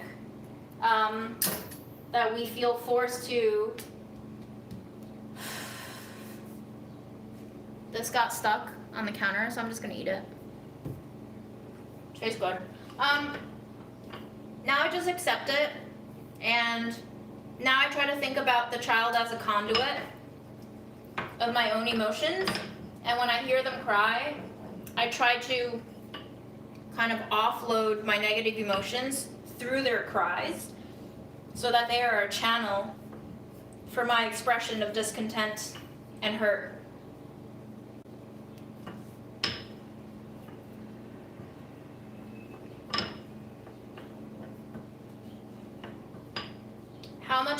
How many hours of work goes into a 15-minute video? I don't really know how to calculate that, honestly, but probably at least 5 days. Just in terms of like recording it, it's a day, at least. It really depends on the editing nature. Like for something like the thrifting video, it was more of like a vlog style. I didn't really need to do any voiceovers for the most part. I kind of just clobbered it together. So that one probably shouldn't have taken more than 4 days. But then you think about like doing the thumbnail and choosing the music, fixing the audio levels, selecting your clips, doing any sort of transitioning. That all adds up. The asexuality video, I think, really stressed me out in terms of the content and the structure. So the asexuality video, from first brainstorming it, to conceptualizing it, to shooting it, to editing it, took almost 2 months.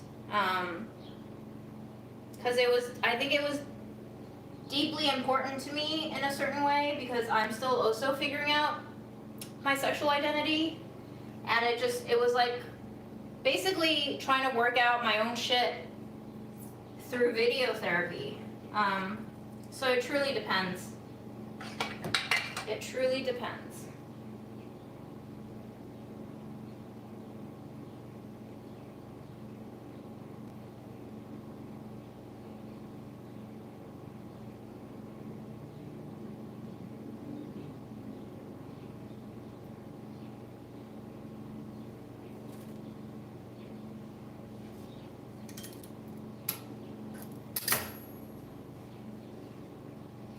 And really, keeping that mindset about children crying helps me more than anyone else, because it centers me. It gives me space to accept how I'm feeling, which is not good. I don't feel good when I hear a child cry.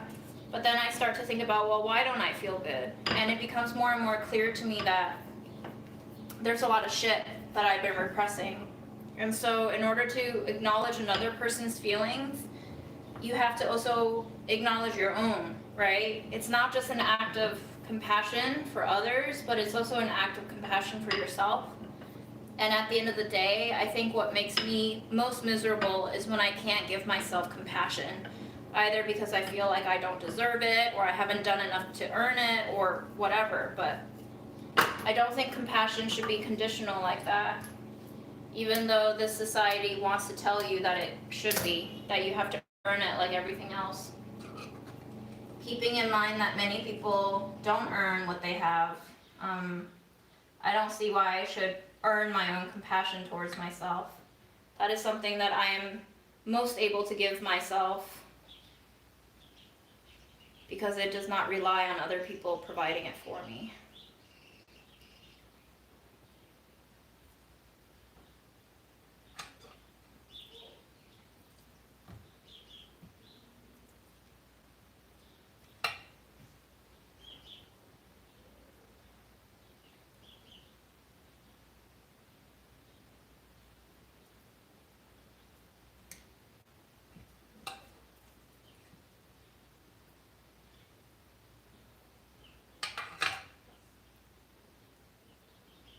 Yeah, it is missing a drawer. It might miss 2 drawers soon if the bottom one gives out completely. Does it bother you?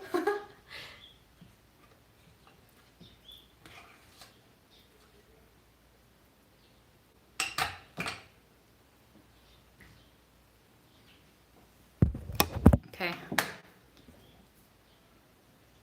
We are on 50% battery. I hope to not be live streaming for much longer. I was gonna say I hope to not be live much longer, and that just felt like I was wishing myself death, which today is not the day for that. I'm sure it'll come for me though. We have just 2 more squares of dumpling dough, and then I will bid you goodbye. I think I'm done organizing the kitchen for today. Don't really want to do much more of it.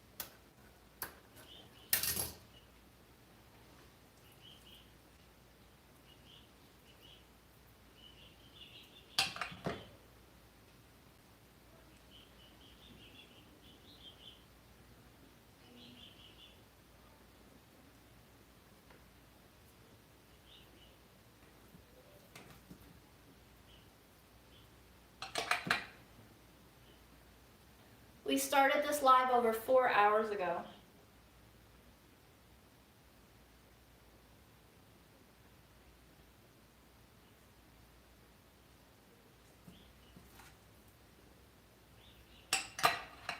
Yeah, I'm not sure about people. How many of you got the notification for this live? Just by a raise of hands. I always visit Grandma in the morning. I do not visit her in the evenings, because mornings is when the sun is out and she wants to take a walk. So these dumplings are for her tomorrow.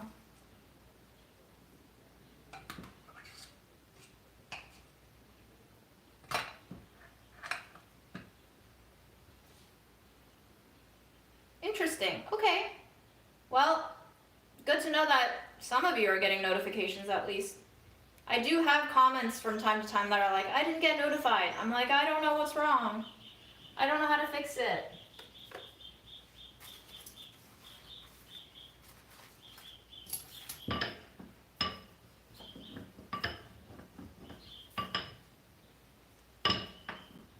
There's been some kitchen organizing, there's been some mush eating, some talk of fantasizing about a podcast, which I'm definitely not going to do now.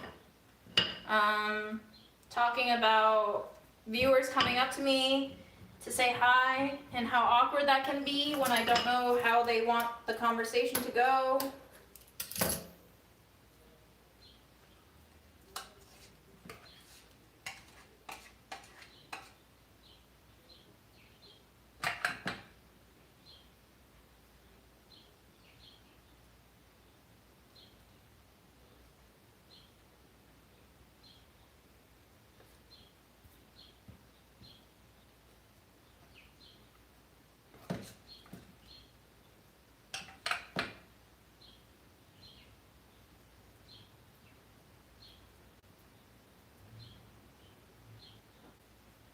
But yes, now we have hopefully 5 days more of dumpling supply for Grandma. Maybe enough to tide me over for the weekday until I buy new flour.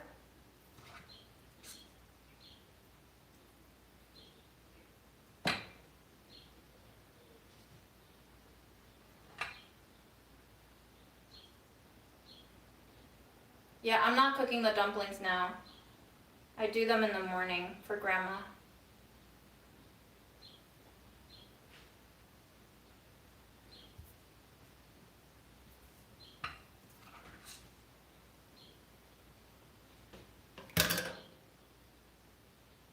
She has food at the facility.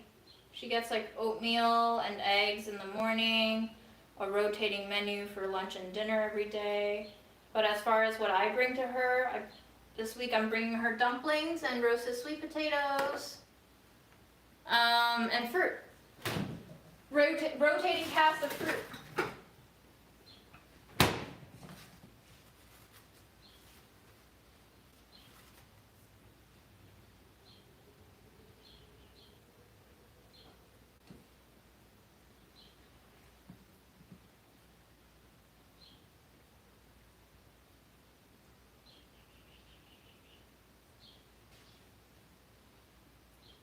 Hello, Saudi Arabia. Yes. Oh yes, I have a whole stash of milk. Sure do. All right, it's cleanup time.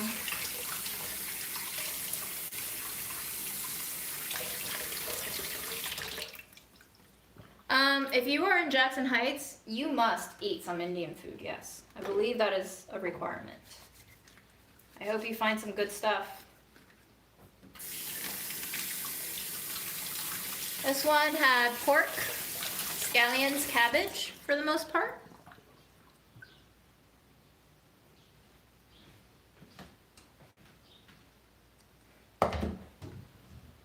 And we are about to freeze it.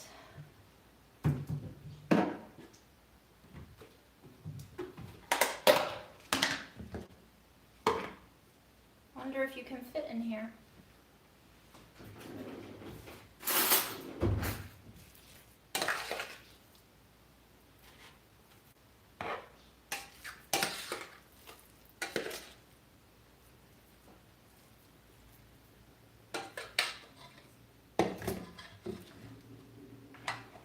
Just ground pork, whatever the store has.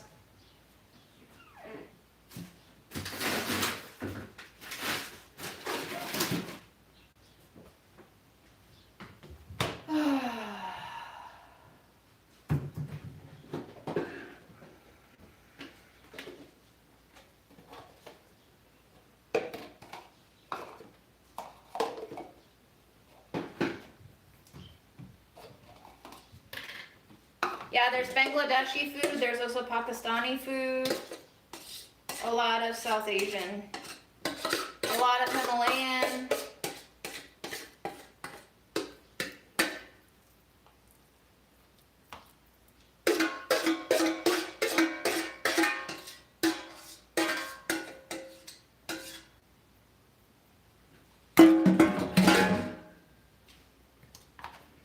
Ginger, garlic, soy sauce, vinegar, sesame oil, salt, all of the above.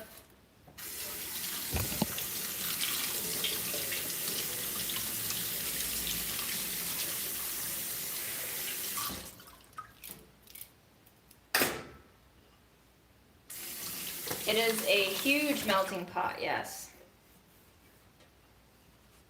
Have a great Sunday. Enjoy your food. Mom did not teach me. I think I made dumplings with her like once or twice max. I still remember after I developed the dumpling recipe for Delish and she watched the video that I filmed to go with the recipe, that like she has no idea how I learned how to crimp these. And I was like, I also don't know how I learned how to crimp these. I don't remember.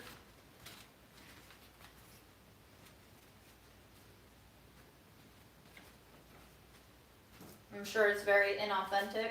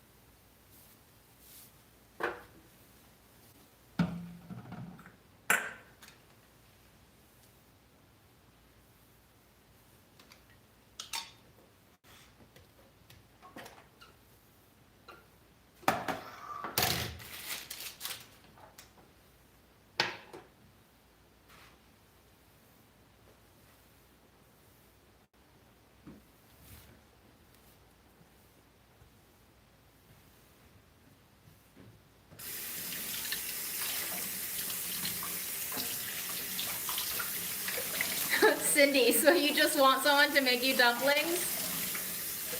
That should be easier.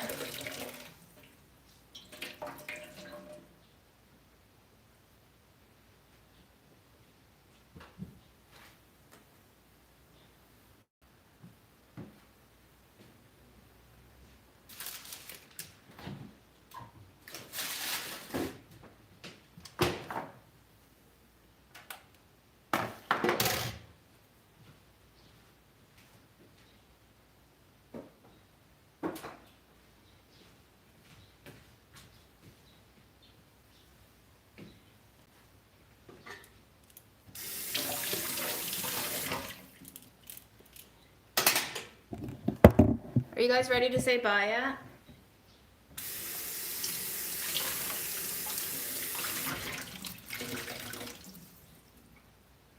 I know, if I were you, I would be envious of this counter space too.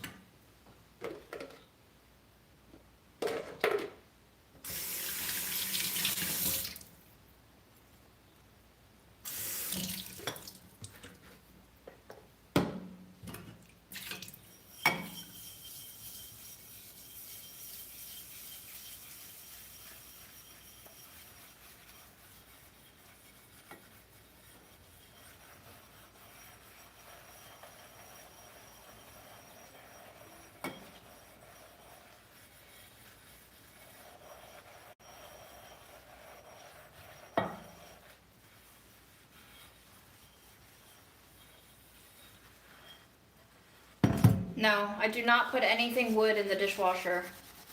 You do not want wood to soak. It will warp it. Might split it.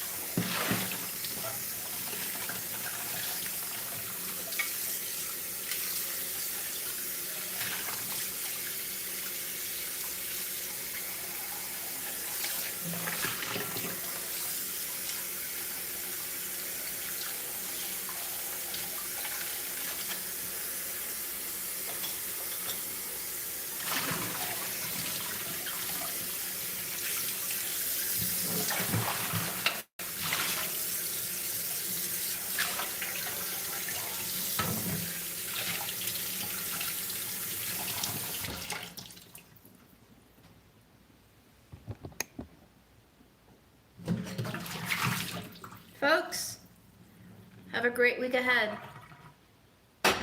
Thank you for joining me.